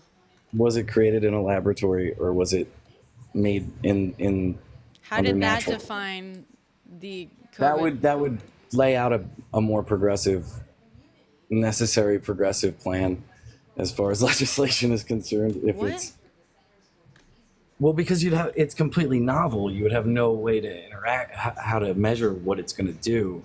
So you would have to study that in limited ways. Yeah, what? It was I exactly what happened what with the COVID. fuck does that have to do with the payments? Because if it's natural, then you would probably treat it more like the swine flu under Obama and just No. ignore it. No, you're Yes, and no. because eventually it'll Oh God, chicken no! pox That literally itself no, out. no. I don't even know how to like confront Because this. viruses either are going to mutate to be I more understand, dude. virulent Scavenge, or more Scavenge. That fatal. has Yes. literally nothing to do with the bill. You're saying that the bill was passed on a hypothetical, the most The progressive bill ever hypothetical seen. being we didn't know if it was natural or unnatural. But it yes. wasn't passed on the hypothetical. It was passed on the mere fact that there was, in fact, a global pandemic raging. That's it. And it doesn't matter whether it was natural or not. The package was like people were getting sick and there was a global pandemic raging. That is what it was passed on. It was not passed on a hypothetical. But this has happened before, while the American government existed, and nothing like that was ever passed before. So No, to me, it's the no, most no, no, no, progressive Scavenge, no, no, no, legislation no, of our no, no, no, lifetime. no, no, no, That's no, no, no, the full Scavenge, target. Scavenge. I'm gonna fact check you right there. There has not been a global pandemic like COVID in. I mean, even the Spanish flu Yes, there technically was 100 wasn't quite years like. ago. Yeah, Absolutely, there was. right. Well, yeah, the And they Spanish didn't flu, pay but people to even the stay Spanish. home. That was Trump that did that, who signed that bill. He could have vetoed it. That was So- oh god, oh my fucking god. I don't even know where to start with the brain rot, dude. Just because like 100 years ago with the Spanish flu, also women couldn't vote. Who gives a fuck? You know what I mean? Like, okay, so 100 years ago they didn't give, the government didn't give people money. So fucking what? It was 100 years ago. A lot of things were different. A lot of things were Just different. trying to tell you, I think the parties have. There was flipped, that's all. there has But not been a global I mean, the closest thing to COVID historically was the Spanish flu over 100 years ago now. But like to say that it had happened, that this had happened in the U.S. before. Oh God! To say that there had been. That this had happened before and the U.S. had never done anything like this is like, well, no, this had not happened before. Like we had not found ourselves in a global pandemic in modern times, right? with potentially a virus that was created versus natural. Yes, but yes. But that had nothing. That literally has no effect on that fucking COVID bill. That's what I'm saying. It's like you keep trying to like put these like separate ideas together and relate them when they're not, and it's very hard to like actually have a discussion about that because you're kind of pulling these because they are such random and like not related things that actually don't affect each other. It's like I don't even know how to like I don't know how to illustrate how unrelated they are. The COVID package was passed because of the ongoing effects of transmission and illness. And whether or not the virus was natural or not had no fucking bearing on that package being it just fucking didn't, dude. I guess we're just gonna have to disagree. Yeah, I think that it did. I don't think we've ever seen legislation quite like that ever before. We've never seen. Oh my god! But it has not. Okay. And Okay. again, Scavenge. To say that is because we didn't know if it was natural or not is. It's speculation, sure, but like it's my opinion. So. How about, and like, define exactly what so let's say, okay, what do you think? Do you think it was natural or not? No, I do not think it is. Okay, so you're saying that the package was passed based on, it was like a hypothetical, right? So was the package, in your mind, it was passed based on the assumption that it was natural? No, I think that they knew it was possibly unnatural and likely unnatural, and that's why they passed such a progressive like set of. Okay, so you think, okay, so then how would it have differed if it was natural, according to you? I don't think it would have been addressed with legislation at all. Really? Yes. Legislation that was just like, hey, don't transmit it, and here's some support because we shut down the economy? I don't think they would have shut down the economy if it was natural. So Just you my think that opinion. immediately, as soon as someone got sick, they were like, oh, it's not natural, and therefore, like, you think everything was done? It was a great experiment. I mean, they've never done anything like it before. All They right, say, okay. "Oh, the I'm economists will done. say I'm that done, like, too." entertaining this. This is fucking ridiculous. Okay. Respectfully, the true, fact that but you it's are true. relating the package to whether or not it was natural is insane. People were getting sick. People were passing away. People were out of work because the economy was shut down. Like, and that's what the package addressed. Whether it was natural or not does not change any of those facts. It just doesn't. Like, quite simply. As It's we just a know, variable because list. it was a debate. all. And like at first it was like, oh, it's totally natural. Then it's not natural. Oh, it was a China virus. Then it was like, no, it's totally natural. No, it was created in a lab. Da-da-da. We keep going back and forth, back and forth, back and forth. No matter what the general like opinion was at any given time, time was moving forwards, and the same policies were in place until the actual situation of like transmission and unalivings and stuff changed. first It had week of nothing to January, do with when whether I- or not it was natural or not. When I first heard of it in the first week of January, the talk was that it likely was not a natural illness. But that's when like no one took it seriously. So, and then several months passed before they did. So, at that point, it was already too late. I took it seriously. A lot of people took it seriously. It's Yeah. just that because of January? some, yeah, Okay, well, that's good. Yeah, A and lot of people did, just some natural people did not. diseases aren't serious. So was the Spanish flu not super deadly? Was the Spanish flu it was, natural but- according to you? It was, but there wasn't like landmark legislation that went with it. That's just Okay, the but you point I'm understand. trying You also understand that 100 years ago, like the world was very, very, very, very different, right? Scavenge. Oh, Like yeah, you don't get absolutely. to just like compare the two and be like, the reason there wasn't legislation is because it was natural. That's not how that works. I could also say, well, the reason that there was no legislation like that is because women were still wearing skirts 90% of the time. I could say In that. 1917, they also did some things that like I thought would have been The better reason, to do you know, I could also say personally, this actually. They switched to a 24-hour society the- so that you could The keep reason economy moving, there but wasn't not- legislation passed in you know when the put people Spanish in flu was bottleneck ravaging situations. 1917 is because there were more pirates around. I could also say that. Or what else? The reason there wasn't landmark legislation in the same way that was passed in 1917 is because we had still not figured out, we still did not have computers because we didn't have Wi-Fi, let's say. That's why. The only difference was Wi-Fi. You know what I mean? Like, you can say, well, the only difference was that it was not natural, which, you know, again, whatever. But that's not true. Like huge amounts, huge things were different between the two. You don't get to just like randomly decide that the difference, that the reason it was dealt with differently is because, oh, one was natural and what wasn't. Like, it also might have been because we had lived through the Spanish flu and a lot of humans learned from the Spanish flu. And in fact, I don't know if you remember this, but back then when COVID was going on, I mean, and still, right? People were talking about the Spanish flu a lot. And people were talking about like, well, this is what happened with the Spanish flu. This is why we got to be careful. This exactly is why we all have to like stay at home and like stop the spread and da-da-da-da. And people brought up the bubonic plague, Spanish flu, and just like previous epidemics and pandemics. And people, like, that is human behavior, right? Like, in theory, we learn from stuff. So we're going to do things differently if we didn't do it so hot the last time. You don't get to Right, just but I say guess- the only difference is that one was natural and one wasn't. Okay, well, what if I I were guess to my tell you question that the would be, Spanish why flu didn't- was actually given to us by aliens? Why wasn't H1N1 addressed in a similar way then? Because it did not reach the same level. What do you mean? It wasn't a global How would we pandemic. know how it's? How would we know how it's going to mutate? Whether it's going to become more?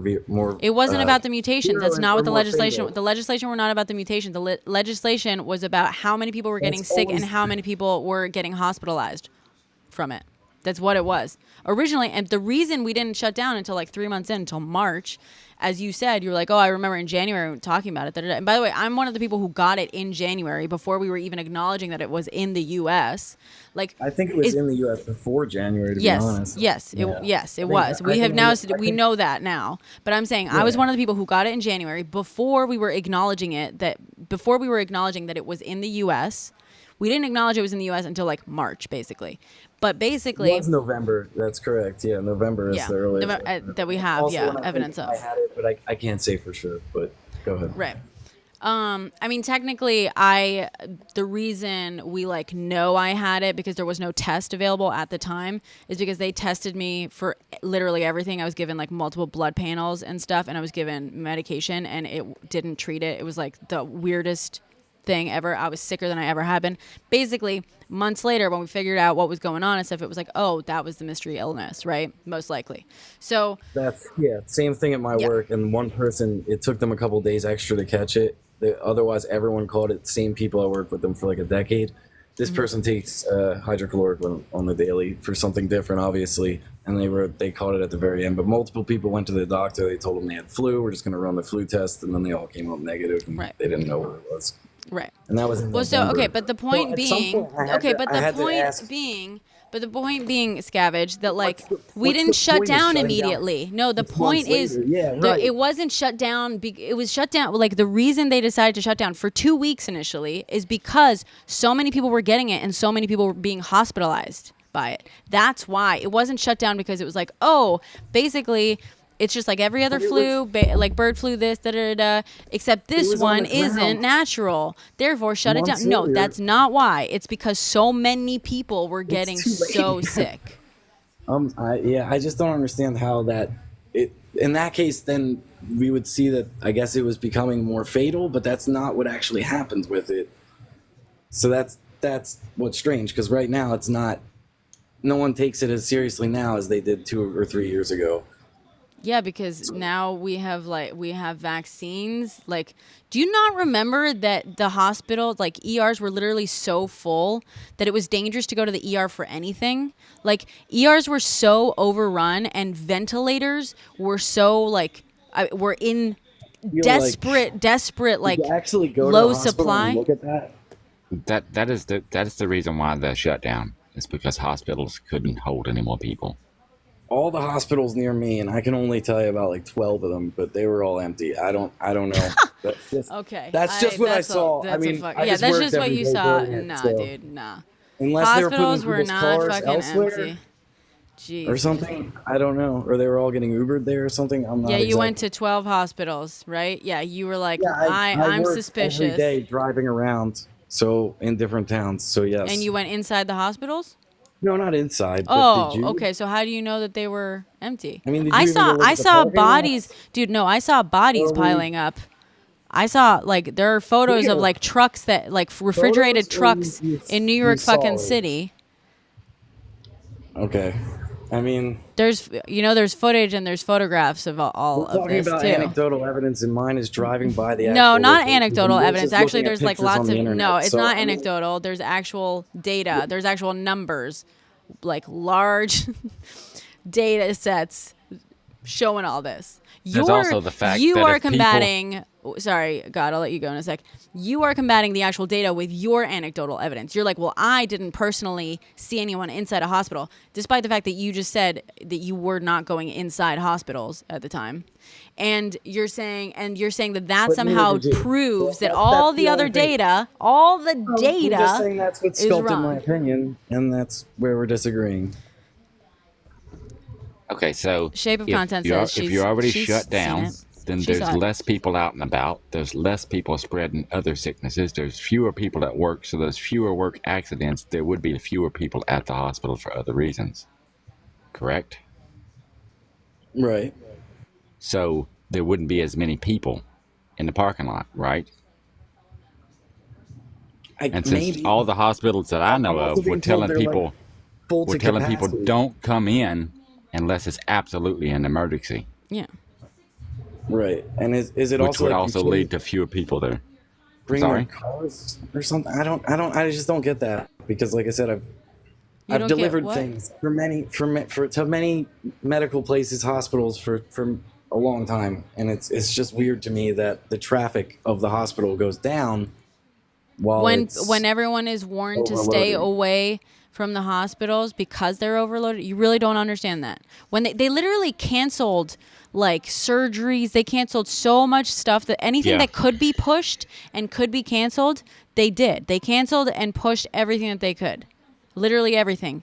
Like precisely to limit the number of people that were going into the hospitals while they were dealing with being overrun by COVID patients. And they literally were. I know that because I know people who work in hospitals. Yeah.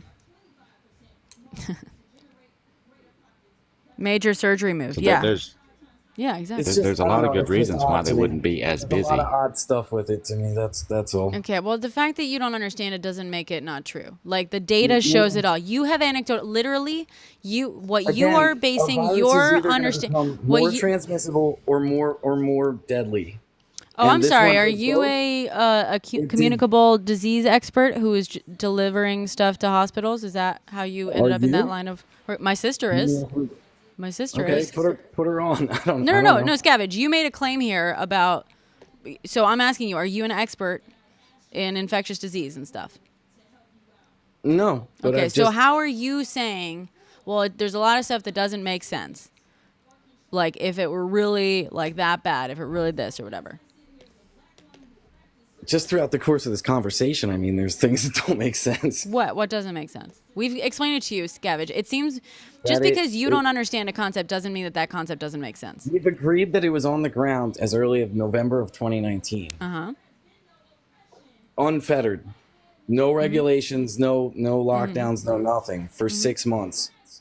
And at that point, it developed to become more deadly than it previously was. And then from there on out, at some point, it randomly just switched back to be less deadly.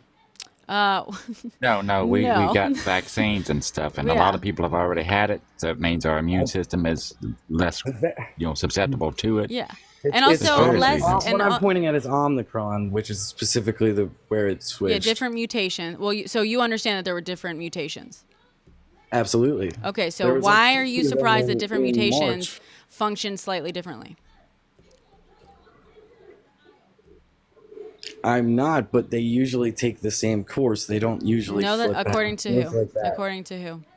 I don't know, conventional wisdom on viruses, at least as it seems in the past. Well, no, I hate to break it to you, but your conventional wisdom is you just pulling stuff out of your butt. That's not how any of that works. That's not how any of that works. I mean, you've studied like the Spanish flu. in I depth. know for a fucking no. You are I making a have. claim that according to conventional wisdom, that's not how viruses work. How about this? You prove your fucking claim. I know for a fact that different mutations work differently. That's why they're fucking different mutations. That's why every time there was a different mutation, they're like, this one, it transmits more easily, or this one transmits less easily, but it's more deadly. Like, that is what different mutations do. That's just is quite simple, right? Usually the mutations get worse. They get more resistant and to antibiotics and stuff. I mean, well, we're talking, that's not a virus, but they get more resistant to the medications we have. But we also, as a population, if we are being good about vaccines, and if a lot of us have gotten it but survived it somehow, our immune systems are going to be better equipped to deal with like the next mutation of it. In theory, that's the goal. How it's basically like a race against our immune system that is trying to develop better and stronger immunity to like a general sort of virus and the virus that is mutating to try to get around our improvements in our immune systems. Like, that's what it is. So it's actually very, very common for the virus, for our immune system to first be like better against a certain mutation, and then the next mutation to be better at getting around our immune system. That is conventional wisdom. Right. And they're constantly working against one another to see which one is superior. Yes. Our Yeah, immune but system not consciously. It's just Not consciously, It's just yeah. a product of the numbers of that is happening. Yeah. Obviously. And I would like to point out that the stimulus check wasn't to help people; it was to help corporations and companies stay in business. Yeah, that too. It was to help stimulate the economy because everyone was home, not spending money, Yeah, not making money. They actually weren't worried about the people. The 750, I would make the argument, was a pretty good look for the people. Yeah, I'm not saying it didn't help out, but I'm Yeah. just pointing out that's not the reason why they gave it to people. They wanted to help stimulate the economy. The business is what they were worried about, not the people. Yeah. Because capitalism, yay! Buy electronics, yeah. So yeah, scavenge, like, so what? So I'm sorry. Again, what you're saying doesn't make sense. Makes perfect sense. I'm just saying it's an odd situation. The whole last couple of years have been a very novel situation. I mean, And novel, sure, in that it's not every day that we get a global pandemic raging, right? But it's not like, ooh, conspiracy theory weird. It's just, it's not. Like, what you described as your evidence that something weird was going on is actually just like typical it's all virus just behavior. in defense of it likely being unnatural. I mean, do you disagree that there's no chance that it's possibly? No, I'm saying that I do doesn't disagree that there's doesn't no- define any of it. Like, it doesn't. I would point, disagree that there's no chance in it being possibly human-made. Right. Yeah, that's- I wouldn't that's say what that. I'm Yeah, I don't That's say what I've that been it's defending 100%. the entire time. I mean, No, Scavenge. You've been saying a hell of a lot more than that. Because if your only point was like maybe it was human made, yeah, I'll grant you that. Yeah, maybe it was human made. that's why I said I thought there was landmark legislation, and that's what kind of started. Right. This No, branch. that's a different point, right? I disagree with the idea that the landmark legislation has anything to do with whether or not it was human made or not. That's a very different thing. If the only point you're trying to make is, oh, maybe it was human made, yeah, sure, that's a possibility. That is a possibility. I think that's why we treated it differently. Yeah, that's no, my opinion. and That's that all is a I'm saying. different. That is The a. entire Do you really time. not, Scavenge? Do you really not understand that those are two separate ideas? Are you really this incapable of separating ideas? Like, you keep merging, like I said, two random fucking ideas that are like sort of related because they're around sort of the same subject, but aren't necessarily like causal in their relationship. I'm making the argument they are. That's I know pretty you much are, it, yeah. and but you have yet to prove that in any way, shape, or form. You are just like all the I feel like evidence it you also have has for to it be disproven, being right? causal is just you're like, well, it's weird. It's like, well, that's not fucking true. Just because you don't understand it doesn't make it weird. That's like, I would say that's ad hominem, and that's why I keep doing it back too. Like, have you been in the hospital? You know, like that's the same thing. So the data, dude, again, you're trying to argue actual data with your anecdotal evidence. Your anecdotal experience was that you were driving around delivering things and you saw fewer people in hospitals, which once again, we have said perfectly fits the data because hospitals delayed and canceled anything they could to limit the amount of people that were coming into the hospitals because they were in fact overrun with COVID patients. And whether they were overrun or not has literally nothing to do with whether the virus was natural or not. And in fact, the landmark legislation has nothing to do. The landmark legislation was about how the thing was spreading and how the economy was doing because of what we did in order to limit its spread. Like, that's very simple. And it would not have been different if the virus wasn't man-made or whatever. Like that, it is not. All things like being equal. Yeah, that's where we disagree. Right, and yes, and you can't prove it because you have like this how weird. the government and society reacted to it was the fact that it specifically from the top down. Okay, well, it's pointless having a conversation with you. Okay, if you have no actual facts to present to us to like Oh, one to last actually thing. Here's a support fact. this, then I'm going You to should move look on up to someone who coal can in the actually. Donbass region as far as the Russia-Ukraine conflict goes. There's a lot of coal in the Donbass region that plays a big part in the BRICS agreement, and that's the point I was making when I first entered the chat. Everything else, just debating for the fact of debating. But you should look that up. That is a fact. There is a lot of coal there. Dude, and Scavenge, important to I'm going to know. be completely honest with you. Like, I love looking stuff up that people say, you should look this up. Absolutely, I want to look it up. But based on my experience with you in this conversation, I don't trust anything you're bringing up as being, like, relevant or important or anything to look at. Like, I have from my experience discussing this with you for the last 45 minutes or so, you know. I mean, I've entertained you enough for you to keep me on here. You didn't just block me out, so I Yeah, appreciate but that. I am gonna move you along because Yeah, I'm absolutely. not. That's why I wanted to say This last is note. yes. I'm not gonna Look up accept the coal someone in the that like Donbass region. keeps ignoring actual evidence and facts. It's like pointless. All right. And as always, Gavin, it was a pleasure talking to you again. Yeah, God, I appreciate you, man. Thank you. All right. Bye. And also love your new music, buddy. Good job. You know Scavenge? Yeah, Oh boy. he makes wonderful music. Well, that's one thing he's got going. He does got that going for sure. Oh God. He's right about the coal. He didn't say anything about the coal. He said, "Look it up, Sean." So you can't say he's right about it. Well, He literally he's said right. nothing about it. They have a lot of coal there. There's a lot of coal there. Is that what you're saying, that he's Yeah. right about it? No one's, okay. Okay.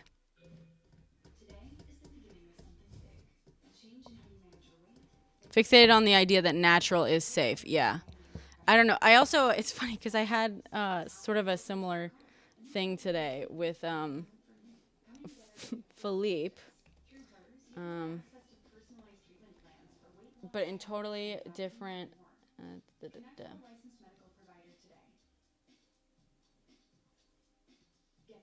So, like, he said something like, oh, I know what it was. He was like, he was making me breakfast, and he started putting a bunch of honey on this breakfast, and I was like, whoa, like that's enough. And he was like, it's just honey, and I was like, I know, like that's like a lot of sugar, and he's like, well, it's natural sugar. And I was like, that doesn't make it better. Like, I know we have this fixation. Also, by the way, all sugar is natural in that sense.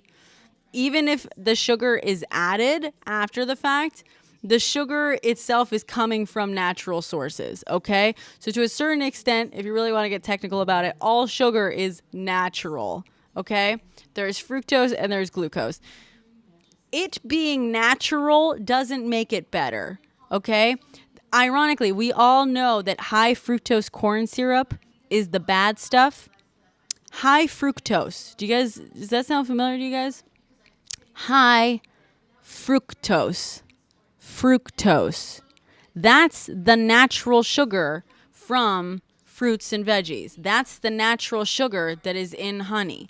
Like, to act as though just because it's fructose, suddenly it's like so good, but high fructose corn syrup, that's bad. Like, it doesn't fucking matter.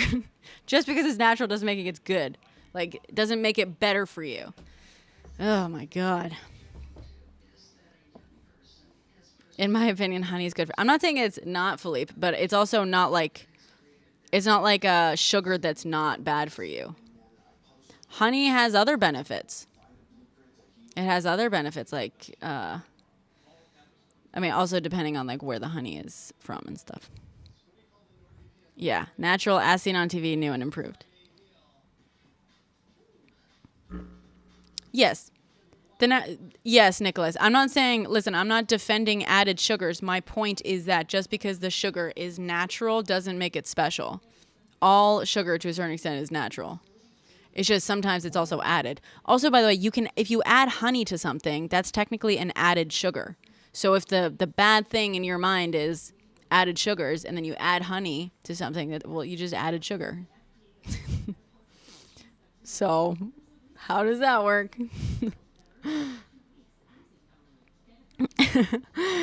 What is this live called? Brenna Ruins Everything That We Enjoy. Yeah.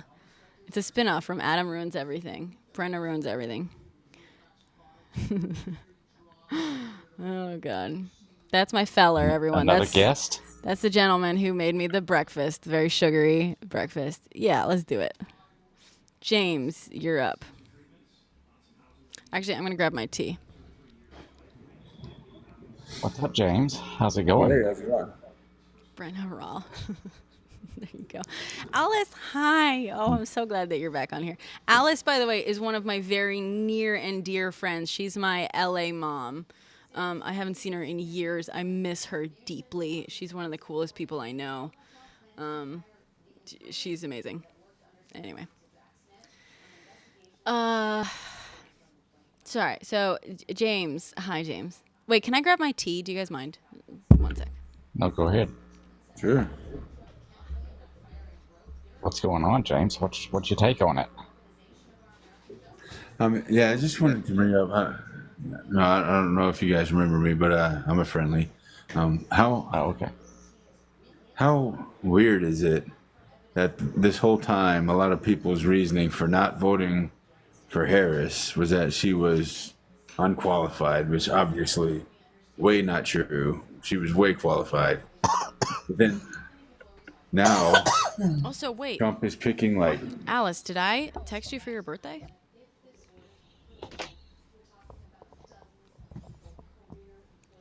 Damn, it's hot in here. Did I turn the heater off? Ugh, it got hot in my house. Okay, good. Just checking. Just making sure.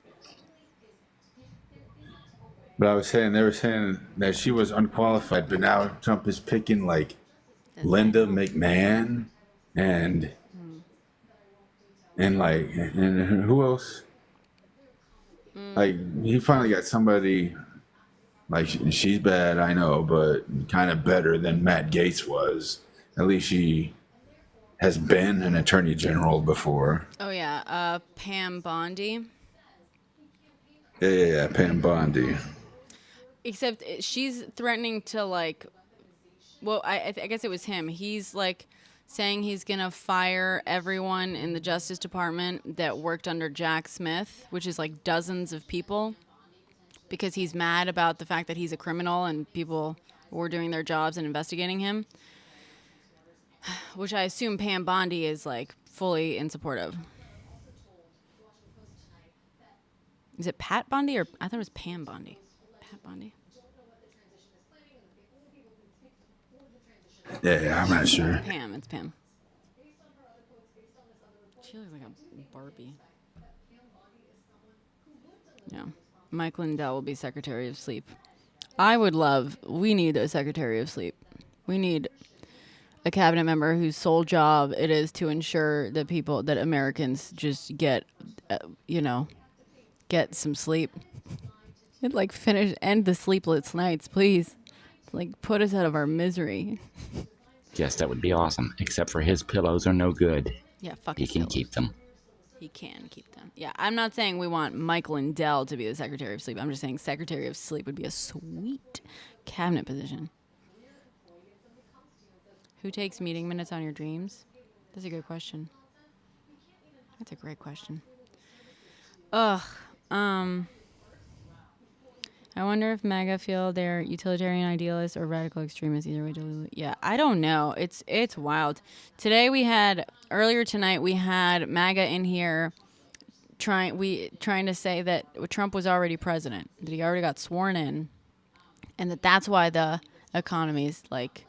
Well, we figured out that that's why so many MAGA, when suddenly say that the economy is doing great and that their lives are better now than they were 4 years ago or a year ago or something.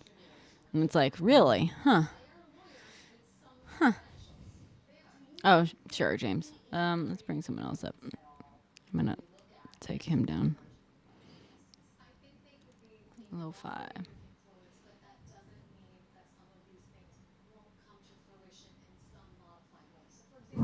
Hi, Lo-fi. Hello. Secretary of Sleep just wears pajamas all the time? Yeah, that'd be great. Don't forget to put honey in my tea. I put sugar. I put granulated sugar up in here. Yes. FFSG. Oh, wait. For fuck's sake, get the fuck out. LOL. Huh. Yeah. I don't know. I kind of posted about that a few days ago saying, like, I'm pretty sure MAGA runs on the dopamine, like, returns they get from being bullies. I think that's entirely Do you what they're think they doing. were bullied themselves? I think so. Well, I think that that's kind of what happens. I think so. My theory is that the best course of action moving forward is going to be to like gray rock them, so to speak, right? Like obviously don't like lay down and let them do. Alice, thank you for the rose.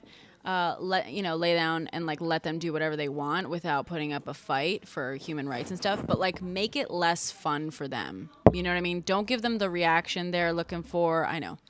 I'm up here taking the bait from MAGA sometimes, but like I think we need to approach it more from like laugh at them, don't let them get to you too much, you know, and don't give them that dopamine surge of being like, you know, and I think that we're gonna see more of like what we saw from MTG, right? Like Marjorie Taylor Greene this week was like she started going after other Republicans in Congress, being like, if you like release the things, I'm gonna release everything I have on all of you.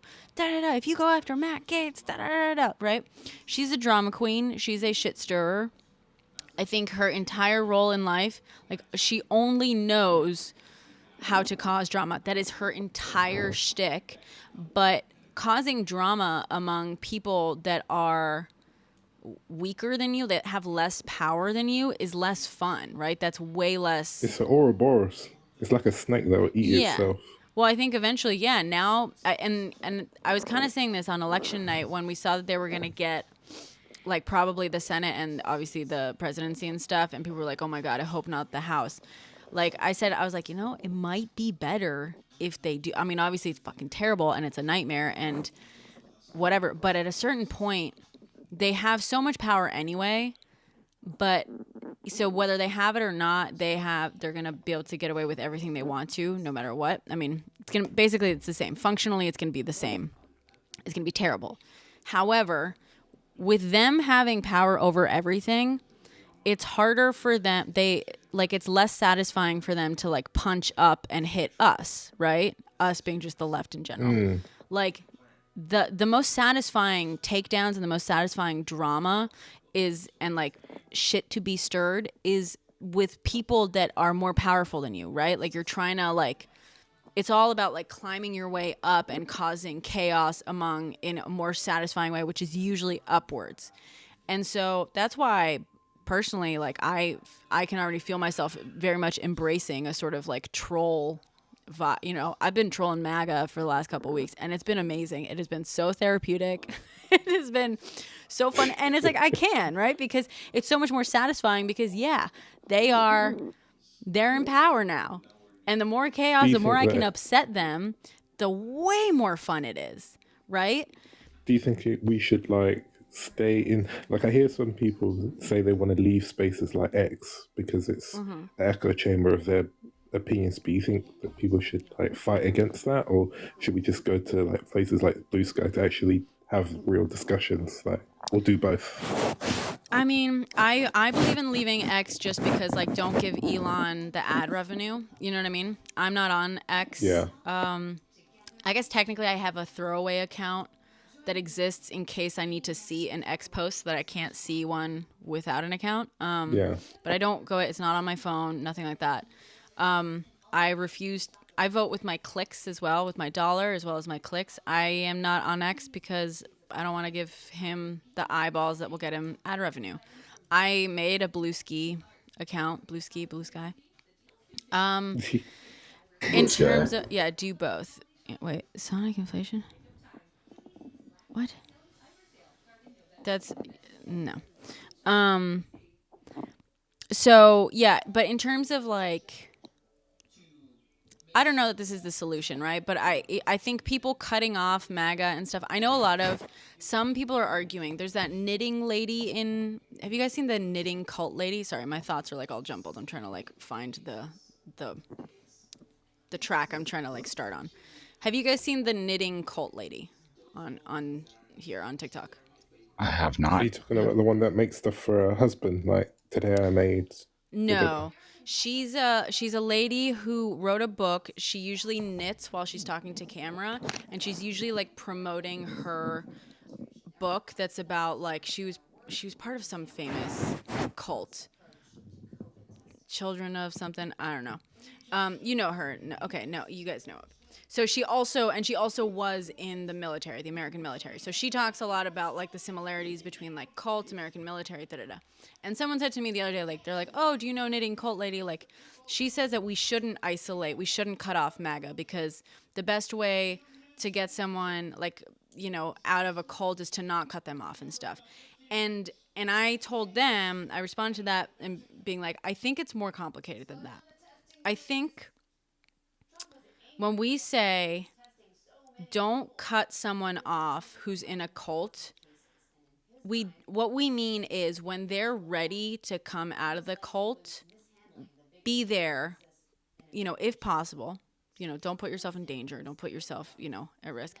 But be there, be open if possible to welcome them back out of the cult, and let them know that you will support them through that and stuff, right? Don't abandon them. Don't cut them off in that. However, that doesn't mean that if someone is in a cult that is engaging in very harmful practices, that you have to spend time around, that you have to keep them in your life, and that you have to spend time around them or accept the harmful behaviors that they're engaging in, around you and stuff. So I think the people who are cutting off MAGA from their lives, I think that that's a good thing, as much as people are like, no, don't, you can't isolate them even more. I disagree. There needs to be a consequence. Gray rocking is very successful with things like NPD, which is also like basically the same fucking thing we're seeing. But yeah, if your loved one who's like fully MAGA now, in like 2 years somehow comes out of the haze and starts being like, I don't know if this is what I thought it was, if it is safe for you to do so and, protect your peace, welcome them back, right? Welcome them back into civilization. My friend, she's an anthropologist, but specifically regarding, I don't know how it works, but like deprogramming in cults and stuff like that. And she said when talking with radical extremists that she's dealt with, like radical groups in the UK, she said that the best way to talk to them is never to like outright say you're wrong or you're crazy, is just to keep questioning them. So that way they're like, she talked to one person and she was part of a group, and they would keep messaging her to like pull her back into like that whole echo chamber of, you need to be angry about this, you need to be angry about this. But then my friend said the way to pick it apart was just like to go, is it okay that you get messaged that many times a day, that kind of thing? Like, is that normal? And then she'd be like, that is a bit weird. And then from there, just ask those kind of questions like, do you feel free? And she's like, yeah, kind of, I guess. And then it slowly unreels that spool, if that makes any sense. Like, totally, yeah. Go, oh, I guess so. And it's not for everyone, obviously. It's not for everyone. It is hard, right? And I will say, and when I say we here, like, I also, like, it's imperfect. I don't know how long you've been in here, right? Obviously, we do challenge and I do call people out and whatever, especially now, because I'm like, I don't want to deal with you guys. But, like, one big thing that we've done here a lot and is, like, so I say a lot, I don't believe I can change anyone's mind, right? I don't think anyone can change anyone else's mind. I think the only person who can change your mind is yourself. You have to decide that you are open to questioning your own beliefs, right?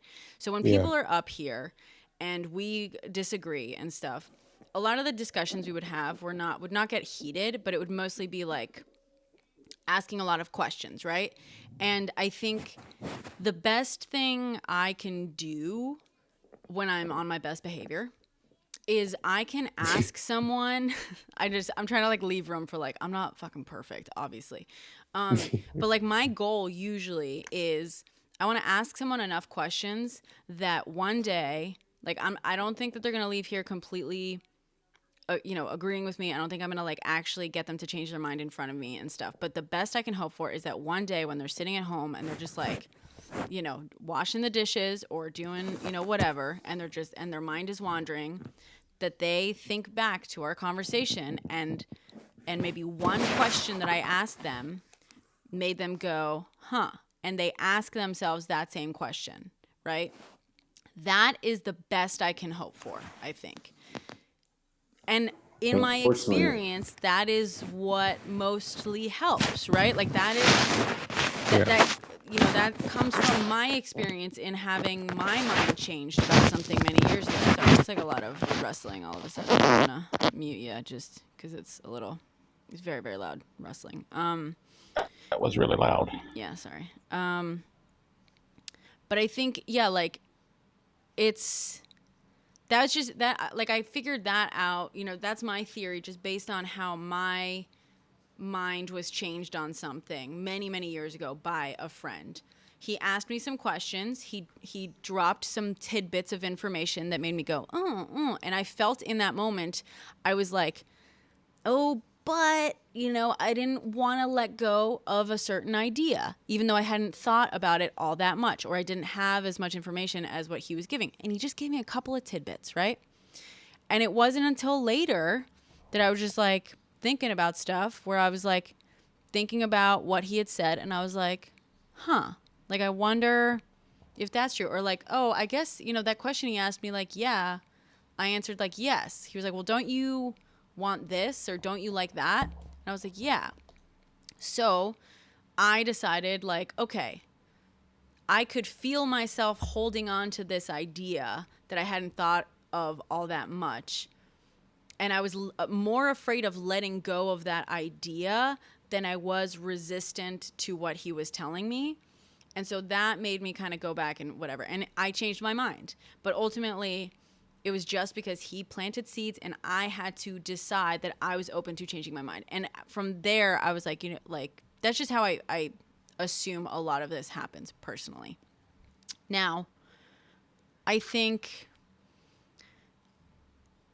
another thing that we've said, a lot of people ask us like, oh, how do you think you're going to really convince MAGA? And I say, no, I don't think I'm going to convince MAGA of anything. But I am going to ask them a bunch of questions, and hopefully one of them, once upon a time, once in a while, will take those questions and maybe ask themselves those questions at a later date. When people ask, is there any hope for MAGA? What I say is, or like, what do you think is going to convince MAGA? Just the facts? No, I know because I've presented facts to MAGA. Showing them that they're wrong does nothing. They don't want to see it. They never do. Can I interject here a little bit? Yeah, please. Unfortunately, I think, as is in a lot of their cases, and because it was mine too. I never voted for Trump, but I was more conservative ideology leaning until something personally happened to me. Mm-hmm. And so I think that until something affects them, then they don't think about it. Yeah. But with me, what happened to me was C19. I grew up in a conservative household, Christian, and I caught C19 in 2021, and it nearly unalived me. Up till that point, I wasn't anti-vax per se. I was just a procrastinator. Oh, it's not that important. I'll do it later. Yeah. You know what I mean? Yeah. Same. I was the same way. Yeah. And so, but then I caught it in July 2021, and I almost unalived. I was hospitalized for 6 weeks. It crippled me. I'm still affected by it. I'm still on oxygen when I go to sleep at night 3 years later. Jesus. But while I was in the hospital, I would make these Facebook videos and I would tell people, please quit putting it off. I don't want anybody else to go through this. This is the worst thing that's ever happened to me. please go get vaccinated. Everybody, this is serious. And I had people, I had chest tubes in my chest. You know, I had this breathing machine on my face. And people were telling me in the comments in my videos, you're an actor for the Democrats. What? Like, I'm over here, and I'm actively showing these people what is happening to me and why they shouldn't have the ideology that they have towards this. And they're making assumptions about me when I'm showing them. Yeah. So, and that's kind of what got me to be like, where have I done that in life? Where have people tried to show me something and I've just closed my mind? And so now I'm a atheist, leftist, socialist. We love it. Welcome. Atheist? Really? Have you not seen trees? I mean, look at the trees and how beautiful they are. I'm sorry, I couldn't help it. I'm changing sides. Welcome. Yeah. Well, Welcome. and thank you for sharing. Dude, I'm so sorry. That's awful. You know, God, yeah, I'm sorry. That's awful. And It does suck, but also it's what led me down this journey of education and self-education. So I'm not that sorry about it. well, good. But I will say, I mean, and I'm so glad that you use that example because it's perfect. And God can attest to this. This is what we say when people ask me, like, well, how do you think like MAGA is going to stop being MAGA? Do you think they ever will? My belief constantly is like, if you look at a cult, telling a cult member that you're in a cult is not gonna do anything. Oh, you're in a cult. What they believe is crazy. It's wrong. That's not gonna work. Just like what Lo-Fi said. Telling someone, no, you're wrong, you're crazy, doesn't work. Doesn't do anything. When you see people leaving cults, it's usually because things got so bad for them that they started looking around saying like, what the fuck is happening? Usually that is, I mean, based on, you know, my ingestion of cult related media, because I find it fascinating. It's usually that something has to happen that makes them question, that makes them go like, what the hell? This is not the world. This is not the situation. This is not the community that I thought it was, or like something is wrong. And because usually it's like something has to be wrong most of the time for people to like look around and be like, okay, what else is there? Which is how we saw a lot of people turn to MAGA, right? The problem is, yeah, there's a hell of a lot wrong in this country, mainly because of corporations and billionaires and the wealthy. And ironically, because of a lot of Republican policies that have, you know, not that Democrats are fucking perfect. The Democratic Party, absolutely not. But like, it is a very like sort of conservative policy that has empowered corporations and the wealthy to exploit us and have created this problem. So you have a lot of Americans that are saying, okay, something is wrong. Like, where's the solution? What's the alternative? Where can I find that? And I think that's how you ended up with a lot of people going towards MAGA. Oh, we just got the alert. Sorry. A lot of people saying like, oh, okay, that's different, right? Whatever I'm in right now doesn't work. That's different. And basically joining that. But I think it's going to have to be a similar migration out of it, right? Things are going to have to get so bad in the cult that they start saying like, okay, something's not right. What Do you think? What's the, yeah. Do you think it will be? Do you think it will get so bad?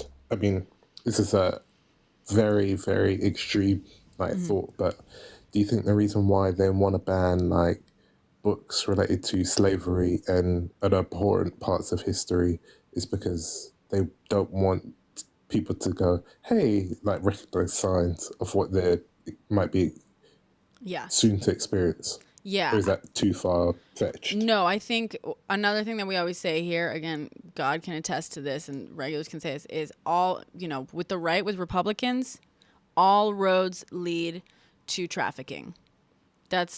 I will stand by that. I will repeat it till the day I die. All roads lead to trafficking. And what I mean by that is the vast majority of trafficking, of human trafficking in the world is labor trafficking, right? We tend to think of it as like trafficking, but that's not true. It is usually labor related. Slavery is a form of labor trafficking, right? Like involuntary servitude and stuff, moving people like across borders and trapping them there by like not paying them enough to have independence, or, you know, taking away their documents and making them entirely reliant on, you know, on their employers and stuff, different, whatever. Labor trafficking is the number one form of trafficking in the world. All roads lead to labor trafficking with Republicans, with conservatives. What they want is to be able to make easily exploitable people who are afraid of going to authorities, because the authorities will not help them. The authorities will often put them in more danger. Who are very, very have a lot of trouble accessing resources, whether it be healthcare, shelter, food, clothing, everything, money in general, so that you can give them very little and have them be completely reliant on you, right? So like a lot of people think this whole like mass deportation thing, I mean, I have no doubt that that is part of what they're intending, right? Like actual mass deportations. But the bigger effect of mass deportation, because like the crazy thing is like the wealthy in this country, they are the ones who benefit the most from undocumented labor. They make tons of money off of undocumented labor. But the more... And prisons. And prisons, exactly. Which is, by the way, in America, the only legal form of slavery, thanks to the 13th Amendment, is prison slavery, basically, right? Labor done as part of penance for a crime or whatever. I forget the wording exactly. We have it right here. Which is another form, you know, slavery is labor trafficking again.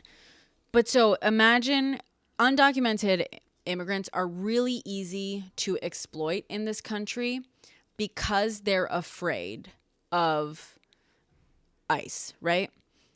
They know that you can like migrants, you know, I'm trying to like think of how to phrase this. Republicans always talk about like migrant crime, even though immigrants commit less crime than American citizens do. However, they are victims of it at much higher rates. The problem is if they are undocumented, they are afraid of going to authorities because they know that they are at risk of deportation or at least, you know, imprisonment, whatever. And that is true for a lot of exploited and at-risk communities. The more afraid of authorities they are, the more easy they are to commit a crime against. So when you have large swaths of people that are that afraid of the government and authorities and seeking help, you have a much larger group of people that you can exploit and commit crimes against and use as slaves, use it, you know, as it in many different circumstances that are not okay by most measures, and not worry about them seeking help or whatever, getting you in trouble in any way.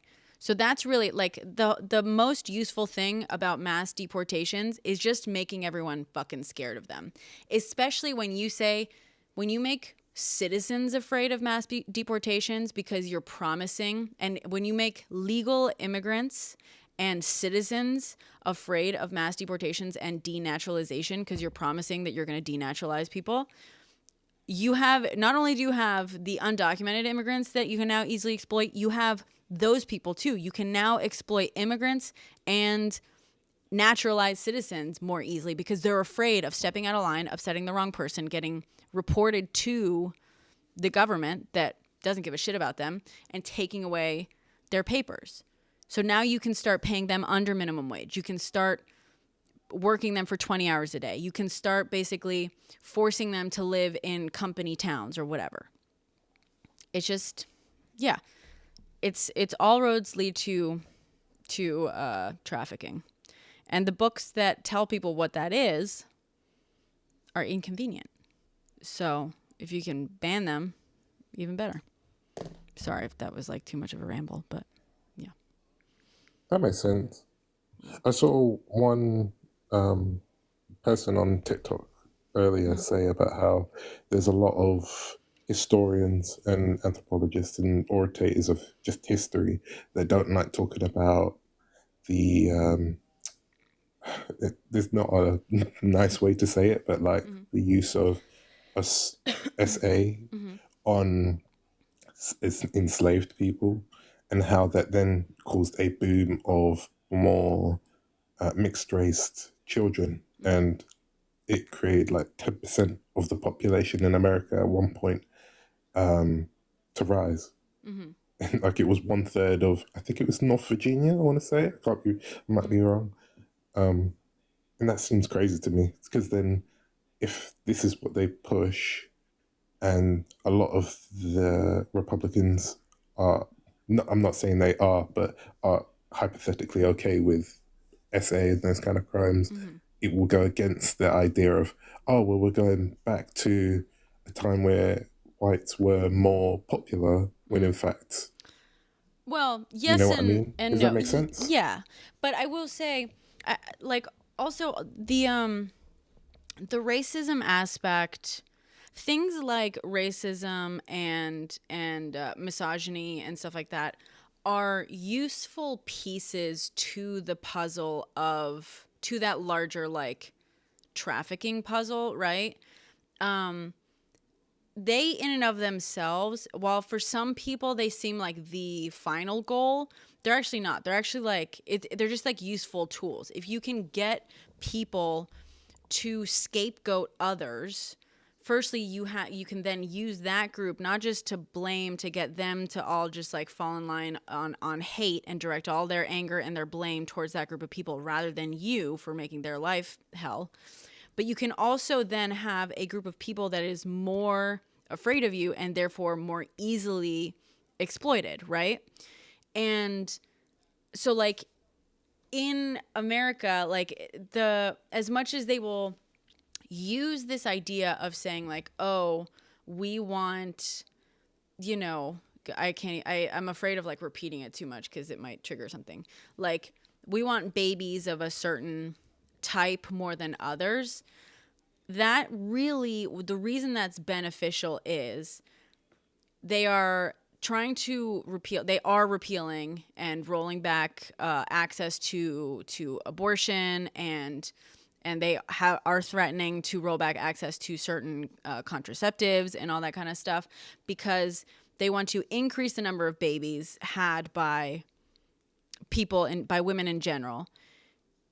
Yes, they may have like priority for a certain type, but really the actual ultimate goal of the people who know what's happening and know what they're doing is the more people have babies that they don't want or afford, once again, the easier they are to exploit. If women are having so many babies that they, without a choice, those women, easy to exploit. They need money more desperately. They need housing more desperately. I mean, they need everything more desperately, right? But in addition to that, those children are going to be like even more easy to exploit, right? Because they're going to be raised in a household that is lacking in the resources, right? They're probably going to be undereducated and have, larger needs that are not met in general, which makes them easier to it makes it harder for them to go to college. It makes it harder for them to like get out and like really have any upward social mobility. And because they don't know any better than what they grew up in, they're going to grow up and they're going to accept a very shitty job with shitty, pay, shitty, whatchamacallit? Oh my God, what's the word? Whatever, aspects to it, just like shitty pay, shitty treatment, shitty hours. Your needs are gonna be messed up. Yeah, it's like basically it's not just about the here and now, but it's like it's a very easy. The more you saddle people without resources with more humans and mouths to feed, the more dependent they become on you, right? And then the next generation of mouths to feed know less of the options. If they grew up poor, they're going to expect to have a life that's very similar, right? If they're not raised to be like, and told like, oh, well, you'll have like a better life, you'll have this, you'll have that, or like your mom didn't go to college, we don't, no one goes to college, they're less likely to do that themselves, right? They're going to grow up, and as soon as they can start working at like 16, they're going to start working to put food on their full family's table with like way too many mouths to feed. And because they're, working starting at 16 and stuff, they're, like I said, they might drop out of high school earlier. They're not going to go to university because they can't afford it. They also are going to have to be contributing to the family, all this kind of stuff. And it just makes them so much easier to exploit long term as well. And it's just like, it all adds to that. So the racism aspect to it, while it's part of it, that mostly just contributes to a system like this. The more hierarchies you can create and the more division you can create like that, the more you give people who have nothing to think that they have something in comparison. And the more they are satisfied with having more than someone else, the less likely they are to bite the hand that barely feeds them. Yeah. Sorry, I'm sort of like rambling because my meds have worn off, but yeah. Oh, that makes sense. Well, I wonder then, does that mean that loyalists that Yes, are like Sean, high exactly. ranking with Trump, would they turn on him if they believe there would be a moment, kind of like Stalin, to like power grab? If there's like a serious mental decline. Do I think that there's going to be from the loyalists? You're saying from people around Trump who to power grab? Yeah. Yeah. Like if he had a moment of serious mental decline, or that he started saying things that they were like, oh, that's not actually what we want anymore, or anything like that, that then they would go, okay, he's weak, or just not representing what they want. And would they turn on him, or would they be too fearful of then them getting themselves kicked out? That's a good question.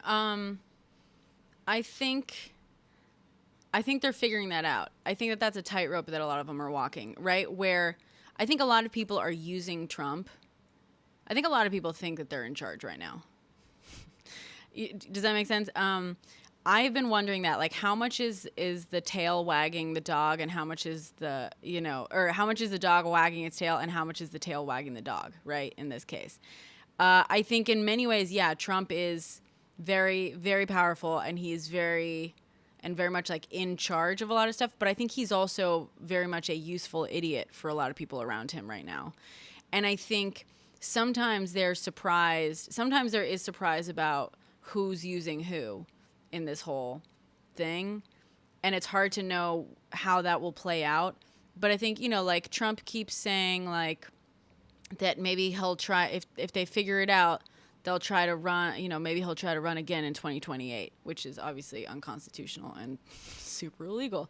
But he keeps hinting at like, hey, maybe figure out how to make that happen, right?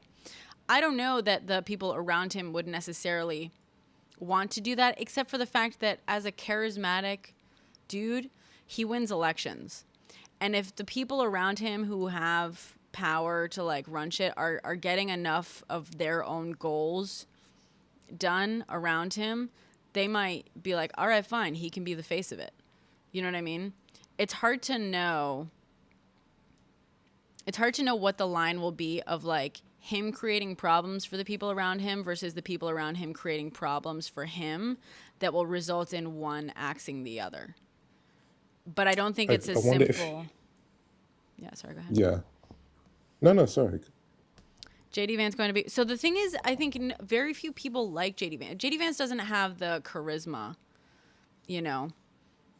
that like Trump... Not that Trump has like actual charisma, but Trump obviously has this sort of like cultish personality. JD Vance does not have that same effect on people. Musk is in charge. Musk is somewhat in charge, but he's also... So actually, yeah, thanks for bringing up Musk. There's something that's going on right now. If you've been seeing the headlines are coming out, they're kind of saying that like Musk is still learning how to navigate, you know, the court around Trump. Musk has a lot more power than Trump in a lot of ways, but he also lacks a lot of power that Trump has in a lot of ways, right? Technically, Trump is still the president and can legislate and can whatever. But Musk has all the money that Trump likes and benefits from and da-da-da. But it's like there's no clear example of who is actually more powerful in practice. Technically, Trump can cut Elon off immediately and enact unfriendly things to him, right? But also technically it's Elon's money that makes the world go round. And by the world, I mean like Trump's exploiting sort of machine. I don't know. It's all going to be about which one, and to use Elon and Trump as the example, not saying that this is going to be where the like fracture is, although I want us to encourage that fracture. My goal, I want to post things on, and by the way, this is an invitation to everyone. Guys, get on X and post photos of like Elon as president. Post things that make Elon, that say Elon is in charge. And we'll see how long he lasts, right? But I think that ultimately who's going to come out on top is going to depend entirely on the internal politics of like which ones get more allies on their side, which is always the case, right? With courtiers and stuff. Like when you look at history and kings and the politics of the court, of a king's court, it's all like allies and like manipulations, and who comes out on top is entirely on who's like being able to like arrange shit with the other people. I don't think it's as simple as like who's actually more powerful versus someone else. It's all about those, you know, machinations. Do you think Trump would actually hire historians to actually study and find out if he could overturn a law to keep him in the presidency for longer? Like I remember Obama once not once, but I think a few times he hired historians to find out a way to phrase a taxation on the rich in a better way. Mm-hmm. But obviously couldn't do that. I think Trump will... Like, would Trump even listen? Yeah, I think most actual historians will say no. Because and legal historians, right? Let's talk about, well, it's legal scholars, probably more so than historians. He might ask historians. Most historians are going to be like, nah, dude. Legal scholars, most actual, like, genuine legal scholars probably going to be like, nah. But there's also lots of, like, shitty lawyers out here. Like, a lot of people in Congress who are bad people are technically lawyers, right? And we've seen a whole long slew of really, really bad lawyers out here defending Trump. I think there are shrewd people behind this. You know, like you see Project 2025, that's a shrewd plan. It's fucked up, but it's a shrewd plan that was written by people, by several experts, right? Each of which had like a little bit of expertise in the thing. So the guy he just nominated to be FCC chair, he's the guy who wrote the section in Project 2025 about the FCC, where he was like, this is how you basically like dismantle or take advantage of the, you know, the whole thing. I don't know how much you know about Project 2025, but it's like a whole plan for this like authoritarian nightmare. How to work within the existing system that we have for our government, where the first steps have to be legal, right? Unless you have like a whole military and you're marching down the street and you're doing a military coup, which is not likely, you have to start, the first steps you take all have to be within the legal confines in the system, right? So you first have to win the election. Then you have to place the people in the positions that they can be placed in. And then those people have to place the other people. And once you have all those pieces in place, that's when you can start breaking the law and going against the norms and going against the system and how it's built, because the safeguards and guardrails that are in place are now in your hands. So you now control whether or not the system pushes back on it, because you are itself, you know what I mean? So That's what Project 2025 is. Project 2025 is like, okay, once we do the whole legal thing of like, assuming, the whole election was good and stuff, right? Giving everyone the benefit of the doubt here. Once you're positioned like that and you have the ability, what are the next legal steps you can take, right? You can fill these positions. This is what his job is. So he's going to fill these positions with the right people.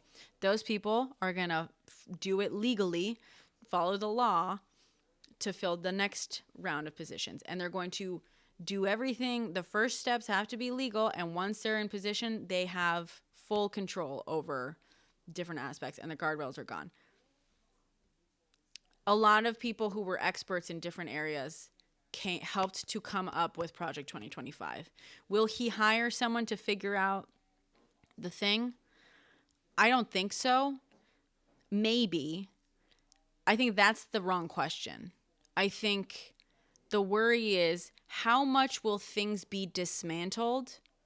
How effectively will things be dismantled in 4 years?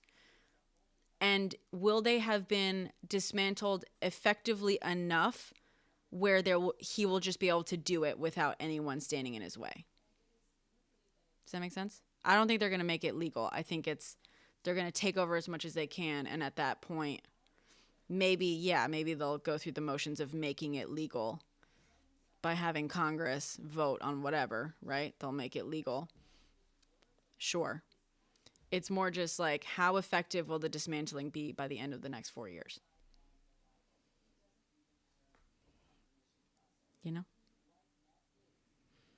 Yeah, I get you. Sorry if I'm just like rambling and it doesn't. No, it makes sense. It makes sense. It's sad, but it makes sense. It's a nightmare, right? Sorry, it's not a very positive outlook. I'm not saying that that's what's going to happen, I'm hoping. That's why I think the I'm best hopeful that because he's hiring not the best and brightest, that the first part of what you said doesn't happen. That right. They might try to do the legal thing and then they stumble on themselves. Right. And then he just keeps firing people like he did in his last 4 years. And he just keeps blaming them and goes, well, it wasn't me, it was that guy or that girl. And then it doesn't go anywhere. I think you and I are aligned in that. I think that the best case scenario for us is that there's too much infighting for them to get themselves organized, right? I think that's the best case scenario. Yeah. I think just like resting on the fact that, it's like not the best and brightest, I don't think that's good enough. They don't need the best and brightest. All they need is to dismantle the guardrails just enough where it doesn't fucking matter. They can do whatever the hell they want, right? And we already have some of the big pieces some of the big guardrails have already been knocked down, right? Our Supreme Court. That's like the biggest one in many ways. But yeah, they don't have to be great at their job. Like, who gives a shit that, Matt Gaetz, terrible choice for, AG. Absolutely. But the reason he was initially nominated is because Trump is a criminal. He's been investigated. His plan is to fire everyone in the department, which would be difficult legally for him to do. But he wants someone who is just as much of a criminal and has just as much to lose in that position. He doesn't have to have been a prosecutor. All he needs to be is someone who's loyal to Trump and has just as much interest in dismantling that department and making sure that it cannot function and cannot investigate crimes or prevent crimes or do anything like that. Who's the perfect person for that? Matt Gaetz. Someone like Matt Gaetz, who has crimes like that are actively being investigated under his belt, that are horrible from what we're hearing, right? That has just as much to lose if that department continues to function. He's the perfect choice. He was the perfect choice for Trump. Do you think he knew that he was Trump's perfect choice, or do you think he was more exploited? I know he doesn't deserve sympathy, but like, do you think he was like chosen as a full person, or did he not know? No, I think it's both. That he was the full guy.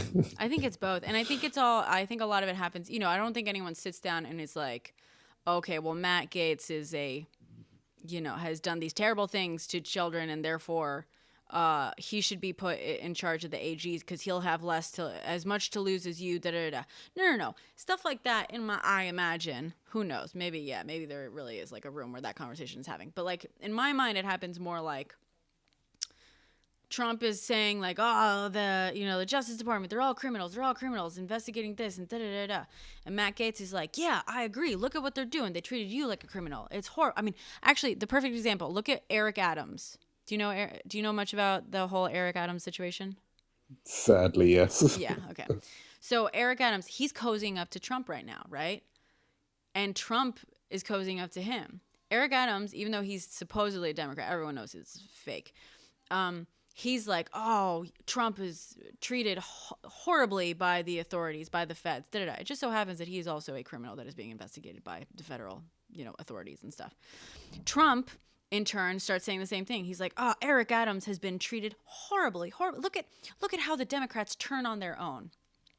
It is a witch hunt. It is political enemies, blah, blah, blah. They're both saying this. And what they're really saying is like, hey, my dude, I'm in the same position as you. I don't think either of them is going to acknowledge to the other one, like, yeah, I committed a bunch of crimes. Because firstly, you don't want to give, just because they can be aligned in this, you don't want to tell anyone that because that's they have power over you with that, right? But by having this conversation of like, oh, do you see this witch hunt? The witch hunt that you had, same things happened to me. Isn't that crazy? I'm totally on your side. I totally get you. You're totally not a criminal. It's totally just like political enemy stuff. And the other guy's going to return and be like, yeah, totally. I totally feel you. Da, da, da. And I think it would be very similar. It's a very similar situation to what the conversations were probably that were being had by Matt Gaetz and Trump. I assume, honestly, a lot of that was also happening publicly, like on X and stuff. I'm sure we can pull up some tweets where both Matt Gaetz and fucking MTG and all his buddies were saying, oh, this is horrible. This is political. Da, da, da, da. And Trump also would be like, see, this is why they're all so corrupt and they're going after him. He did nothing wrong. They all did something wrong, but they need allies that are in the same position. They need allies on that. And I think that's, yeah. I can't remember the comedian, but there was a comedian famously years ago who said there's no such thing as one big conspiracy like Dr. Evil group. It's just that interests converge. Yes. Like if you and I go, oh, I love that coffee, that mug, and we both invest in this mug and then go, well, okay, well then I guess we're partners, but we don't like each other. We just love that mug. It's the sort of thing. While the interests are aligned, keep them close. Yeah. Which is, again, though, why I think our best hope is we need to make ourselves a less fun target. Right. Sorry. Bell's right. It's George Carlin. I completely forgot. Oh, George Carlin. There you go. But like, well, now as I'm saying this too, I'm like, because I don't want them, if we make ourselves, and by we, I just mean the left in general, right? If we make ourselves a less fun target, I think that works for like just everyday MAGA, like normal people, right? But in terms of like the ones in the government with power, I'm a little worried of like we want them to be so distracted that they can't focus on dismantling the government. So maybe we do want to be a big target so they can just spend all this time just like trying to, I don't know, whatever. But I think that the best case scenario, I think the best thing we can do, I think the best thing that can happen is for the infighting, for like these people who are relying on tenuous alliances, on tenuous like interests being aligned, sowing dissent as much as possible, which is why I'm saying like we need to be, if you have any skill with AI, with images, like you got to be on Twitter posting photos of Elon being the real president. Don't get obvious. Don't post like Elonia images and stuff because Elon will just boot you off Twitter, X, and Trump won't be insulted really because it still paints him as like the man and Elon as his little bitch. But if you do stuff that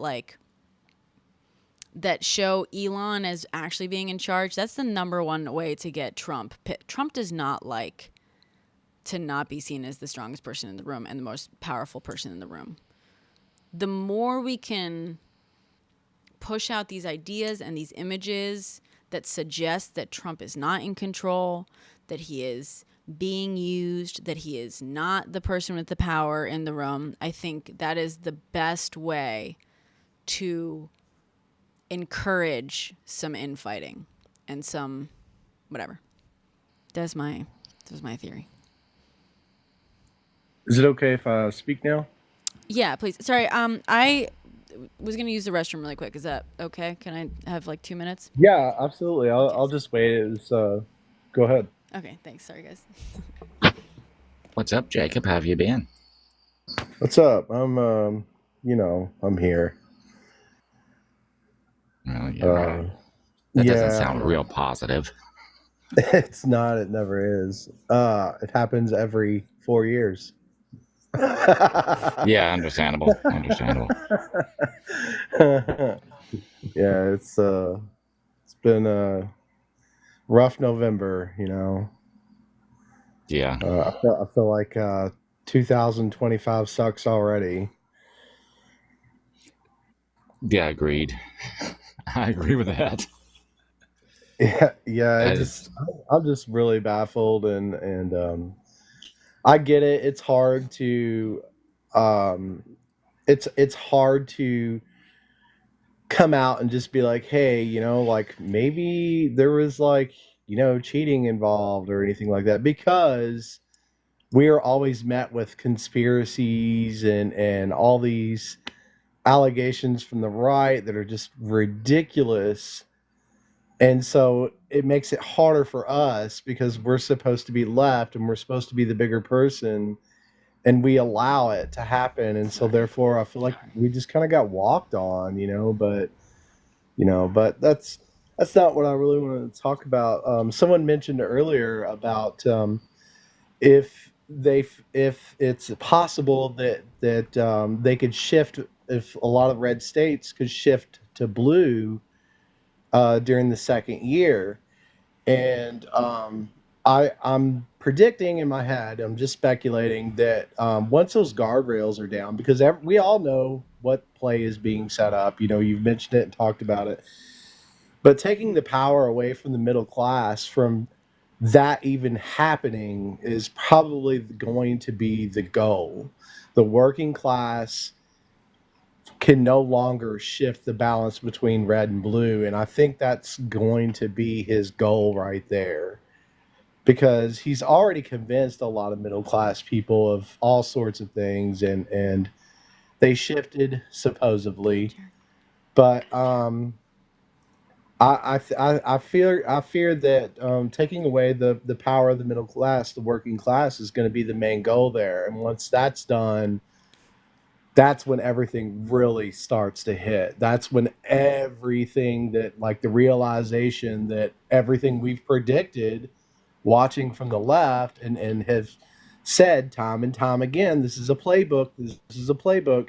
That's when a lot of people that were on the edge of the seat or on the border of right and left, or whatever you want to call it, that's when they're really going to realize it, and it's just going to be too late. And it sucks. But that's all I really had to say, because someone brought up about the shifting back to blue, but I don't think it's likely it'll shift back to blue at all. Ever? I mean, no. Everything they're setting up in place, if you take a step back and you look at it, and I've been watching it for a long time, is to shift everything to the right. I mean, far right. Mm-hmm.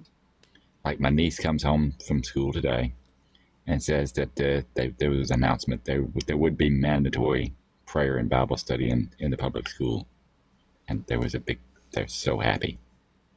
I mean, we already know that religious people vote right. Mm-hmm. Well, and all these other little things that they're setting up is to do the same thing. It's to shift everything to the right. Yeah. I don't disagree with that, God. I will say I am hopeful. Oh, God. Well, number one, we were kind of joking about this the other night. joking, but like half serious. Like the one benefit of like the Bible's being taught in schools is that Jesus is a socialist, right? So like knock on wood, they somehow actually figure out what Jesus was about and like take a look around and are like, hey, that doesn't square up with this, right? That's one hope. But And he was an immigrant. and he was an immigrant. He had brown skin.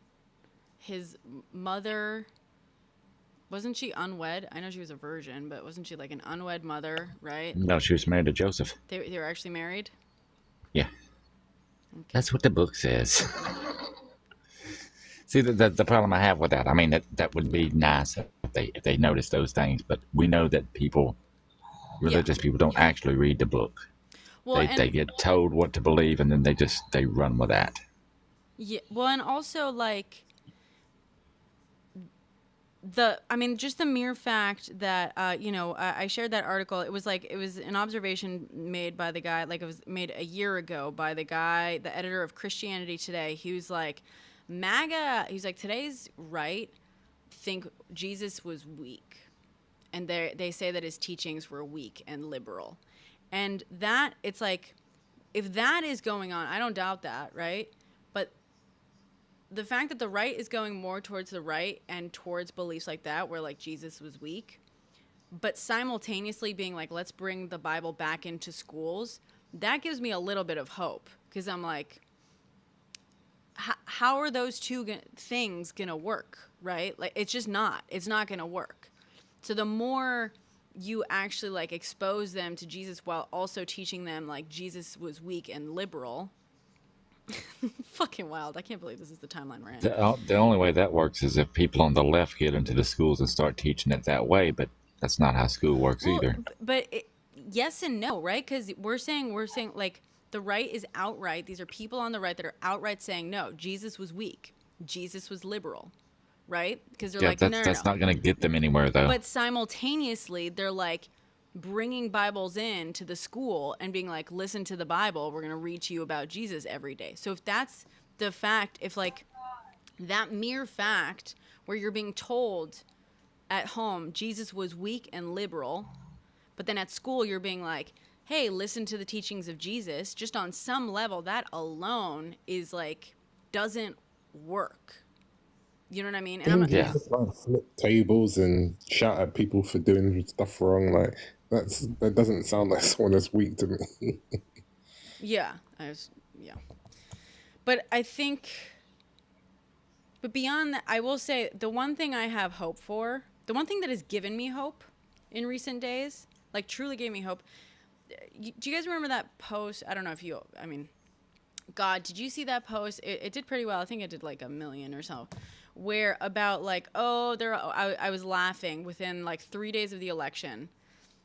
Republicans were already like walking back a lot of the economic policies that they were like worried about. Yeah, I seen that. Yeah, okay. I remember that one. So basically, like the New York Times did this thing. They spoke to a bunch of Republicans, Republican strategists, and like 3 days after the election, they were like, they made this article that was like, Republicans are grappling with how far they can actually take these economic policies that Trump has been like sloganing.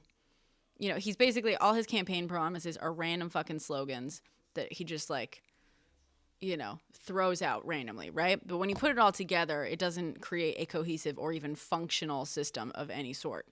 And so now that Republicans have won the trifecta, and this kind of goes back to what we were saying earlier of like, I was like, it might actually be better for them to just straight up win the trifecta, because then they're stuck and they have to do, like, they're in charge and it's up to them from here on out, right? Like, they are saying like, well, shit, we promised all these things. We have no excuses now, but all these tax cuts like add up to growing debt, which is going to cause the fucking country to default, which is going to cause, everything to crash, which is going to this, and like, there's already like pushback within the party from Republicans being like, okay, you can't cut those, they're like, we're going to cut all these green subsidies and stuff. And Republicans in red states and red districts being like, actually, you can't cut those subsidies because those subsidies benefit my constituents, right? And so like these bits and pieces like that gave me hope, not because they're going to fail. That gives me hope. But because on some level, you are still seeing thinking and approaches that presuppose future elections and future functionality that still requires the populace to like their Republic. So like we're seeing Republicans in Congress who are like, hey man, you can't do this because it's going to fuck over my district. Those are people who are worried about being reelected. Okay. And that gives me hope. Those are people who are still like, no. Okay, we can break the country a whole bunch, but we can't break it so much that it's going to do this, right? That is an important mentality because Do you it's think?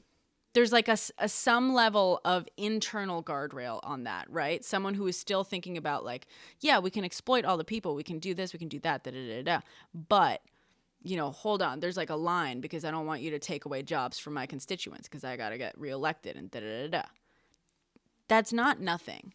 But also, like, in addition to, God, I'm trying to like, the second piece of that was like, just like fucking left my brain. I was going to ask, like, what's the threshold do you think that they'll break that will be the thing for them? Like, would it be healthcare with RFK? Like, something happening? I'm not saying to catastrophize, but like, Yeah. what do you think? Well, I think people hold close most that they're like, oh wait, that's a bit. people or politicians. More people, because that's what it will take for the country to get out of this. I think for people, it's going to be the economy. It's going to be straight up the economy, which is also why I'm like a little bit hopeful. I'm hoping that he does everything he promised with the tariffs. Give it 2 years, and then we're going to have midterms. And if things go well, his tariffs will be so fucking terrible, things will be economically so terrible that midterms will give us a big old flip, right? Knock on wood. I would say, and that speaks to like the other point that like flew out of my head. I think the big thing that Republicans, and not just Republicans, but billionaires, corporations, all the people who are genuinely like pulling the strings here, because like ultimately it's all a fucking capitalistic hellscape and a power. It's the oligarchy, right? It's the oligarchy finally getting in control to a level where they can do 1000% exploitation with absolutely no pushback, no rules, no guardrails, no nothing, right? That's really what's running the show here. However, if they break the economy so fucking much that the US is actually genuinely in danger of defaulting, their money will be worthless. Their assets will be worthless. The dollar will be worthless. There is, and I'm not saying it's not going to happen, right? It's very possible it will still happen. But smart oligarchs want the system to still exist in such a way that ensures that their assets still have value, right? If you default, if the US is broken too much, they lose a hell of a lot. They lose everything. I mean, not everything. They'll, set up nest eggs elsewhere. But the benefit of the US being in the position it is economically with regards to the rest of the world is also that if the US fucking defaults and falls, the rest of the world fucking falls to a certain extent, to a large extent, right? If the dollar falls, the rest of the world falls. So you are going to have people that have a vested interest in actually not letting him go so far as to do that in theory. But also there's a lot of stupid people involved. So I don't know. Those are the two things that are giving me hope, right? That we're still seeing Republicans in Congress act as though they're going to rely on re-election, act as though they can't entirely fuck over their constituents in a way that's going to be super obvious to them. And also the fact that so many billionaires are basically around Trump and are part of this, right? Thiel and Musk basically being the main ones. They're fucked if the American economy like goes down. They're fucked too. They're way better off than the rest of us, but they don't get to like, it's going to be a very different reality for them too.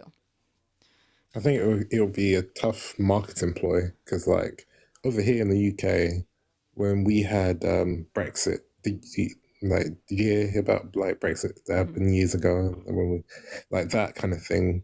Obviously, that's like a microcosm of what you lot are going through, but a lot of people didn't know what they were voting for. They just heard we'll get a lot of money back in our healthcare, in making a lot of things better. And then when we got what we want, those people wanted, then they found, oh, we couldn't actually get that money back because it's not, it's an equivalent exchange. We get services, goods in return for these things. So it's not just a big pool of money that the EU just has, this like labeled British money.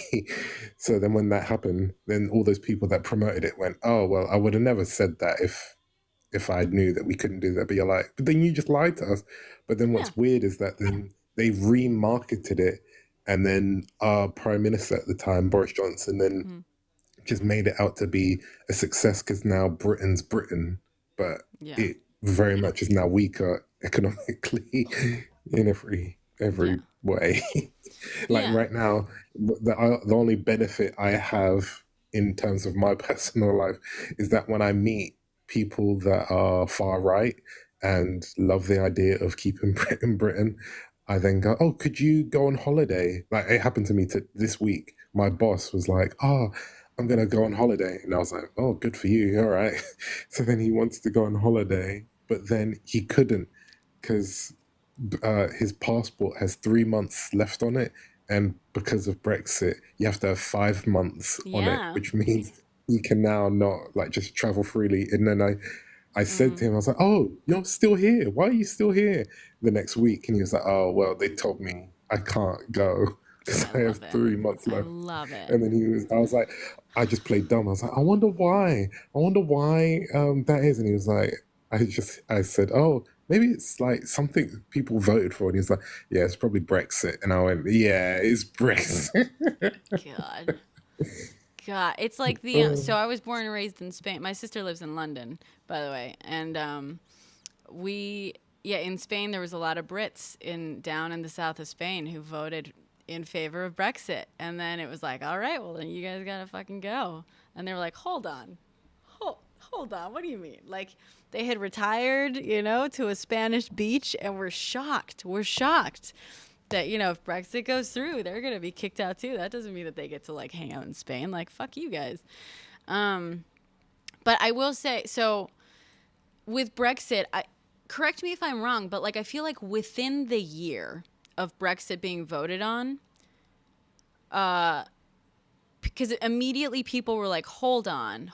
Like, I didn't think it would actually go through. And like, oh, wait, hold on. What does it actually mean? And within the year, public like support for it had basically flipped, right? Like within a year, if they had voted again a year later, it would not have gone through. I wouldn't correct? say it flipped. It was more that more people just accepted that they were swindled, but they didn't say who swindled them because it would show that their biases, if that makes sense. Like a lot of people, it was all on the news. They wanted to save face, I think as the term says. Like they didn't want to say, oh, I'm an idiot and I voted for something that's against my own interests. I was swindled, but I won't say who swindled me because then that will tell you who I'm not voting for.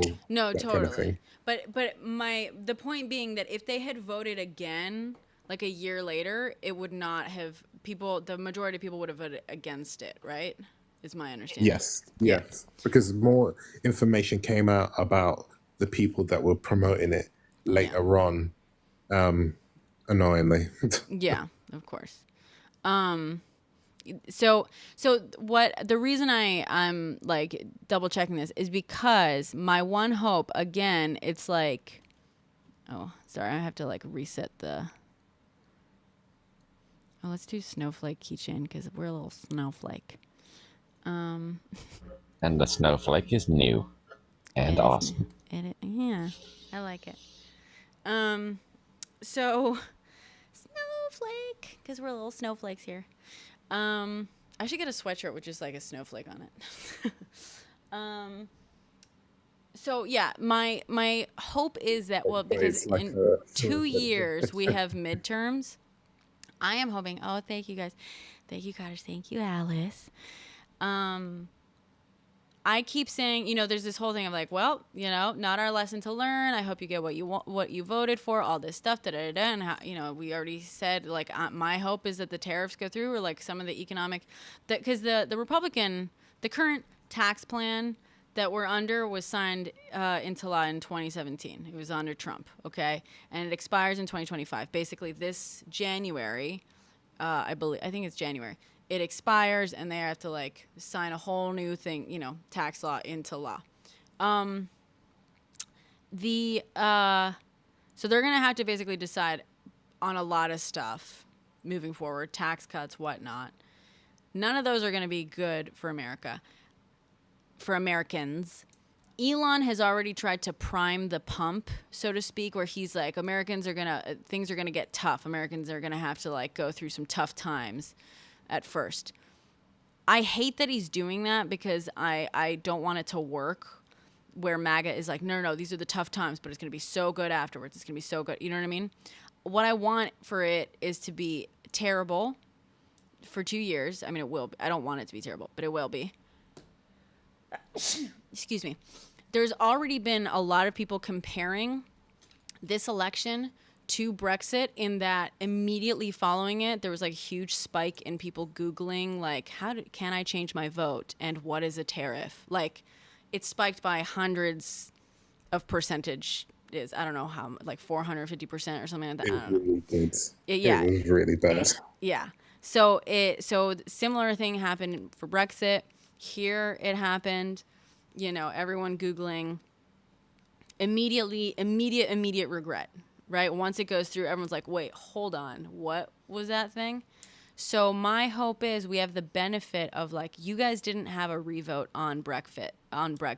However, in 2 years, we have a midterm, which is not a revote in any way, shape, or form, but it is a sort of like, okay, you have a chance to maybe try to right the ship. Now that you Googled after you voted last time, what it actually meant, what you were voting for. Now that we're 2 years into whatever economic policy, he like implements, whatever tax cuts and stuff, we have a 2-year sort of referendum on the current powers and people in charge. I am looking at those midterms like they're the fucking thing that's going to save our fucking life.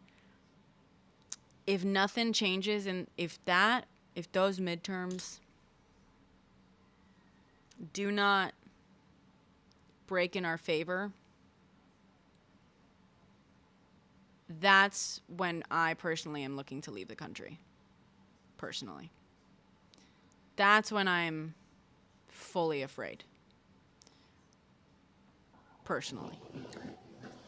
But have you actually been to the Agenda 45 site and read everything on there, the plan? Exactly. One of the plans he brought up is I'm sorry. No, sorry, keep going. Keep going. Oh, one of the plans was called the Reciprocating Tariff Act. And it was basically to challenge other countries that if we raise the tariff on them and they try to raise the tariffs back on us. And I was just laughing. I'm like, what does he know about reciprocating? Like, this guy's been charged many a times for people not reciprocating him. But well, wait. So what does it say? The reciprocating. What will the U.S. do if they try to reciprocate the taxes? What's it threatening? I have to pull it back up. Agenda 47. Following on the It's back of always that, Agenda what was? 45. Oh, sorry. Oh, okay, yeah. It's Agenda saying if 45. 45. Yeah, I thought it I was thought it Agenda was. 47. Okay. Yeah, I'm, Agenda I'm my bad. 47. Because he was 45 and now he's 47. That's right. Yeah. Sorry. I can't fucking believe he's 47. Yeah, sorry. I don't have my computer up and running right now, so I can't No, like I pull got it. I got things. it up here. So if any country applies, so it's not about the U.S. putting tariffs on others and then if they reciprocate. It's if any other country applies a certain % tariff on American-made goods, the same tariff will be applied on theirs. And the other countries, quote, will have two choices. They'll get rid of their tariffs on us, or they will pay us hundreds of billions of dollars, and the United States will make an absolute fortune. I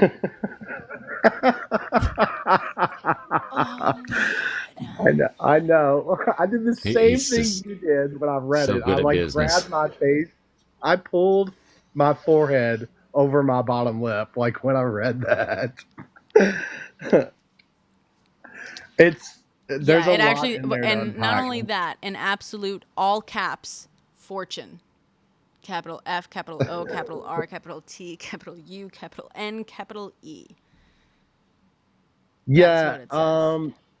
He's also mentioning about making America military strong again, which could implement that. I mean, we already have draft already, but that could also mean that they could push for a certain extended amount of rights or some sort of maybe even force us to after school you have to join some sort of military. Yeah. Like I mean, they But tried that here in the UK for the election. They said that they would bring back conscription. But then they then had to market it because then everybody protested saying, hey, now if you do that, I'm probably going to have to leave. And then they had to say, oh, no, it's community service. So they'll probably, over there in the States, they probably won't say it's conscription. They'll probably say it's serving the community, something like that. Because correct. I don't feel everybody's pro-war. Well, in my view of Americans, you're not all pro-war, so... Yeah. Well, you're right. I mean, that's one of the things he mentions in there is that he wants to bring back that it's our not heritage. I'm sorry, I'm baffled because I'm live, but it's one of America's cores is to be military strong, and so he wants to bring that back. It makes no sense, and but that also makes no. It's fucking stupid. Because he's Yeah, but saying when this does while when does also- anything he says make any sense? Yeah. Right. Well, the irony, again, he's like, oh, we want to be military strong, but also I'm going to end the wars. But by ending the war, he basically means he's going to, roll over for Putin. That's it. That makes America very weak. Not that I'm a warmonger, absolutely fucking not. But like America being like, oh, okay, like rolling over and letting their main like superpower competitor thing, like, God, it makes America so fucking weak. But when he says like, oh, he wants to make military strong again, what he really means is, he wants things like conscription, which are once again are like actually just a way of legalizing. I mean, conscription, you could argue, is also a form of like trafficking, right? Like forcing people to become your militia. Yeah, that's what we said over here in the UK. Yeah. Because then our argument to the our leader at the time was, are you going to make your children part of the conscription? And he went, maybe a different part. And they said, well, then that's not the same. And he was like, okay. And then they rolled it back because then everyone was like, well, you're going to have to be with the people. And then everybody then started talking online about how they'd kind of mess with each other in the conscription. And then people from the British Army or armed forces was like, you don't want people that don't want to be here because it kind of ruins it for everybody. Like there's a point why you have to believe in what you're serving, because Yeah. as soon as you get the person next to you going, you know what, I don't even like this. I don't even like the uniform. I don't like none of this. Yeah. Then it kind of, you're gonna make a very weak army. That's true. Yeah, you're gonna like lower morale. You're gonna have people. Yeah, that's actually pretty smart. The other thing, of course, being like, God, you know what? The darkest form of it, though, is going to be doing what they did in like World War II, right? Offering prisoners the option of like their prison sentence or join the army. And then they just have bodies to send overseas to do whatever the fuck they want, right? But then who's to say that they won't just leave? I mean, You know what I mean? yeah, but Like, I it's think still like whatever the terrible, but like, psychology was of like giving prisoners a choice to like, but also, and like the thing is, but actually we're thinking about this wrong, right? Because we're saying, oh, but that's going to create a weak military, right? But he's also, the whole point, he's weakening America, whether he realizes it or not, for Putin, right? So if Putin's like, yeah, conscript a bunch of people, make your army a bunch of unwilling, people, maybe half of which, maybe start by giving, prisoners the choice between prison, basically being literal slaves for corporations that are rented out by the government to corporations. Like literally that's what's happening right now in America. Or be a body that gets sent overseas that with little to no training and has zero, that weakens America. That's again very beneficial to its enemies, like Russia.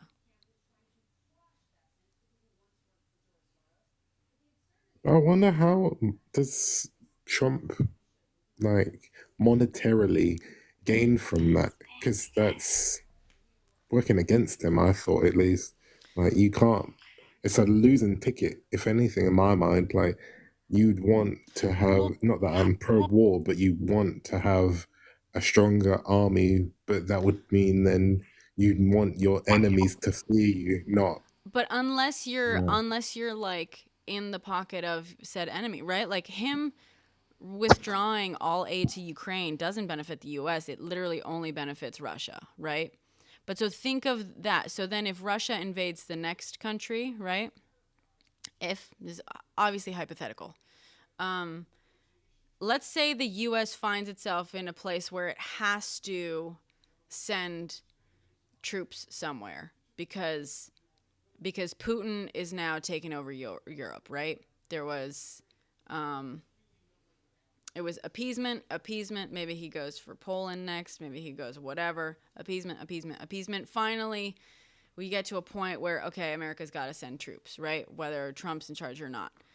Trump is a knucklehead, has had ideas put into his brain. I don't think Trump knows. I don't think Trump understands these things. But if it is explained to him, if it is told to him by people that have a vested interest in the U.S. not being very good militarily, that like, hey, you should make the army strong by doing conscription, then imagine that like you get to a point where Russia is going full force to the point where America and Putin and Trump can no longer ignore it, or whoever's in charge. But now the American military is full of conscripted people that don't want to be there. And that's the military that they have, that they're pulling from to send to fight Russian forces. That's very beneficial to someone. It's not beneficial to us, but it's beneficial to the person that is benefiting from half of Trump's policies in the first place. Putin. Russia. What about American companies? Would they not hate that? Or is that just making their money too? America? You're saying? Like American companies, like corporations. Oh, like, war is a great moneymaker. But I think also this comes back to like corporations don't benefit from everything that Trump does, right? But they have some interests that are aligned and others that are not. But mostly they're afraid. Mostly they just want to be allowed to make as much money as they can make without anyone standing in their way. That's what corporations have. A lot of corporations are fucking short-sighted as fuck. And we just saw that recently with Jeff Bezos and the WAPO, right? I don't know how much you saw of this, but the Washington Post was prepared to, editorial board was prepared to release like their endorsement of Kamala Harris, and Jeff Bezos stopped them. He stepped in and stopped them because he owns the Washington Post, of course. And it was historic. It was the first time in over 30 years that the Washington Post did not issue, and they've done it almost every single election since 1974, was it? Whatever, after Nixon, because they did the whole Watergate thing. So ever since then, they have almost not missed a single election of issuing an endorsement, and this was the first time. And the reason, at least what most of the staff on the Washington Post, many of which, like, they protested, they published a letter, some of them stepped down, like, it's crazy. They were like, he's just afraid. He's got, because he owns Amazon and because he has this other like space thing, I believe it was, a rocket, whatever. He's got these government contracts and he's afraid of Trump retaliating against him. And that very same day that they announced that they would not be endorsing Kamala Harris, or they would not be issuing any endorsement, Jeff Bezos had meetings with people in like the Trump admin and stuff. So, Jeff Bezos doesn't give a shit about people, about America, about anything. He wants to be able to make billions upon billions of dollars with as few obstacles in his... the guy is richer than fucking God, and somehow the fear of losing out on an extra contract or two from the government under Trump like led him to stand in the way of journalists and an editorial board issuing a recommendation that they do every fucking year. You know what I mean? Like, they're not going to stop. Amazon, Jeff Bezos isn't going to stand in his way if Trump wants to issue conscription. He doesn't give a shit. No American. Part of me doesn't think that either Bezos or Musk is actually like the richest in the world. I don't know why. I feel like it's just very good marketing for them if everyone believes that they're the richest. I don't know if there's a way to like actually find out, because you can never know how many assets somebody has. You know what I mean? Right. Sorry, Alice just texted me this thing.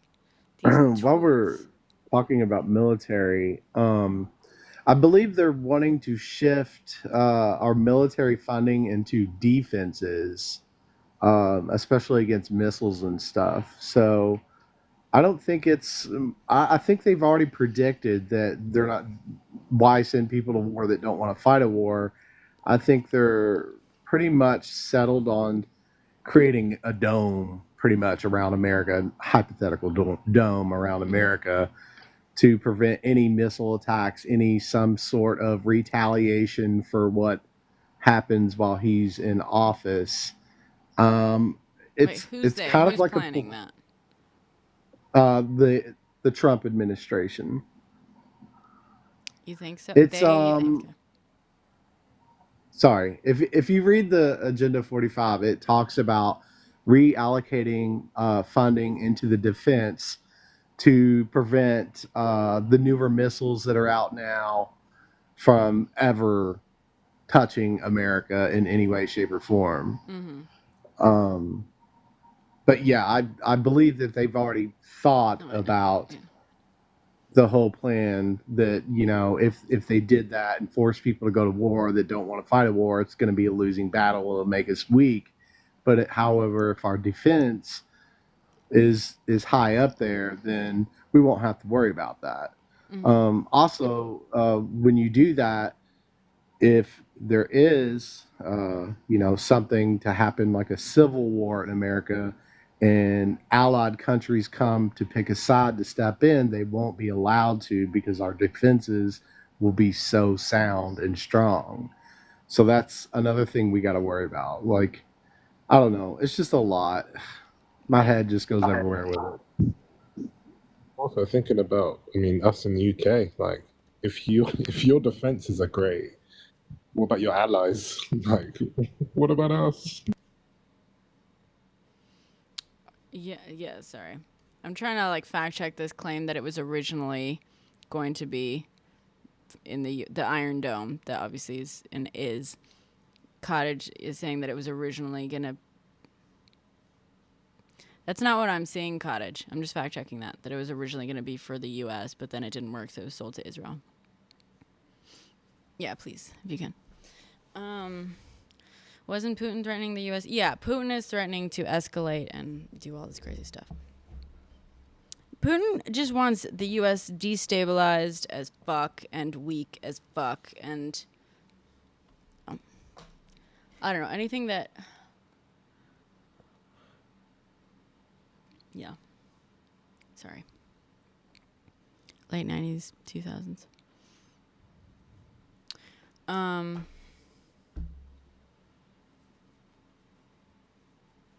Yeah, I don't know. Let me see.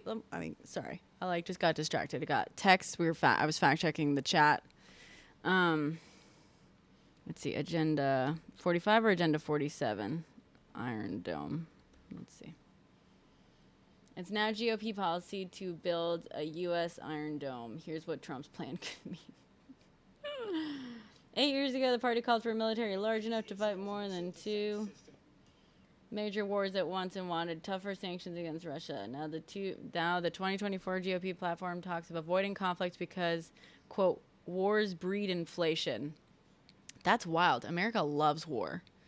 America loves war because it's such a moneymaker. The American economy, always does best during war. This is crazy. In science, a lot of your scientific discoveries were on the backs of war. Yeah. Is that site legit, or is that like a third party site? What, that I'm reading right now?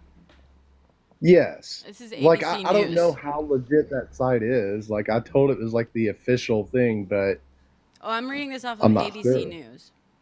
Agenda 47 is, I believe, the website that they set up for. Well, I guess you can go to Project 2025, right? Which is it's basically Agenda 47. Let's go to Agenda 47. Agenda47.com. I always get. Has anyone here played Hitman? Oh, that's not a thing. Okay. Agenda 45. Agent 47. Well, I keep saying 47 because, you know what I'm talking about.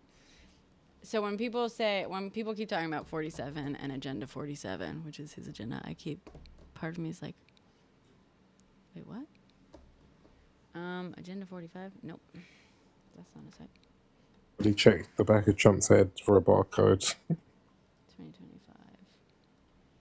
Yeah, and the guy who wrote the section in Project 2025 on, oh, Matt, thank you for the heart me and for the dolphin. Cottage, thank you for the snowflake keychain. The several of them. Use perplexity? Are you witnessing the withering of U.S.? Yes. That bypasses the U.S.? I mean, yes and no. The U.S. ignores the ICC whenever the fuck it wants. And has been for a while. So, wait. Does what, really? People in my job were talking about it. Yeah, another thing was, so the guy who wrote the section on the FCC in Project 2025 was just nominated to be the head of the FCC. By the way, he wants to get rid of net neutrality, which means that your internet provider would throttle your ability or even block your ability to access websites according to whatever they wanted, like politics, for example, or websites that would show you maybe alternatives to your internet provider.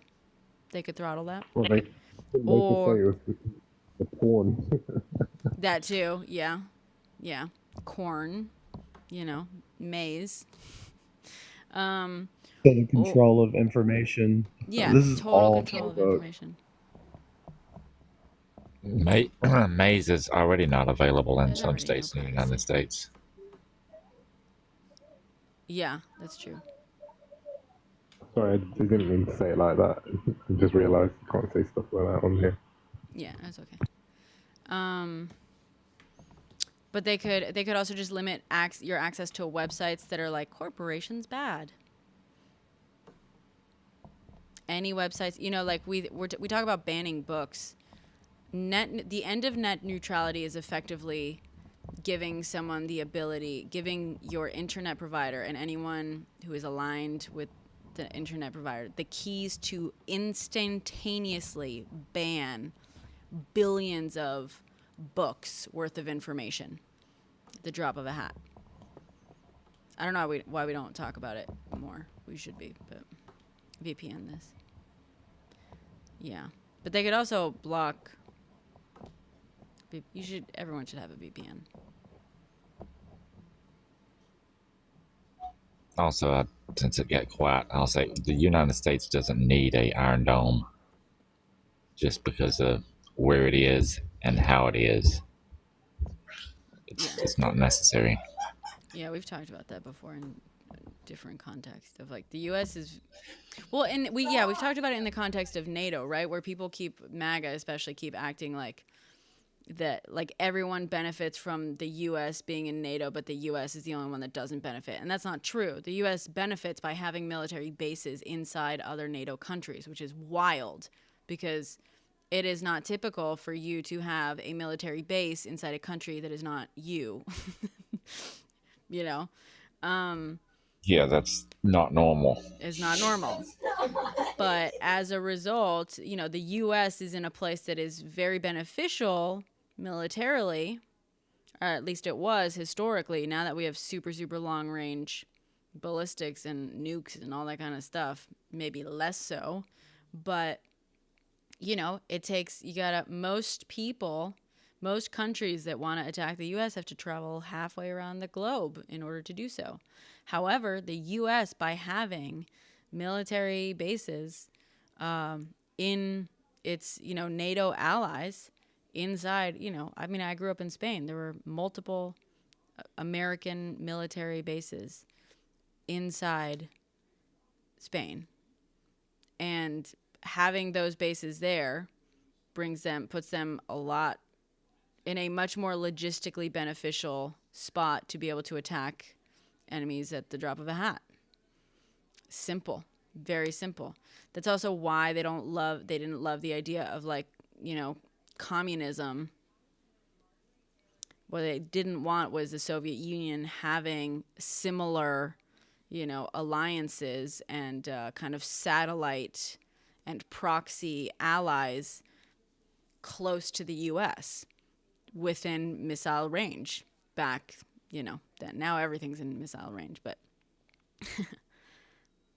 within, I don't know how much I should say, but just because they have missiles that can reach us, that doesn't mean any of them can ever touch the ground over here. Right. That too. But it's a lot. I'm just saying there are things that are, we have things. We do have things.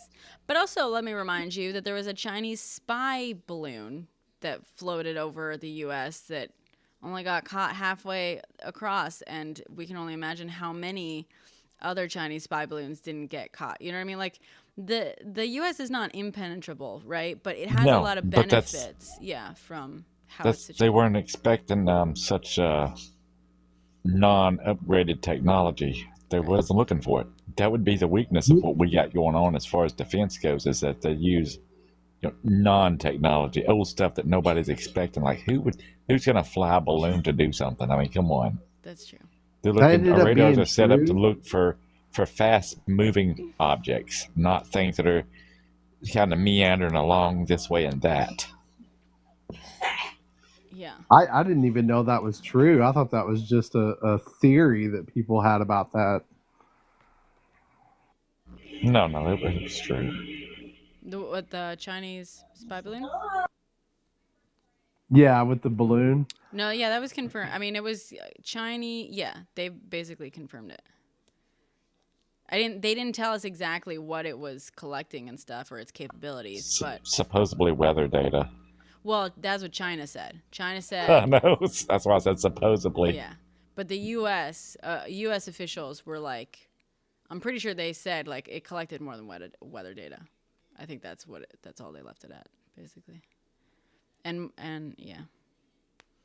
Yeah, there was a lot of room. There's a lot of room for speculation there. Yeah, but they're also Could be destroying anything. us. So it's like Our computers and missiles defeated by rocks and balloons. That's the only way it would happen, pretty much. Nautilus project. Something unexpected like that. How do I find the Nautilus project like USA? I'm finding a lot of things. USS Nautilus? No. Well, no. So the Iron Dome was like a it was like co-developed between the U.S. and IS. That's true, but I don't think it was originally intended for the U.S. The Britannica. Britannica.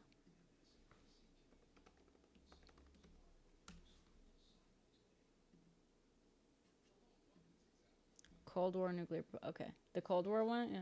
Wait, so the Nautilus submarine thing, right?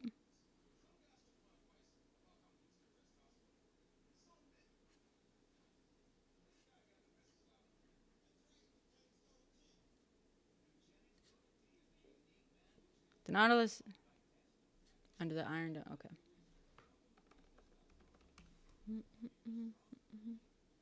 Air defense system.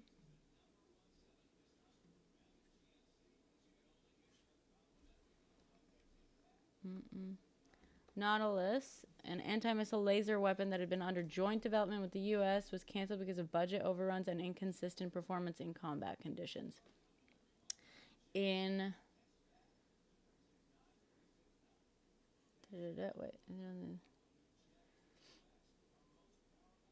February 2007, the Israeli Amir Foretz authorized.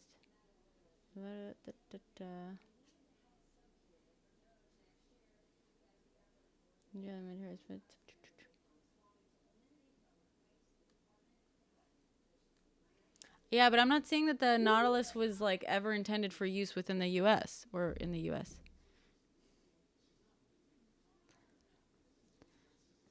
Okay, in Discord. We do have a Discord. There is in fact a Discord. If you, well, actually, it used to be that if you subscribe to me, you would automatically get added to the Discord, but something happened.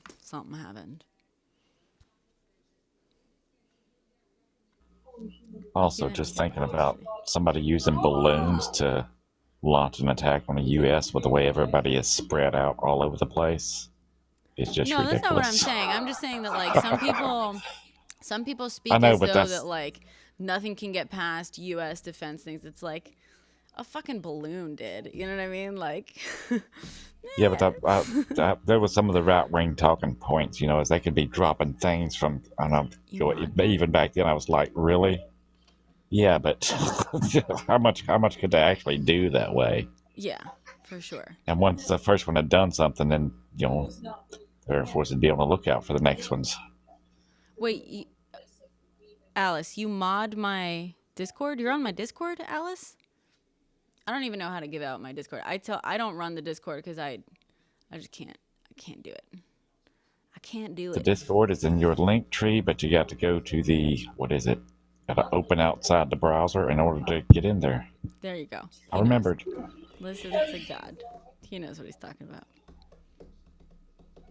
So you go to the link tree, I do have to open outside the browser. Someone said that they had an issue joining it, but maybe it's because they were not opening it in the browser thing or whatever. Okay.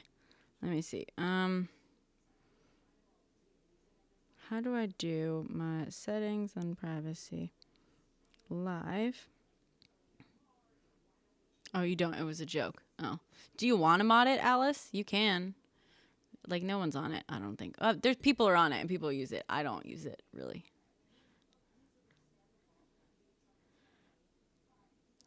You can definitely mod it if you want. I trust you, Alice. Actually, do you want to... Wait, are you my mod on here yet or no? I'm going to make you a mod. Add moderator.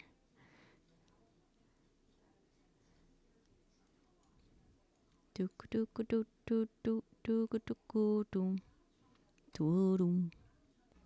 don't know about y'all, but I always forget to check the Discord until I'm way behind. I know, me too. Don't expect me to... I can't put it on my fucking phone. I can't deal with all the notifications. I keep having to mute my notifications on my other apps. I can't do it. I can't do it. Anyway. How do I do this? Live. So, subscription, I think. Ugh. TikTok has way too much to it. Anyway. Actually, on that, what you're saying about like too many notifications, do you feel like in this attention economy that you've got to make your For You page kind of strategic, or it doesn't really matter? It's more about what apps you're using, or how do you? What do you mean by my your For time? You page? Like making it strategic? Like you were saying about not giving viewership to Elon's platform. Is it the same for content creators, or do you think that doesn't matter? Yeah, absolutely. I mean, I do want to be informed and stuff. I'm not trying to like not look at stuff at all. I absolutely want to be informed. I absolutely want to, but I do try to be careful about like who I follow, who I watch, the type of content I watch. I mean, but also like, cause content that I don't like, it doesn't interest me too, right? But like, yes, I guess, is that, I don't know. I think so. It's a hard one to answer. I don't know myself. Like in this day and age, I'll just be on any platform, and then it gets to the point where it's too much, and then I just delete it. Yeah, I get that. That's how I always did dating apps. I could never. I was about to say. Yeah. Literally, anytime I like fired up the old dating apps, I would get a fucking flood of matches and you know, within a couple hours, and it was always like maxed out. It was always like 99 plus, whatever. And I would try to give it the old college try, and I would last maybe a day or two before I was like too overwhelmed, and I would just have to delete it. Remember Clubhouse? No, I can never last in it. And the thing that works now is probably just meetup apps. Like just, hey, there's a gathering of people doing this thing. I think that's way better now than dating apps because I haven't tried any of those, to be honest. Those are better, I would say. Okay. Those are way better. All right. Because in me personally, like dating apps, all apps in general, like they just more want your time or your money. Like both equate to, I guess, the same thing for them. Yeah. So, whereas meetup apps actually just prioritize people just want to meet, sort of thing. At least in my experience, anyway. Sorry, I'm trying to find oh, here. Okay. Subscription. Take on new adventure in dash rounds. What? Okay. Just a reminder, guys, you can subscribe if you want to. Tools, sub only, space, sub wave. I thought it was in here before.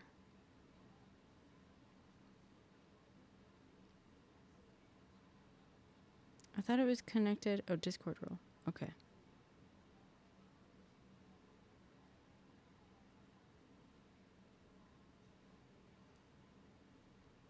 The way TikTok is set up sometimes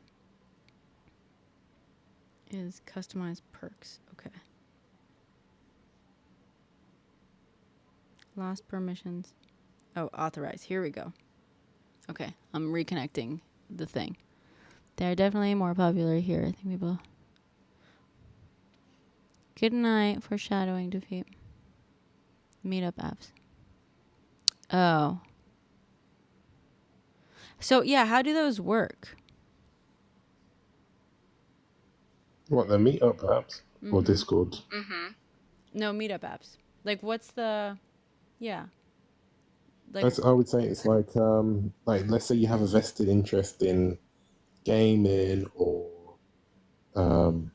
running, then you go, oh, okay, and then you mark your favorite categories on the Meetup app. Like for me, I use Meetup. It's literally just called that. It's like a red symbol and it's just Meetup. And then on that you'll go, oh, okay, I like comedy, and then you end up going to a comedy night, and it will be in the parentheses. It'll say like comedy parentheses friends, and then you just a bunch of people trying to make friends, or a bunch of people just with the same kind of goals, or something like that. Okay. I didn't know such a thing existed. Yeah. That's kind of cool. I think they have it in the US as well, but I They mean, must. because yeah, but Meetup is great over here in the UK, I feel. I see Cottage Club saying yes. Yeah.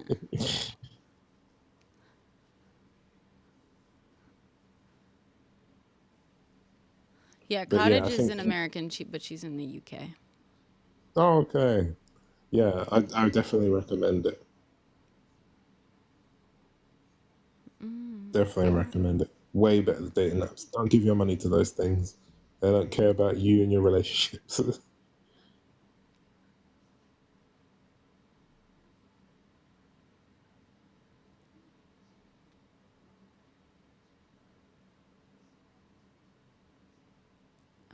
What? Sorry, Oh, I'm like. thanks, Coach. What's Coffee Meets Bagel? Oh yeah, that's a Meetup app.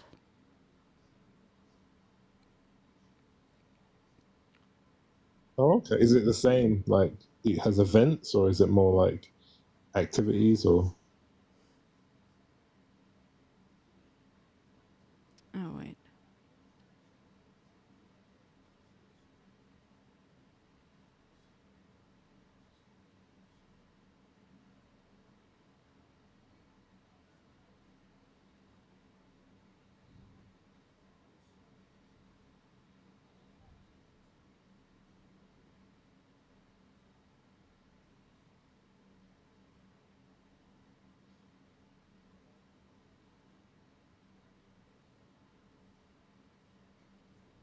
It's now Toast. Oh okay. Ugh. But Bumble BFF is the worst as well. I mean, it's okay, but I think you have your better shot at the meetup things because you meet more people. It's more. I always encourage people to just see people face to face because the talking through apps, you're not gonna get anywhere. Well, I quite like talking to people through apps. No, I don't mean you. No. I'm No, you not guys too are great. keen. No. I'm not too keen on meeting up with people. Actually, Oh, got you. I like my solitude most of the time. I respect that. Discord server settings roles. Sorry, I'm trying to set up this whole thing again. Okay, go to Discord server settings. But whenever Brenna first said dating apps, I just accidentally imagined her on farmersonly.com, and I couldn't stop laughing. I could just see her. I don't know why. I always thought that was a fake thing. Is that like still going? I have no idea. I seen that. I used to hear the commercials on the radio all the time. It was years ago. That's hilarious. I mean, Oh, to the be fair, Christian Mingle one too. I seen that. I heard that one. that would be so. If I'm honest, living on a farm is kind of ideal, though. At this stage. Yeah. Yeah, but I think most people that live on farms don't want to meet up with people. Or they wouldn't be on farms. Dang. They would move to the city and meet people.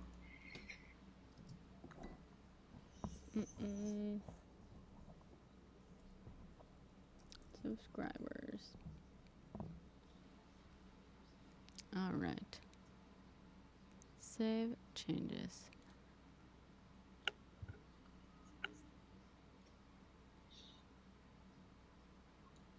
Okay. I think it's set up. Okay. Do.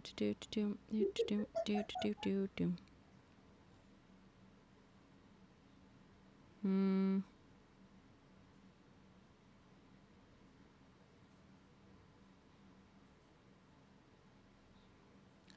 on. Whoops. Connect. Come on.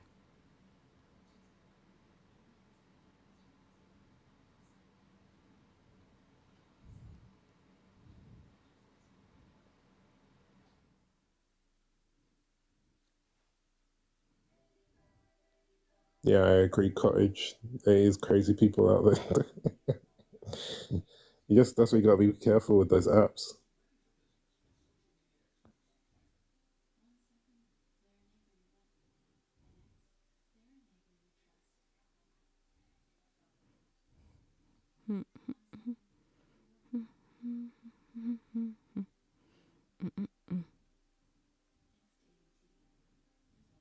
Okay, cool. So in theory, I don't know how it works in practice. But in theory, if you are subscribed to me, you are automatically added to this tier, and you get like a little tier and stuff. I can't believe so many people. Okay, sorry. Anyway, okay. She's making a thing. I did it. All right. You guys are now on. If you are a subscriber, not only do you get cute little Rizzo things like this, but you also.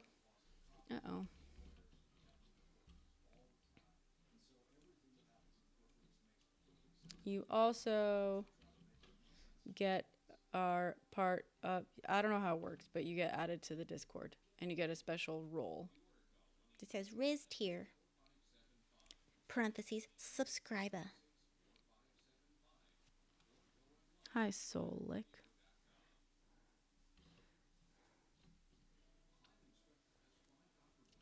Who is this person trying to join? All right, sorry. Let's get back to the. I'm sorry I got distracted talking about that, but. Hello, Soul. Hello, how are you?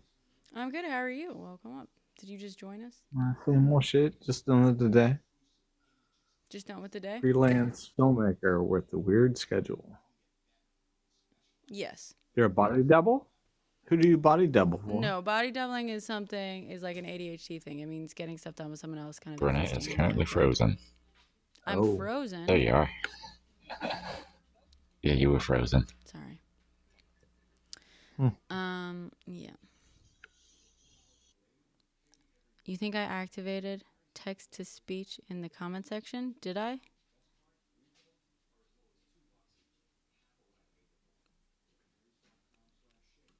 Did I?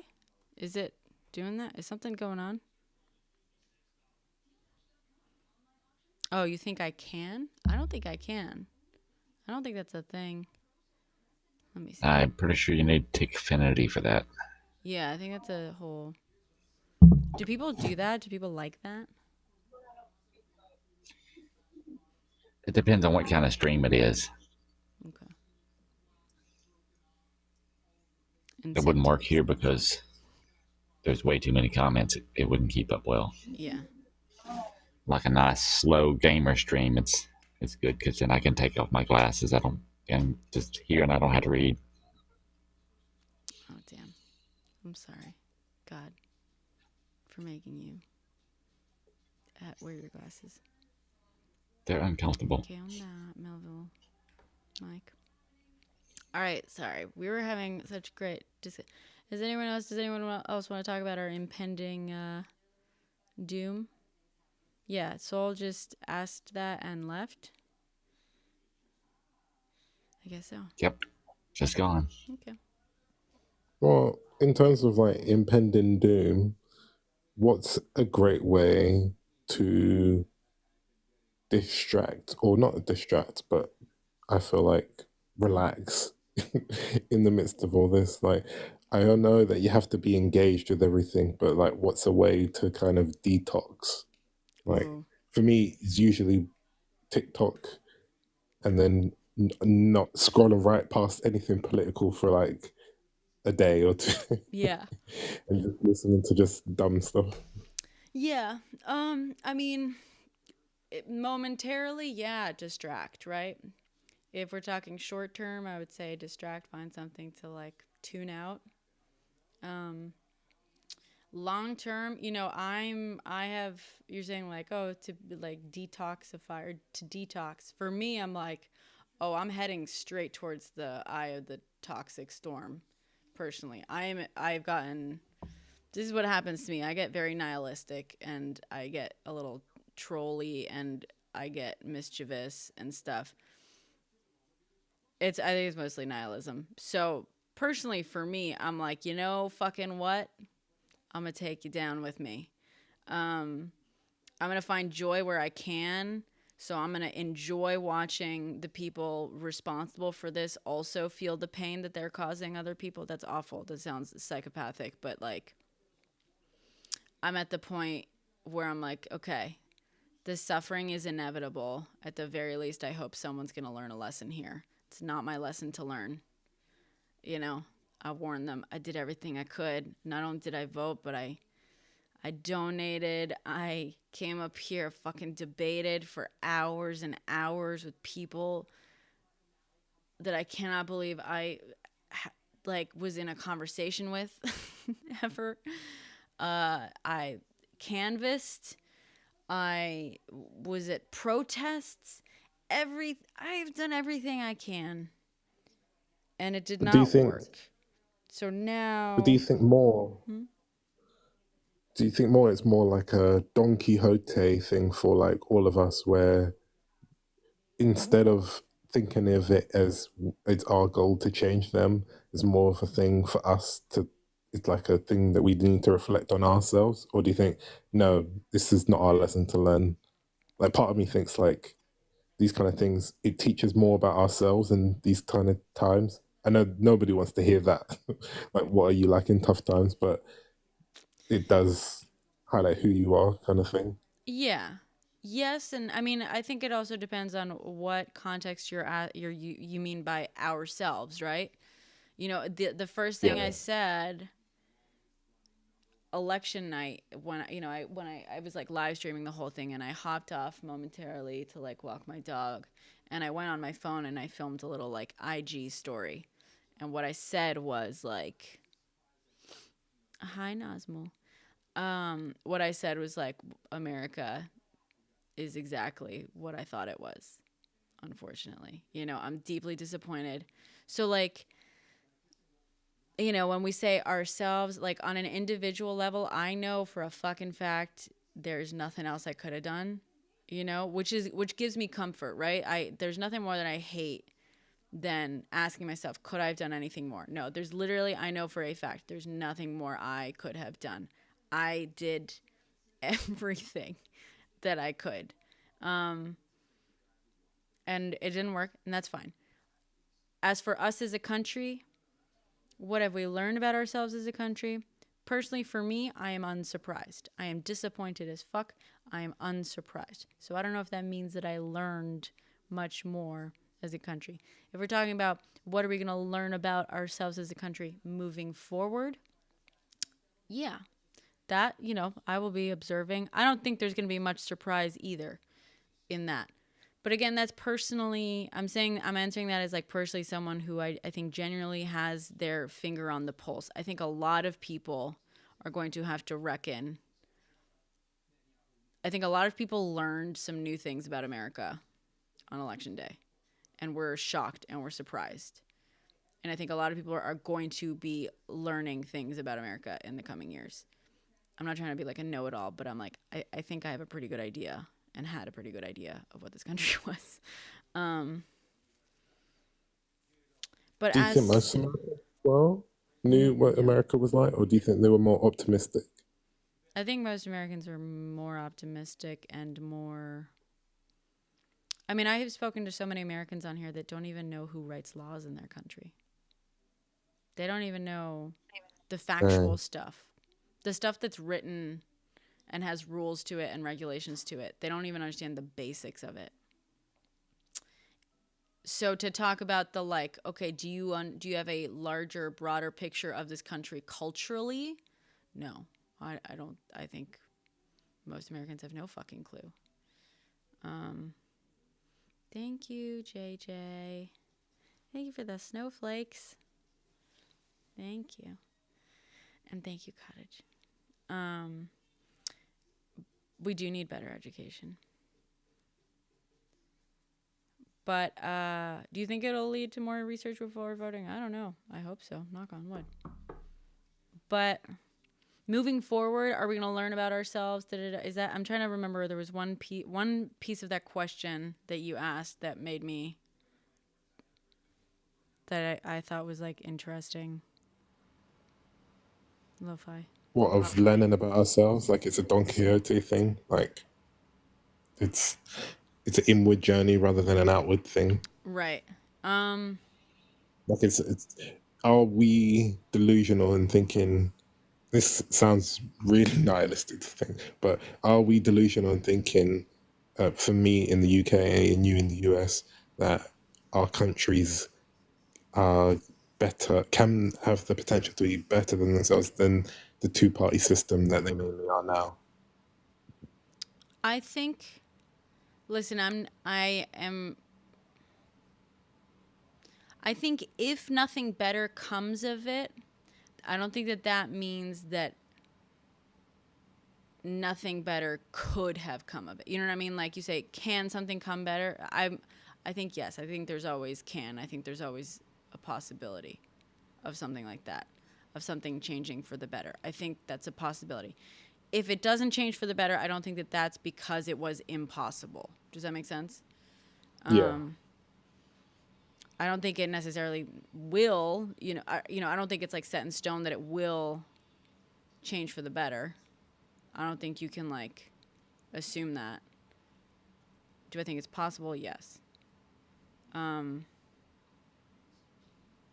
they value power so much. Like even in the UK, they value their kind of grip on things. When I say they, I'm talking more politicians that don't have a vested interest in helping the people that they say they will.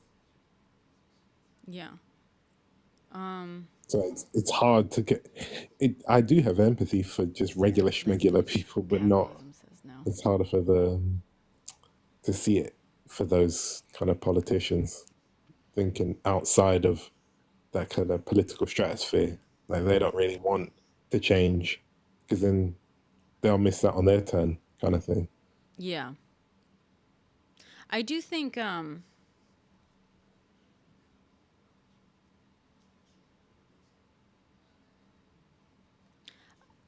it's interesting. Like when you say it, are we like, what are we going to learn about ourselves? Like also going back to like collectively, it's like, okay, can we do better as a country, as a whole, as a monolith? I think yes is on the table. I think also I think now is also the question that we ask. The moment where we should ask ourselves as individuals, okay, what is my role going to be moving forward as things get worse, right?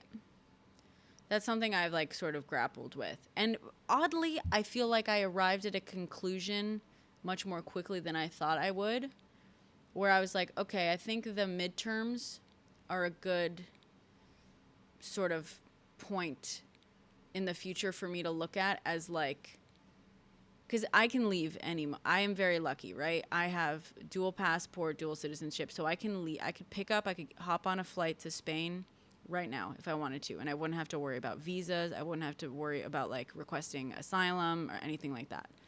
I'm very, very fortunate in that sense. I also have enough money to buy a last-minute plane ticket. Very fortunate. I'm underprivileged in other ways, but I'm also in a blue state, so I'm very lucky in that sense. I don't think things will happen necessarily like immediately. I think things will happen at a slow and steady pace. I think it'll be step by step by step by step. So the question is like, when are you like, okay, it's a goner and you got to get the fuck out? I have come to terms with the fact that because I am privileged enough that I could leave at the drop of a hat much more easily than most Americans, I'm going to stick around till I think the last second. You know what I mean? I could just pick up and leave and go to Spain right now. Although, you know, part of me is like, I don't feel like restarting my life, even though I am looking at this country. I'm like, I don't have a future here. My life, the way I was planning for it to go, is not going to happen in this country. And that's probably the hardest part for me, right? But because I can go, because I am privileged in many ways, and I can escape at the drop of the hat if I need to, if things really get that bad, I'm going to stick around. I'm going to sow some chaos while I'm here. I'm going to do what I can while I'm here. I think in terms of like learning about America, I don't think there's much I have left to learn about this country. You know, I feel like I have very much seen it for what it is since the beginning. I knew that Trump was going to win in 2016. I had a decent expectation of like Biden probably winning in 2020.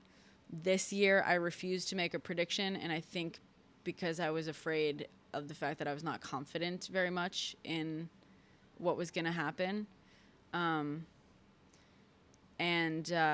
Yeah, I don't think I've learned much new stuff about what this country is. But I think we're all going to have to ask ourselves, who are we in this country moving forward? What role are we going to take on? And you know what? I like to... I respect authority that I respect. I do not respect authority that I do not respect. I know that sounds stupid. That's a stupid thing to say, but I'm neurodivergent and I have very strict beliefs about justice and fairness. And for me, it's very simple. If I don't fucking respect your authority, oh boy.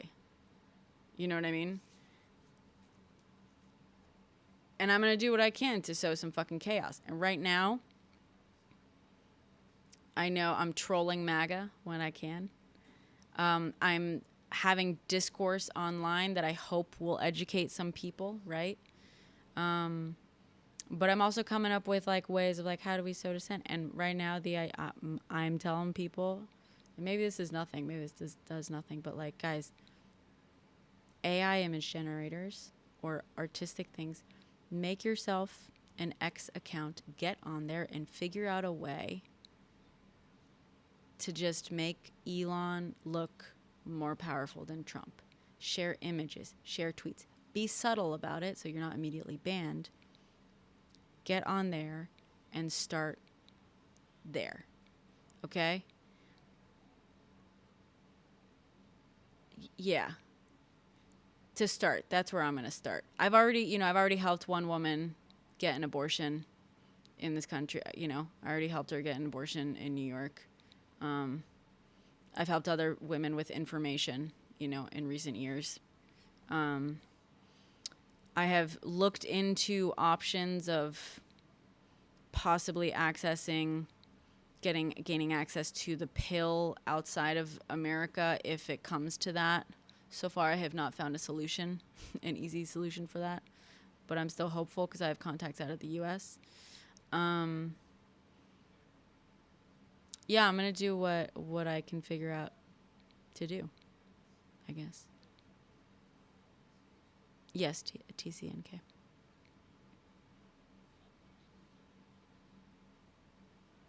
No, I don't think it's too far gone, Matt.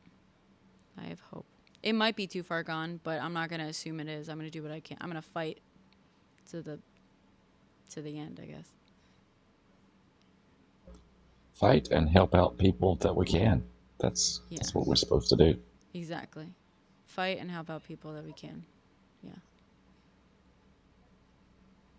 Just do everything we can do to make the world a better place and never give up. Mm-hmm. Never stop trying. Exactly. Ahead of time? That depends where, Matt. You can stock up on Plan B, which is not the abortion pill. Mifepristone, you need a prescription.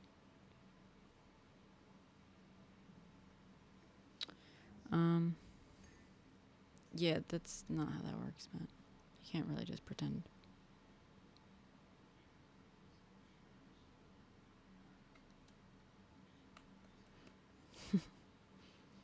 Yeah, fuck yeah. Anyway, Alice, I was planning on reaching out to you to ask you about all that AI stuff and whatnot. I think you can help me. I know you're a busy gal, but we should talk. I think we can sow some chaos together. Let's start subtly. You know what I mean? But let's use the tools they use. Like, we can see. Here's the thing. We should take a page out of their book. You know what I mean? Look at the tools that they're using, have been using. They have made the internet their bitch. Okay? They have made the internet their bitch.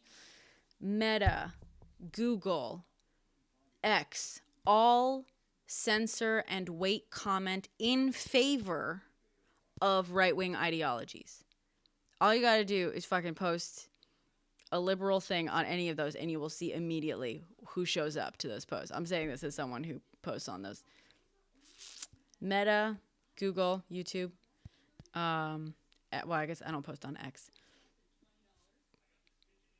Right-wing link. They encourage, they propagate, they support, they are fully overrun. TikTok is probably going away in this country, unfortunately. By the way, please find me on these. However, we can still access these platforms, and we can still access these tools, and we can learn from them. We can learn from them. They have been trolling us. All they do is trigger the libs, and it's a very effective method, right? And that's how they get their dopamine. Let's fucking turn that on their sides. Let's gray rock all the, like, MAGA bots in the comments. Laugh at them. Don't let them see, you know, if they get to you, you know, whatever. As much as you can. Obviously, no one's perfect. Obviously, show your emotions. Let's not act like we can't show emotions. Whatever. But think of what messages are harmful. Think, you know, outside the box. Don't spread misinformation necessarily. I know these two things are like in conflict with each other, but like, be careful with misinformation. I really dislike misinformation, even if it's like helpful misinformation. But you know, propaganda. Trump won his first term in large part thanks to memes. We don't talk about that enough. Trump, we are in this position right now because of fucking memes. Uh-oh, we lost Lo-Fi. Yeah, he said good night. Oh, I'm sorry. All right. Thank you, Lo-Fi. It was a great chat, Lo-Fi. You ask great, thought-provoking questions, make good points. Please come back soon. Please, please.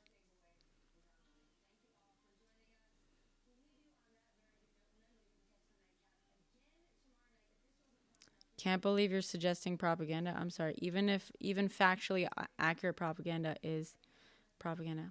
Okay, Alice. Okay. That's fair, Alice. Thanks for hanging I'm probably gonna go too, because the snoring has got so loud I have to keep my mic off all the time anyway. I'm sorry. Yeah, Philippe would never win this contest. Wait, Philippe would never win this contest? The snore off contest. Oh, that's true. He's gonna have to try harder. That's so sweet, Yep. though. That's so cute. You'll have a good night. All right, good night, God. Thanks for coming up. Thanks for having us up. So long. Good night, Cottage. Good night, everybody.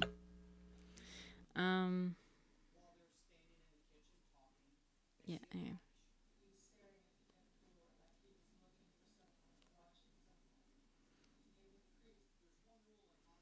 Yeah.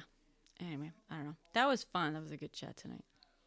I feel like I rambled a little too long a few times. I apologize. I'm going to keep going until someone stops me. That's the problem. Okay, yay. Thank you, Alice. I love you. Hi. We'll talk soon, girl. You woke up like 2 hours ago? You'll be up all night. Shit, I'm sorry. I'm like actually sleepy, which is great. So I might actually try to take advantage of this like window of sleepiness.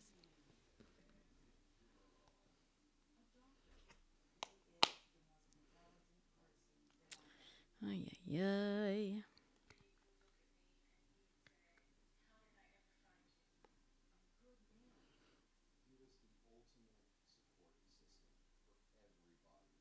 Sorry, I'm just checking my messages.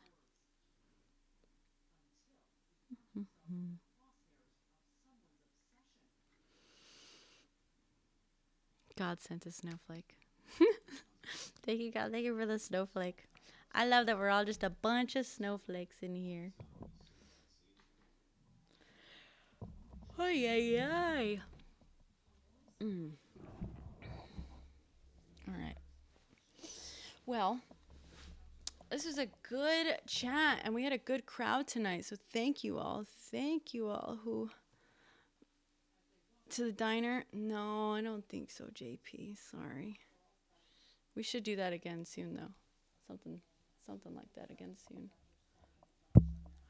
I think I'm gonna like lay down. I think I'm gonna doom scroll for a while. What do you think of that, chat?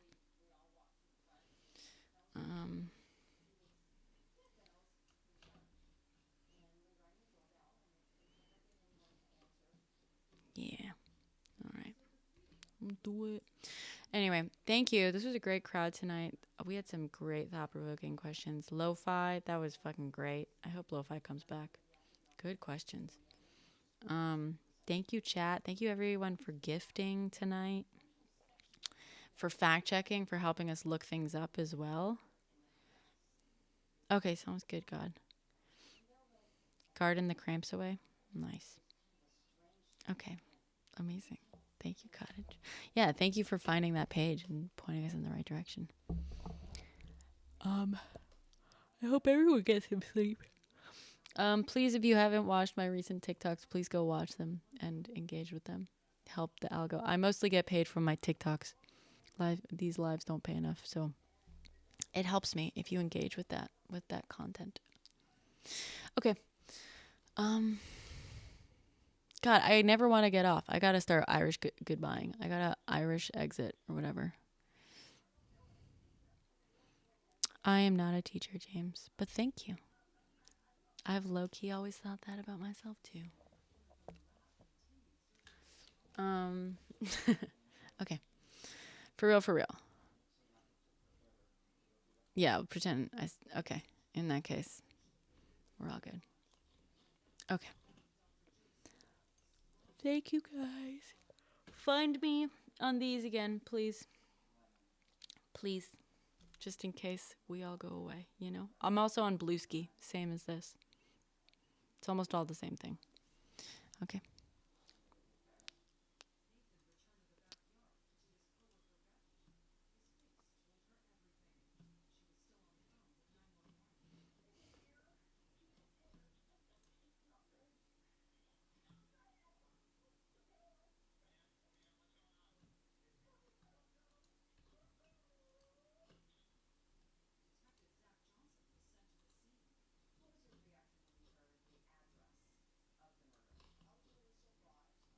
All right. YouTube, Twitch. It's just you and me. Thank you all.